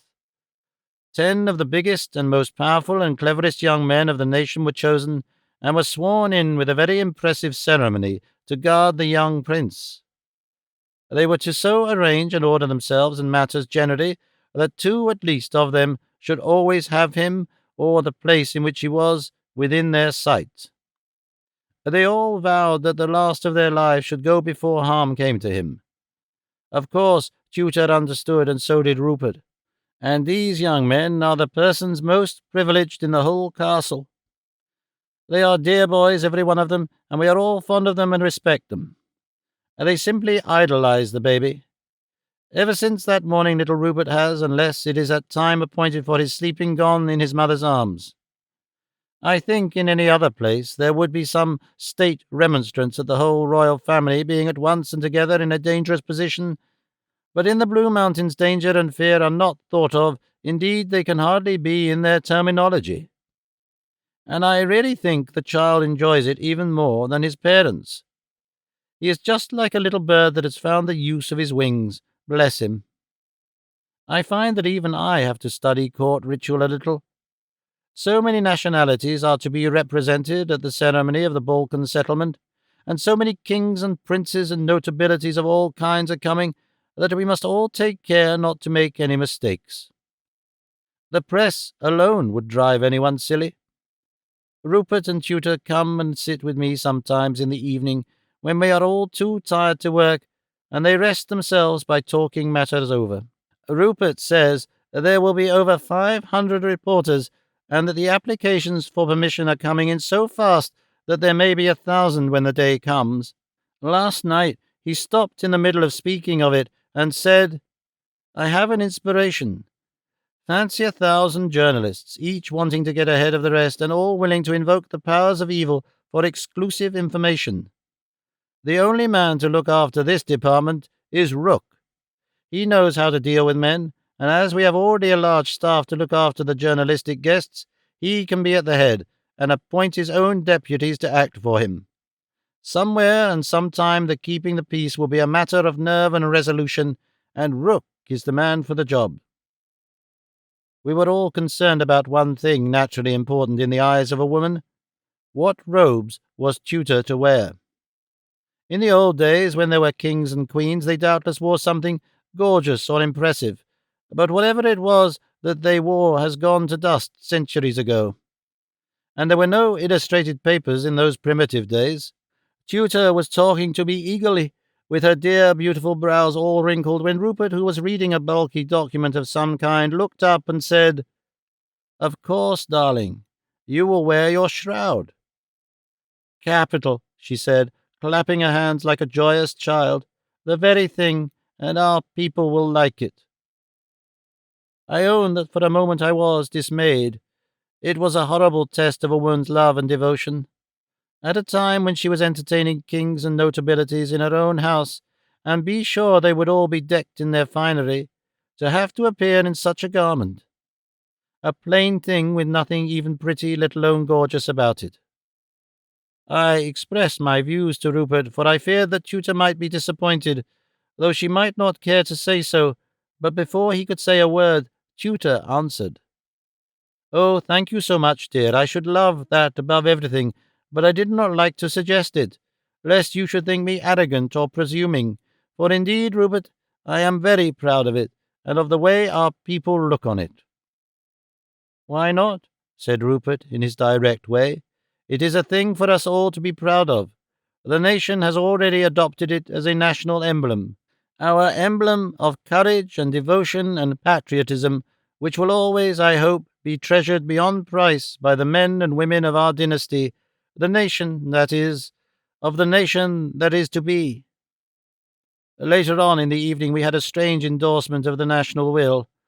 A people's deputation of mountaineers, without any official notice or introduction, arrived at the castle late in the evening in the manner established by Rupert's proclamation of freedom, wherein all citizens were entitled to send a deputation to the king at will and in private on any subject of state importance. This deputation was composed of 17 men, one selected from each political section, so that the body as a whole represented the entire nation. They were of all sorts of social rank and all degrees of fortune, but they were mainly of the people. They spoke hesitatingly, possibly because Tutor or even because I was present, but with a manifest earnestness. They made but one request, that the Queen should, on the occasion of the Balkan Federation, wear as robes of state the shroud that they loved to see her in. The spokesman, addressing the Queen, said in tones of rugged eloquence, "This is a matter, Your Majesty, that the women naturally have a say in, so we have, of course, consulted them. They have discussed the matter by themselves and then with us, and they are agreed without a flaw that it will be good for the nation and for womankind that you do this thing. You have shown to them and to the world at large what women should do, what they can do, and they want to make, in memory of your great act, the shroud a garment of pride and honor for women who have deserved well of their country. In the future, it can be a garment to be worn only by privileged women who have earned the right. But they hope, and we hope with them, that on this occasion of our nation taking the lead before the eyes of the world, all our women may wear it on that day as a means of showing overtly their willingness to do their duty even to the death. And so," here he turned to the king, "Rupert, we trust that Her Majesty Queen Tutor will understand that in doing as the women of the Blue Mountains wish, she will bind afresh to the Queen the loyal devotion which she won from them as voivodin. Henceforth, and for all time, the shroud shall be a dress of honor in our land." Tutor looked all ablaze with love and pride and devotion. Stars in her eyes shone like white fire as she assured them of the granting of their request. She finished her little speech. "I feared that if I carried out my wish it might look arrogant, but Rupert has expressed the same wish, and now I feel that I am free to wear that dress which brought me to you and to Rupert." Here she beamed on him and took his hand. "Fortified as I am by your wishes and the command of my lord the king."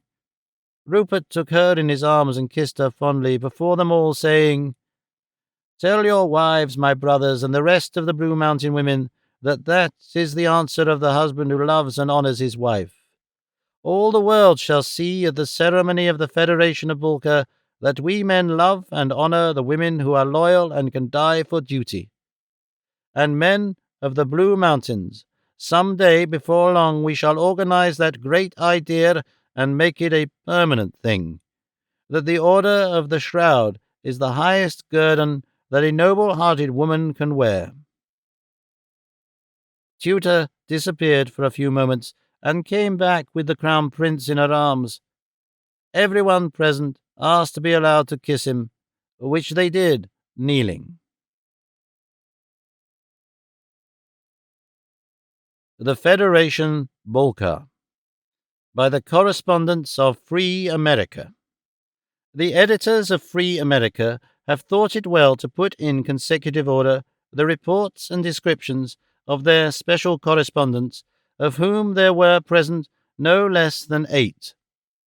Not a word they wrote is omitted, but the various parts of the reports are placed in different order, so that, whilst nothing which any of them recorded is left out, the reader may be able to follow the proceedings from the various points of view of the writers who had the most favourable opportunity of moment. In so large an assemblage of journalists, there were present over 1,000.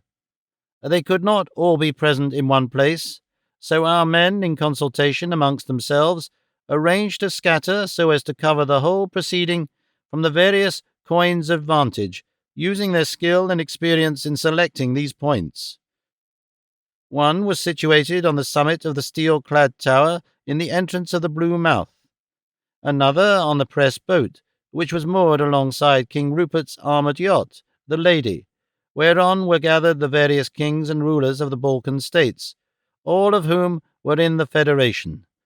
Another was in a swift torpedo boat, with a roving commission to cruise round the harbour as desired.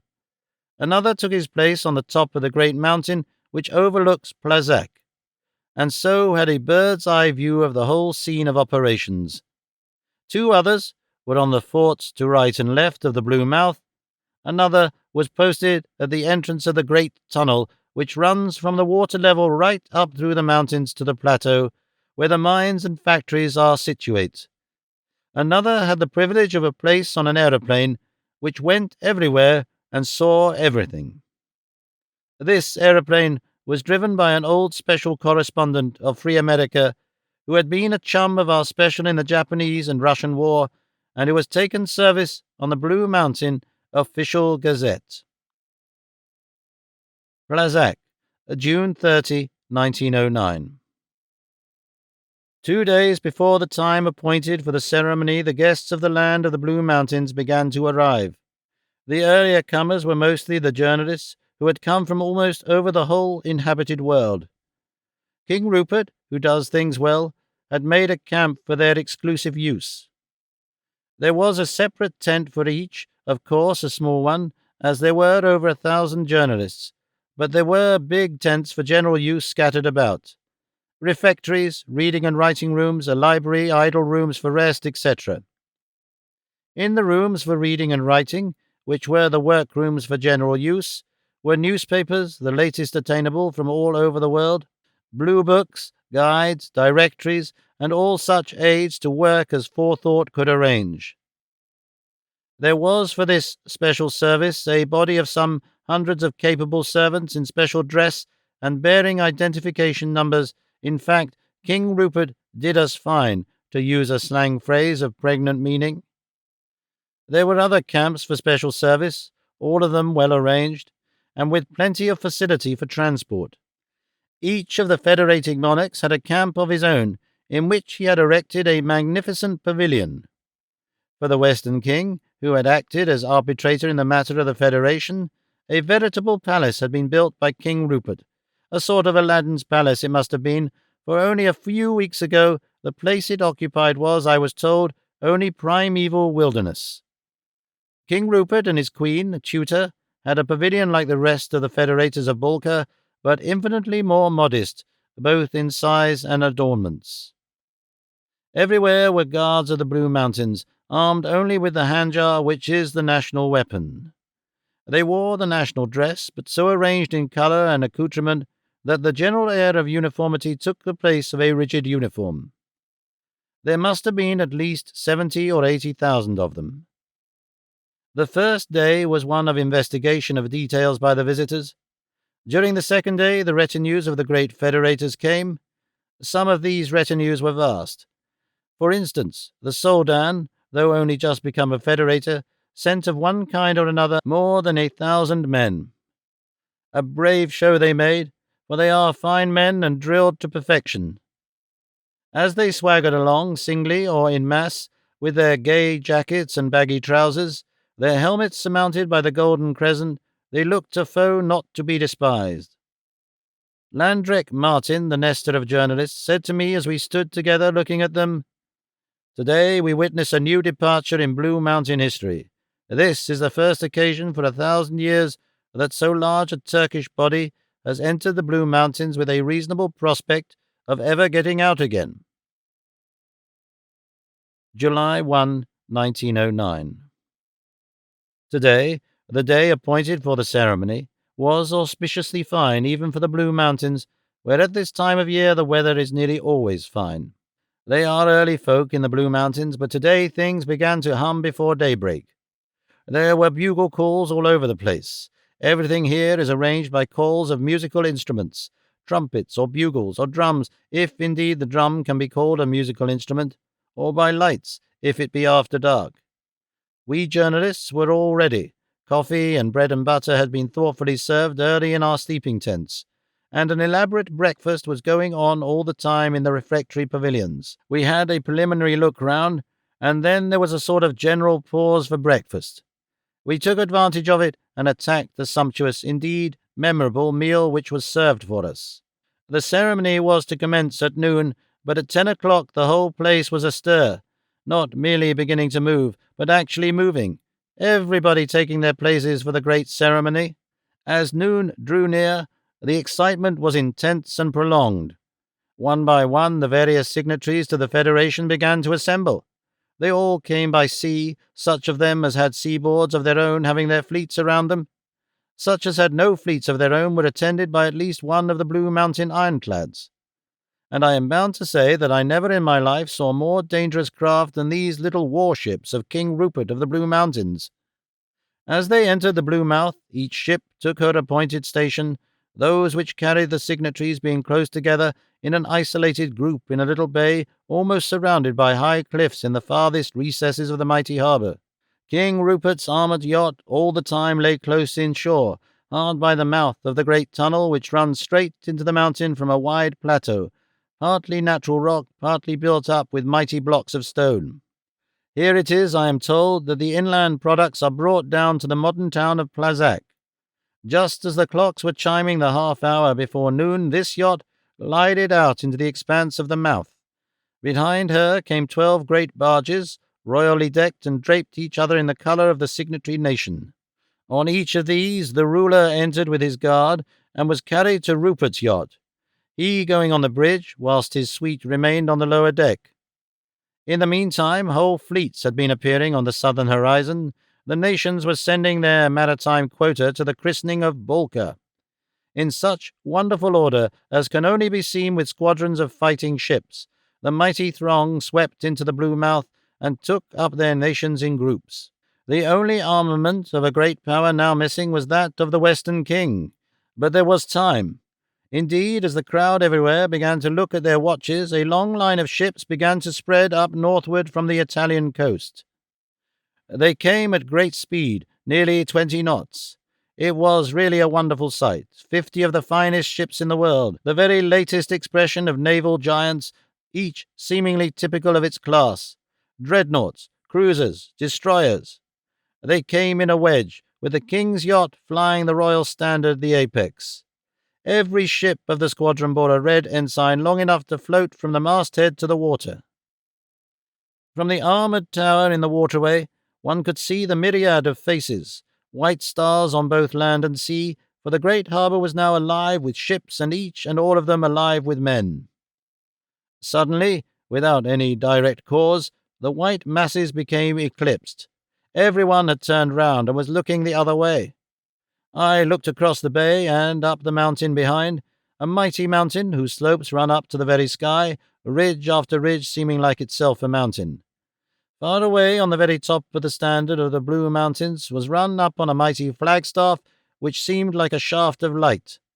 It was 200 feet high and painted white, and as at the distance the steel stays were invisible, it towered up in a lonely grandeur. At its foot was a dark mass grouped behind a white space, which I could not make out till I used my field glasses. Then I knew it was King Rupert and the Queen in the midst of a group of mountaineers. They were on the aero station behind the platform of the aero, which seemed to shine, not glitter, as though it were overlaid with plates of gold. Again the faces looked west. The western squadron was drawing near to the entrance of the Blue Mouth. On the bridge of the yacht stood the Western King in uniform of an admiral, and by him his Queen in a dress of royal purple splendid with gold. Another glance at the mountain top showed that it had seemed to become alive. A whole park of artillery seemed to have suddenly sprung to life, round each its crew ready for action. Amongst the group, at the foot of the flagstaff, we could distinguish King Rupert. His vast height and bulk stood out from and above all round him. Close to him was a patch of white, which we understood to be Queen Tutor, whom the Blue Mountaineers simply adore. By this time the armoured yacht, bearing all the signatories to Boulker except King Rupert, had moved out towards the entrance and lay still and silent, waiting the coming of the royal arbitrator, whose whole squadron simultaneously slowed down and hardly drifted in the seething water of their backing engines. When the flag, which was in the yacht's prow, was almost opposite the armoured fort, the Western King held up a roll of vellum handed to him by one of his officers. We onlookers held our breath, for in an instant was such a scene as we can never hope to see again. At the raising of the Western King's hand, a gun was fired away on the top of the mountain where rose the mighty flagstaff with the standard of the Blue Mountains. Then came the thunder of salute from the guns, bright flashes and reports, which echoed down the hillsides in never-ending sequence. At the first gun, by some trick of signalling, the flag of the federated Bulka floated out from the top of the flagstaff, which had been mysteriously raised, and flew above that of the Blue Mountains. At the same moment, the figures of Rupert and Tutor sank. They were taking their places on the aeroplane. An instant after, like a great golden bird, it seemed to shoot out into the air, and then, dipping its head, dropped downward at an obtuse angle. We could see the king and queen from time waist upwards, the king in Blue Mountain dress of green, the queen wrapped in her white shroud, holding her baby on her breast. When far out from the mountain top and over the blue mouth, the wings and the tail of the great bird-like machine went up, and the aero dropped like a stone till it was only some few 100 feet above the water. Then the wings and tail went down, but with diminishing speed. Below the expanse of the plain, the king and queen were now seen seated together on the tiny steering platform, which seemed to have been lowered. She sat behind her husband after the manner of matrons of the Blue Mountains. That coming of that aeroplane was the most striking episode of all this wonderful day. After floating for a few seconds, the engines began to work, whilst the planes moved back to their normal with beautiful simultaneity. There was a golden aero finding its safety in gliding movement. At the same time, the steering platform was rising, so that once more the occupants were not far below, but above the plane.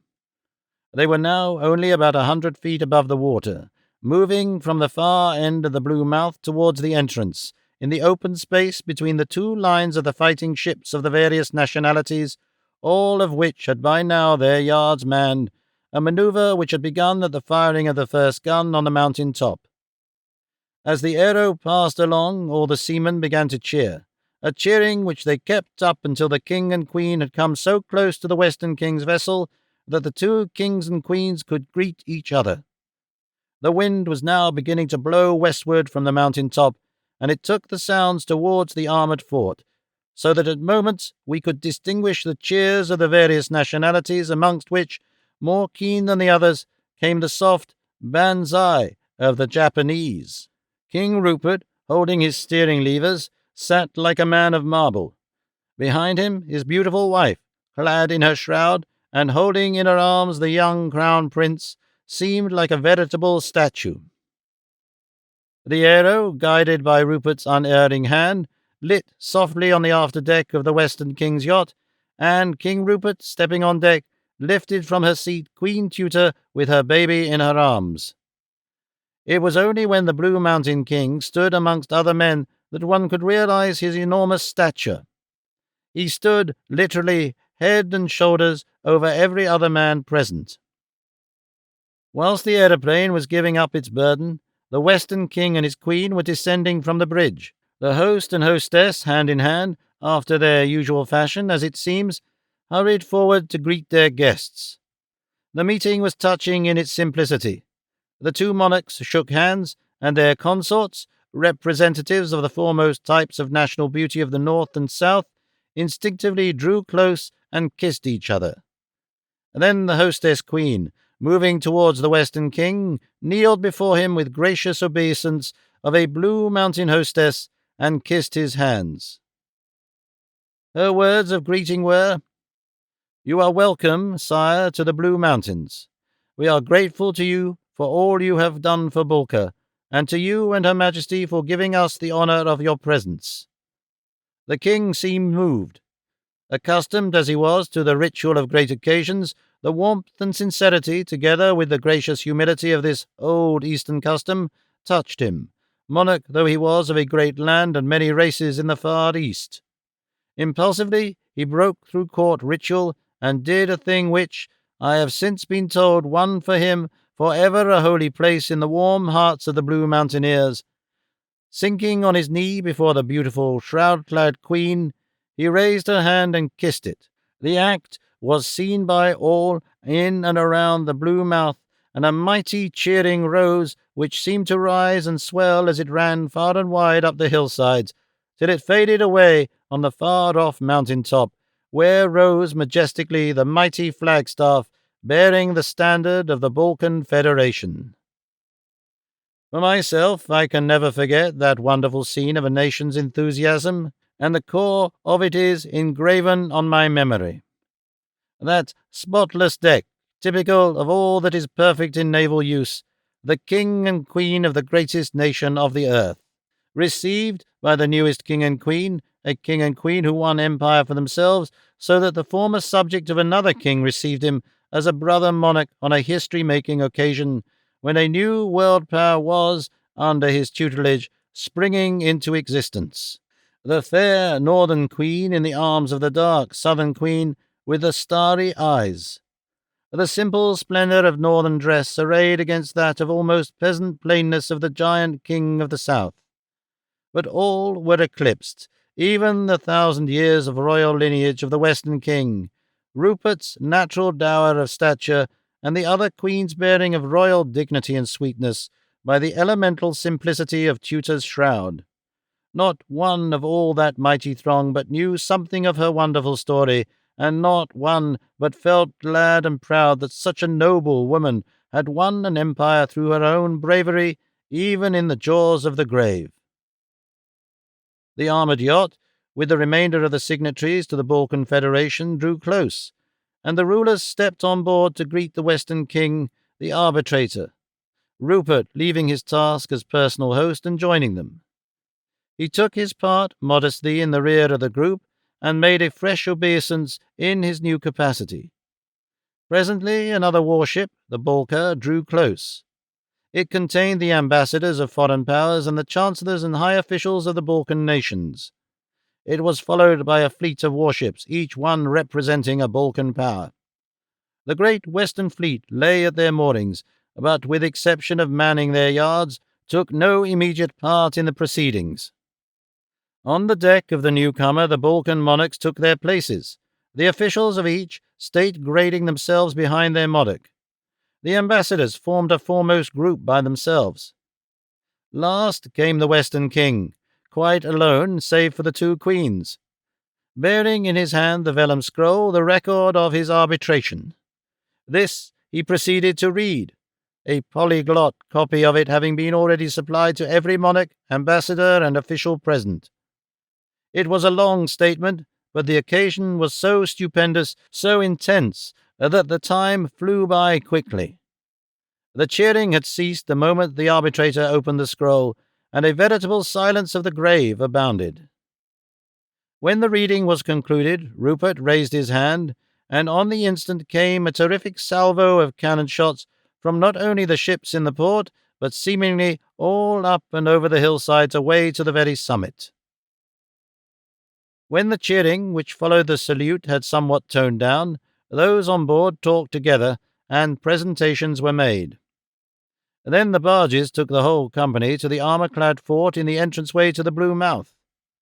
Here, in front, had been arranged for the occasion platforms for the starting of aeroplanes. Behind them were the furious thrones of state for the Western King and Queen, and the various rulers of Balka, as the new and completed Balkan Federation had become de jure as well as de facto. Behind were seats for the rest of the company. All was a blaze of crimson and gold. We of the press were all expectant, for some ceremony had manifestly been arranged, but of all details of it we had been kept in ignorance. So as far as I could tell from the faces, those present were at best but partially informed. They were certainly ignorant of all details, and even of the entire programme of the day. There is a certain kind of expectation which is not concerned in the mere execution of foreordered things. The aero on which the King and Queen had come down from the mountain now arrived on the platform in the charge of a tall young mountaineer who stepped from the steering platform at once. King Rupert, having handed his queen, who still carried her baby, into her seat, took his place and pulled a lever. The arrow went forward and seemed to fall head foremost off the fort. It was but a dip, however, such as a skilful diver takes from a height into a shallow water, for the plane made an upward curve and in a few seconds was skimming upwards towards the flagstaff. Despite the wind, it arrived there in an incredibly short time. Immediately after his flight, another arrow, a big one this time, glided to the platform. To this immediately stepped a body of 10 tall, fine-looking young men. The driver pulled his levers, and the plane glided out on the track of the king. The Western king, who was noticing, said to the Lord High Admiral, who had been himself in command of the ship of war, and now stood close behind him, "Who are those men, Admiral?" "The guard of the Crown Prince, your Majesty. They are appointed by the nation." "Tell me, Admiral, have they any special duties?" "Yes, your Majesty," came the answer, "to die, if need be, for the young prince." "Quite right. That is fine. But how if any of them should die?" "Your Majesty, if one of them should die, there are 10,000 eager to take his place." "Fine, fine. It is good to have even one man eager to give his life for duty, but 10,000? This is what makes a nation." When King Rupert reached the platform by the flagstaff, the royal standard of the Blue Mountains was hauled up under it. Rupert stood up and raised his hand. In a second, a cannon beside him was fired. Then, quick as thought, others were fired in sequence, as though by one prolonged lightning flash. The roar was incessant, but getting less in detonating sound as the distance and the hills subdued it. But in the general silence which prevailed round us we could hear the sound as though passing in a distant circle, till finally the line which had gone northward came back by the south, stopping at the last gun southward of the flagstaff. "What was that wonderful circle?" asked the King of the Lord High Admiral. "That, your Majesty, is the line of the frontier of the Blue Mountains. Rupert has 10,000 cannon in line." "And who fires them? I thought all the army must be here." "The women, your Majesty. They are on frontier duty today, so that the men can come here." Just at that moment, one of the Crown Prince's guards brought to the side of the king's arrow something like a rubber ball in the end of a string. The Queen held it out to the baby in her arms, who grabbed it. The guard drew back. Pressing that ball must have given some signal, for on the instant a cannon, elevated to perpendicular, was fired. A shell went straight up an enormous distance. The shell burst and sent out both a light so bright that it could be seen in the daylight, and a red smoke which might have been seen from the heights of the Calabrian mountains over in Italy. As the shell burst, the king's arrow seemed once more to spring from the platform out into mid-air, dipped as before, and glided out over the blue mouth with a rapidity which, to look at, took one's breath away. As it came, followed by the arrow of the Crown Prince's guard and a group of other arrows, the whole mountainside seemed to become alive. From everywhere, right away up to the farthest visible mountain tops, darted aeroplanes, till a host of them were rushing with dreadful speed in the wake of the king. The king turned to Queen Tutor and evidently said something, for she beckoned to the captain of the Crown Prince's guard who was steering the plane. He swerved away to the right, and instead of following above the open track between the lines of warships, went high over the outer line. One of those on board began to drop something, which, fluttering down, landed on every occasion on the bridge of the ship high over which they then were.